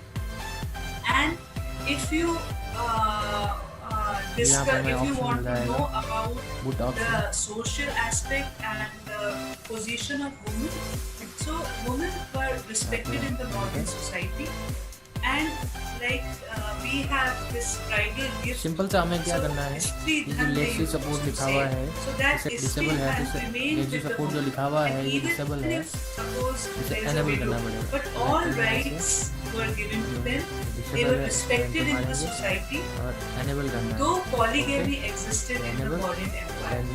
Polygamy means a person, a man marrying one or more women. वो enable So हो गया that है। existed in the Mauryan Empire. But still escape दबाना है एक बार, women back आ जाओगे आप। enjoyed good position. फिर एग्जिट पे जाना है And this we come to know by और यहाँ पे exit the saving way changes, इसके ऊपर Chandragupta एंटर Maurya's मारना है बस। mother, okay, Chandragupta yes, Maurya's father was the head of start हो the जाएगा। Maurya clan. अभी एक बार ये हमसे एक manually because he was configuration killed, करेगा, so जैसे the कि mother हमारे यहाँ पे कुछ ran अलग away आएगा। and came to जैसे मेरा आ रहा है Patliputra. 5 2 So 3 1 plus there are mentions of his इसमें mother. कुछ नहीं करना है, ये कंफर्मेशन कर रहा है कि जो आपने सेटिंग चेंजेस की है वो कंफर्म करना चाहते हैं, तो आपको कुछ नहीं करना है। जो भी यहाँ नंबर है, जैसे मेरे 521 आ रहा है, आपके कुछ भी आ सकता है, तो आपको कुछ नहीं करना है। जैसे ये नंबर लिखे हैं 5231 प्लस एंटर दबाना है, तो आपको प्लस यूज़ नहीं करना है, बस इसको नंबर को दबा के एंटर दबाना है। जैसे कि मैं देता हूँ, ये नंबर आ रहा है 5231 women enjoyed a very good position in the 5 society. 2 And as I told you, history 1, it was for the security of the woman. Process That again. was always with the woman. It was never, taken by force, or it was woman's wish.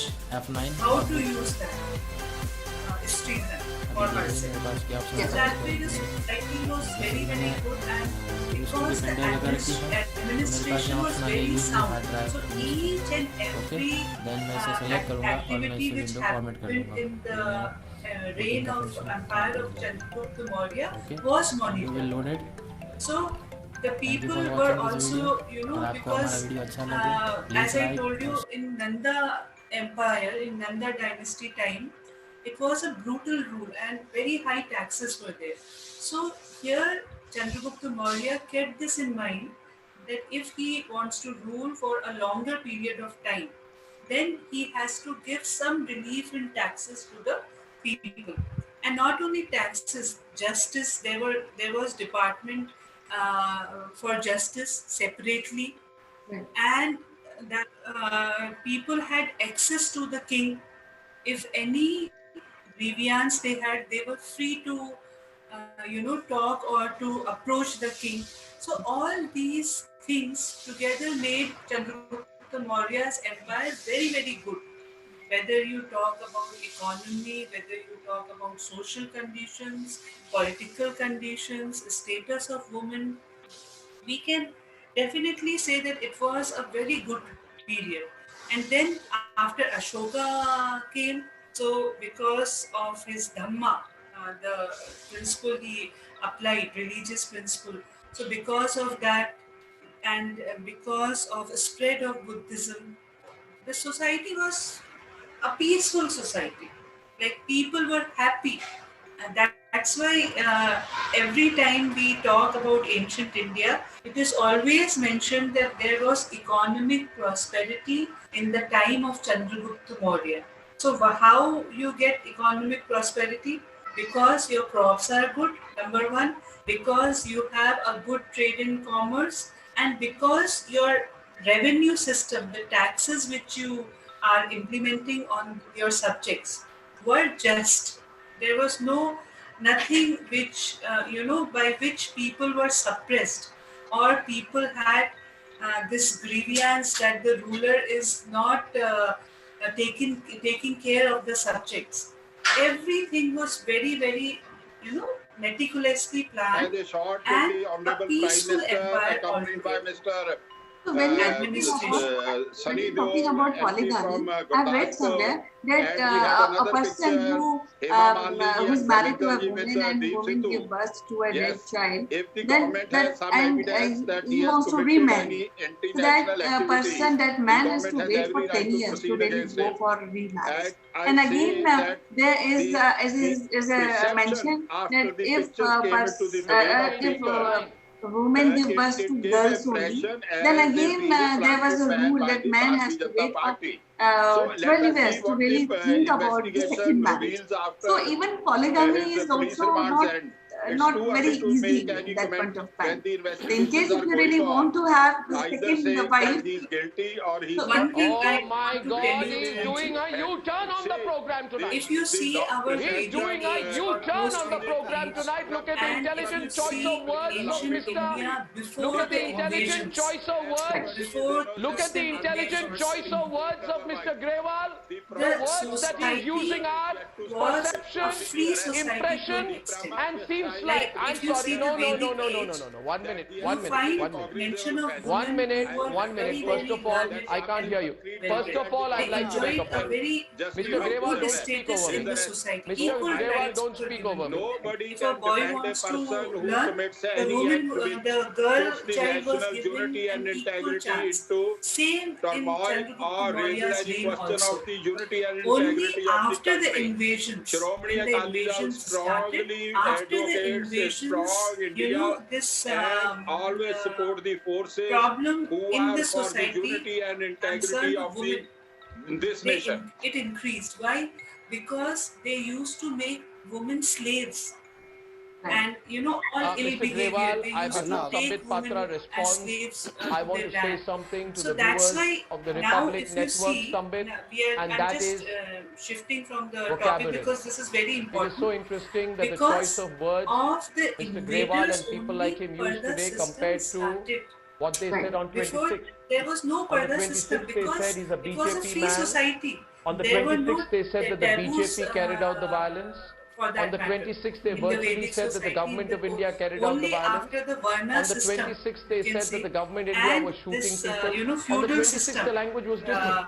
when And tonight, the the language kings is, started it giving seems lands like, to the Brahmins. the All perception these is, problems the started from impression there. is. All these are Otherwise, words that are there being was, used by Mr. when Grewal to you distance have a himself from good the fact society where that the people government, are he could decide that broad-minded. arrested Deep Sidhu. So, and The instigator Arthashastra in chief mentions even about has the been rules of arrested by the marriage. government who he was If you are instigating married against. to a particular And that's woman, and why suppose if you this kind marry of use another of words, woman, Emma, did you then you notice have that to give somewhere? equal rights Did to you your notice first that? wife. We You think have to take care it of seems, her, but you didn't think. livelihood, And it did not finances, seem. her food, her clothing. On the So all 26th, that was when you mentioned spoke about in Deep the Sidhu, yes, the debate is Arthashastra. open, Sambit. So that way it was Yes. a very, very, organized Or now society. the last sentence that And my good all friend Mr. now we Grewal are used seeing was, that law will take position its of own women course. is And now really since the whole vulnerable in our modern society. We are witnessing all types of bad incidents all over the country. So which is very, very sad. So if people had a little broad minds and they had that respect for the other gender, then all these problems would not have crept in our system. So it is so lovely to talk to you, Professor Neeta Joshi, and we'll be discussing more about our great things of India in our next episode. For today, I'll take a leave. Bye bye. अब इनकी आवाज ठीक करा दीजिए please और मुझे सुन लीजिए. Deep Grewal in fact used his last sentence, concluding sentence as law will take its own course and we will see.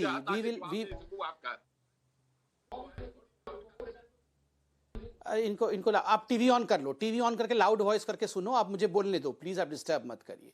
Mr. Goswami, his concluding statement was that law will take its own course, and in fact now since the police is investigating, the police will decide whether Deep Sidhu can be incriminated or he cannot be incriminated.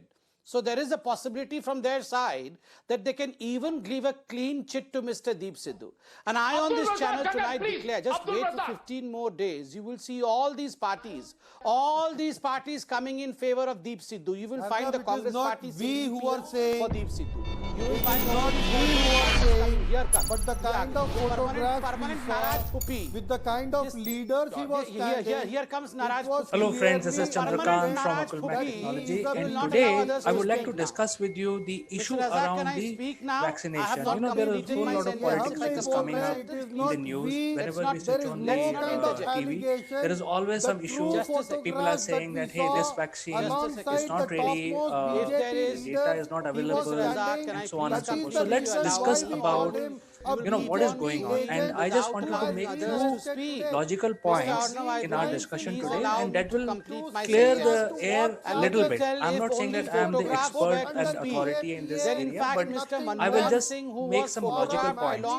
The first thing is that we must have faith in our scientists. I think we have the best people available and who are doing research in this area. So we must have 100% faith in what our scientists and doctors are doing, and when they are telling us that the vaccine is ready, we should simply have trust in them and go with a positive mind and take the vaccination. So let's talk about what are the different types of vaccination which are being proposed right now. The first type is the types of what the Oxford has proposed, and it's sort of a wonder method of producing a vaccination, and that is very effective for coronavirus.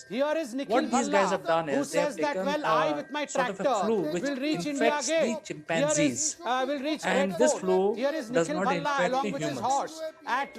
There's enough data available to prove that the flu which infects the chimpanzee does not affect the humans.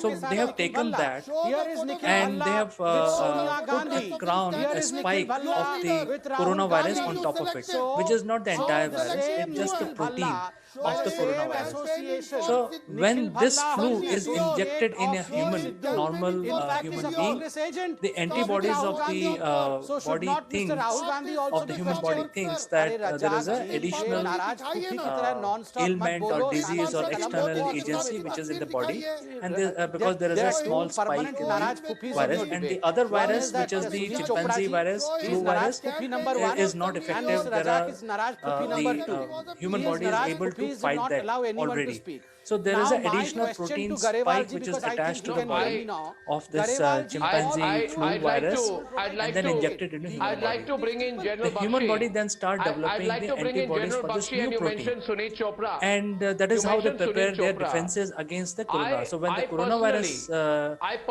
approaches the body, then the human body will have the adequate defenses to fight that, and that is how the theory of the vaccination, which is proposed by Oxford and under license being produced by AstraZeneca. So in India, this drug is also known as Covishield, which is approved by the Indian government, and that will be available from June 14. I think that's the date the Indian authorities have said January 14th onwards. I think the drug government will needs to be available. tougher. So that is the very novel kind of there is a nexus My problem is, vaccination in which fact, is available, and it's GD Bakshi, basically very that brainy this stuff these entire nexus professors and scientists in and Oxford have done. all its global And that is cohorts, how where it their receives money efficacy, they from, are where it saying receives themselves that is like investments from, 70% or upwards of where the nexus 70%, is which is quite rooted high. from.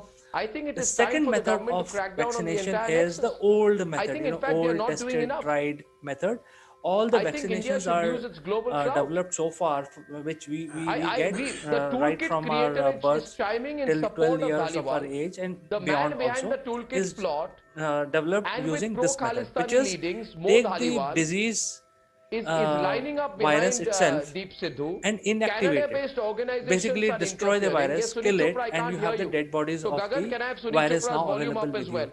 You I'm inject saying that here into the today, body, the and same we know anchors that who the spread the dead fake news virus is not going to merrily activate intervene. itself again. Deep We Sidhu already know that. That is how the vaccination works. So inject the dead body parts of the dead virus into the the nexus is healthy going human to be being, exposed. You need to and calm then down and understand. You the can't stop it antibodies now. which are present in the This human nexus body is will going then to be start fighting the exposed. dead virus, and they learn how to Sunil kill the Chopra, virus this and so on. nexus is going to be So exposed. this You need to type of start. vaccination usually comes in one or two different doses, or three at the most. So there will be a first dose where the dead viruses are injected into the body. Then there will be a date given exactly after like a week or so. The semi-conscious viruses are injected, and then in the third, the actual disease is injected. But by the time the immunity builds up, so Now, there is please check out which a TV channels series were interviewing of Deep Sidhu. injections which are Why given, don't you, one or do an two or three, investigation of which and this is TV a method channels of the were second giving level of Deep Sidhu a protection, platform? and this is the Why don't you second type of investigate that? vaccination which is also available, and there are different names for it. There is a Chinese, and there is also the Indian medicine which is also available, which is also called Covaxin. That comes into the second category of the old tried tested method. And the third method is, which is still under development because the trials have not completed, is the most innovative and most high-tech method of protecting yourself from coronavirus, which is you take the actual DNA of the virus. Don't take the virus, but take the DNA of the virus, and then influence that to create a similar RNA. And I think some of the students of biology and people who know a little bit about their school biology will know that the RNA is actually a supporting nucleic acid for DNA to make its copy.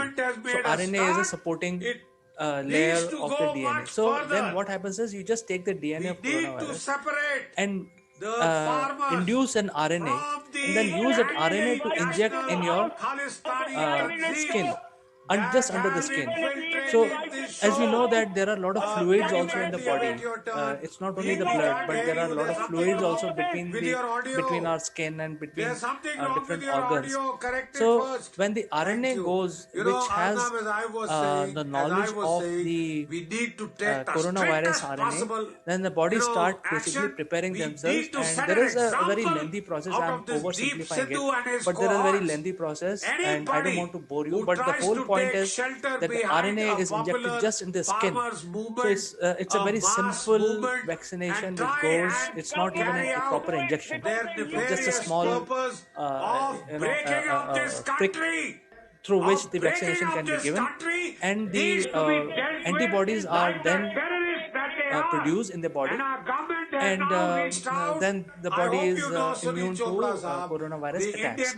Now this is the best method of protection, because the antibodies are present also in all the fluids in your body, and not only in the blood but also in the fluid. So I think that's the best method, but that is not yet available. It is under the probably there are a few companies which are doing the third trial, and the data will be available. I think the date which looks like right now sometime in June. So I think all these different options are available today. UK has already started vaccination. India is going to start on January 14th. And India is also preparing big time, because there are the target which has been set is 300 million people needs to be vaccinated. So with this kind of heavy targets, with limited resources. The question is why we need to have multiple different types of vaccination. For a simple reason that when we have to vaccinate the entire mankind, which is 7 billion people, the supply chain is not geared up to produce so many vaccinations of one type. So if we say that, hey, if the type 1 is the best medicine, why don't we just give one only to everyone? The reason being that it needs to be produced, it needs to be packaged, it needs to be transited, transported, stored, and we don't have that kind of supply chain to support all that. That is why we need to join our hands together and all different kinds of vaccination to be available. That is the reason why different vaccinations are being approved by various governments, so that something should be available when the people come for vaccination. It should be available, whether type A, type B, or type C. So that is the reason. So I think this is why we need to have first complete faith in what people have done, what scientists and doctors have done to produce the vaccination. They have done a lot of thinking and they have done a lot of reasoning. They have done a lot of testing. And that brings to my third point today. People say that, hey, it takes about 10 years to really test the vaccination out in the field. And, corona vaccination is coming out just in less than a year. So the reason for that, or reasoning that which I can come up with, is that there has been a lot of learning, there has been a lot of automation, there has been a lot of computerization, simulation, which are possible today. And the knowledge about the coronavirus up to the molecular level, we know exactly. We know exactly what molecules the coronavirus is made of, and how it is affecting the people.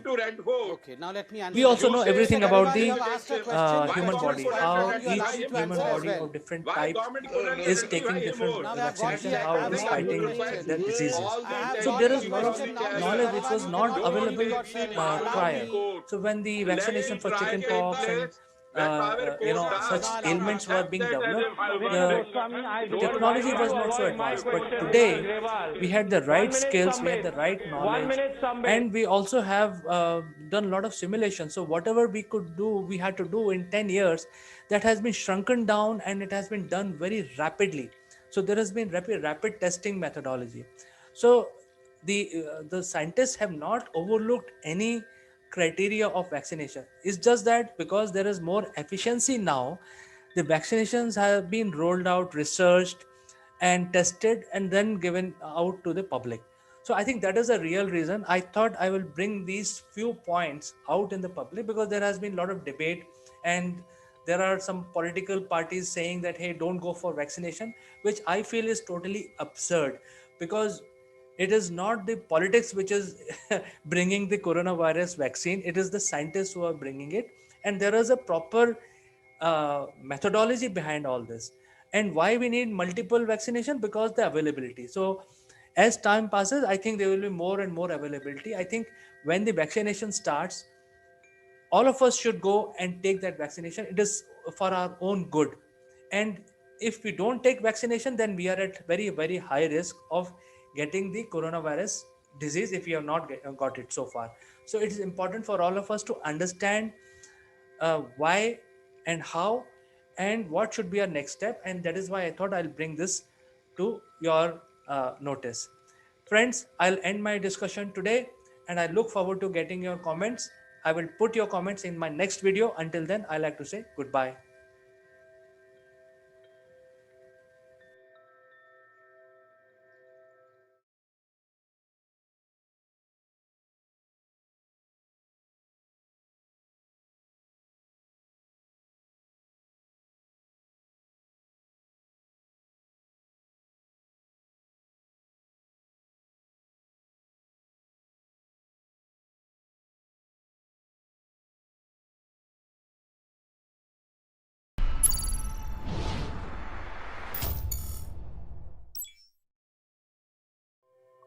Hello, friends. This is Chandrakant from Akulmach, and I'm very honored to have Mr. Nebul Gund on our show today. Nebul is chairman of Mindfit Limited UK, and we have tied up with him to bring the world best leadership program. And today he will tell us about how to come up in life while working under pressure. So, Neville, welcome to the show. Good morning, CK. Good morning, everybody. And we've all had pressure on us at one time of our life. Students have pressure all the time. Students are under pressure at the moment because most are working from home. They're not seeing their teachers on a regular basis. It's all digital. They may be in a household where there are 2 or 3 young people around them, and they all want to use that PC at the same time because we're not all inundated with a PC per person, especially in large families. So the pressure's on. The pressure's always on. So, working under pressure, CK. Have you ever worked under pressure? Well, I got used to this pressure, Neville, maybe, but I think there could be more pressure on me. I'm not having so much pressure. Well, I think the interesting thing is, and a lot of people are now going to say, I don't believe that. Okay, so I'm going to tell you what people will say when I say the next thing. You actually create your own pressure. You put yourself in a pressurized position because we're not very good at managing time. So here's, for instance, okay? You've got young children and they've got homework to do. Do they diligently go away and do their homework? Or are they on the PC, on the Game Boy, playing their games, watching Netflix, pushing homework off to one side until you turn around and say, you've got homework to do, television off, go to your room and do your homework. So what happens? Are they brilliant students and go and do the homework without you telling them? Not at all, Neville. In fact, they're not doing their homework. And you kept a straight face there, CK, and I was actually wondering what you were going to say, but no, they don't. And the thing is, they're making their own pressure. They know. So since I've got Windows 10 on the Distro Delves PC, it's the perfect time to capture some Linux versus Windows comparison video footage. And since you guys really seem to enjoy the format of the last comparison I did, we're going to use it here too. Videos like this wind up being a blend of resource usage and performance benchmarks without diving too deep into the details of things. A lot of it is left up to interpretation. We're going to be comparing Windows 10 Home Edition versus Ubuntu 20.4, and we're using Home Edition because that's the edition I just covered on the Distro Delves show. And it goes without saying that this video isn't meant to make one platform look better than the other. It's all just data here, and it's all about what it means and represents to you, dear viewer. So the test methodology here is a little jank, but considering we're comparing arbitrary things between two totally unrelated operating systems, it'll just have to do.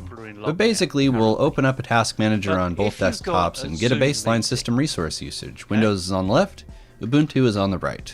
At idle right after login, we can see that Windows is using just about 1.6 gigabytes of memory just sitting here, and the CPU usage fluctuates anywhere between 8% and 38%. Over in Linux land, Ubuntu is using just shy of 1.3 gigabytes of memory at idle. The CPU usage is right around 10%, excluding that spike of about 40%, which is probably because apt was doing something.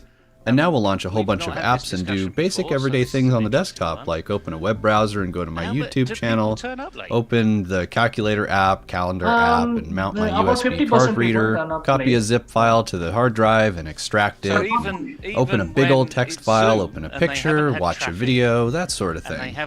Windows was generally slower at everything, so I had to adjust the speed a little bit, make some clever edits so that everything looks congruent. But the usage results were practically the same on each run. I re-recorded the footage for this comparison section probably a dozen times, and I still couldn't make it through without just a few edits. And I'm not totally sure if I'm reading the graph correctly because Windows seems to aggregate the CPUs. And as you can see on the Ubuntu side, each CPU is clearly shown, but on Windows it's just a single and sometimes unrealistically low number. So yeah, take the CPU usage results with a grain of salt, but the memory usage should be pretty spot on. Once all of our apps are open, we'll let the desktop sit for a few minutes so that it can kind of even out, and then recheck the system resource usage. And after we do all of that, after opening and playing with all of these apps and stuff, Windows wound up using about 2.7 gigabytes of memory and eventually settled in at about 7% CPU usage. On the other hand, Ubuntu is using about 2.1 gigabytes of memory, and the CPU usage evened out at about 20 to 25%. And the final contrived test is where we close all of the applications down except for the task manager and watch the system return to normal resource usage. For Windows, this means the memory usage drops down to just under 2 gigabytes and the CPU usage is reporting right around 2%. Ubuntu is reporting 1.3 gigabytes of memory used and about 20% CPU, which is roughly the same as it was with everything open. So again, I'm not sure if I'm reading these CPU results correctly. I normally use HTOP for the Linux stuff, but it would be weird comparing like a terminal to Windows's thing. And I know I can get HTOP on Windows, but let's not complicate things. And with that, let's jump over to the more accessible tests. Benchmarks. Doing side-by-sides like these are a little challenging, but they are essential because numbers alone do not tell the whole story. You see time and time again that Windows edges out Linux in frame rates, but does that mean that Windows is better all around? Well, maybe, but numbers don't show hitching that sometimes happens on Linux. I mean, it can happen on Windows too, but it definitely happens more on Linux, and tearing happens more on Linux too, and those don't show up in numbers either. First up is the UniEngine Superposition benchmark, which both distros returned almost the exact same frame rate in the low 20s. But despite the results being super close, the Windows version of the benchmark seemed just a little bit smoother. And next up is CSGO, where the Workshop benchmark map returned over 70 frames a second on both distros. But it's kind of the same story, even though they returned about the same frame rate. Windows just seems a little bit smoother for some reason. And next we've got the native Linux port of Deus Ex Mankind Divided by Feral Interactive, and this one really shows the differences between Windows and Linux. The in-game benchmark returned 27 and 25 frames a second for Windows and Linux respectively, but look at the Linux side, especially when fighting starts. This is not 25 frames a second, and to be honest, it's barely playable. The next and final benchmark is Grand Theft Auto 5, and the in-game benchmark reported a significant FPS gap. And you can see the difference here because the gap is so big, but I didn't really feel it all that much. It's interesting if you watch GameBar and Mango HUD, the difference in system resource utilization on the Windows side, DirectX is using everything available to it. But on Linux, it fluctuates wildly between CPU and GPU, and it's not even really peaking out when it needs to, which is probably causing those frame rate drops. And the last game I'll show is XCOM 2, another native port by Feral Interactive. There's no benchmark for this, so I'll just leave it playing in the background so you can judge the performance and my laughable XCOM tactics yourself. Now, if we look at synthetic tests like Geekbench, we see that Ubuntu bested Windows in almost every single test except for image inpainting, whatever that is. Ubuntu did quite a bit better in the Vulkan scores too, save for just a couple tests. And Ubuntu is using an older NVIDIA driver, version 440, whereas Windows is using driver version 451. So if Ubuntu can beat Windows in terms of resource usage and synthetic benchmarks, why are the gaming performance results so poor? Well, I don't know. But I suspect it has more to do with the Linux windowing system and display than anything else. Specifically Xserver, which is an essential component of a Linux desktop. Did you notice any tearing in the Ubuntu footage? Thanks, X. A replacement for Xserver called Wayland has been in the works for years, and it's stable enough on GNOME. And they're in a real, what you perceive as a pressurized job. Yes, they're obviously handling pressure, but they may not feel that way. They may be in this imposter syndrome arena where they don't believe they're handling pressure very well. The reality is they probably are, but they don't feel it because they're feeling under pressure. So this feeling you need to evaporate. You actually say, I've got this task, I'm going to spend this amount of time on it because that's what the budget says, basically. Well, that's what I can afford to spend on it, and I'm going to make the most of it in that particular time. That's being focused, being determined, and what that means is you need to take away all of the other distractions, and one of those could be that your mobile phone. You leave it, you leave the volume off, you switch the volume off, but actually you see it flash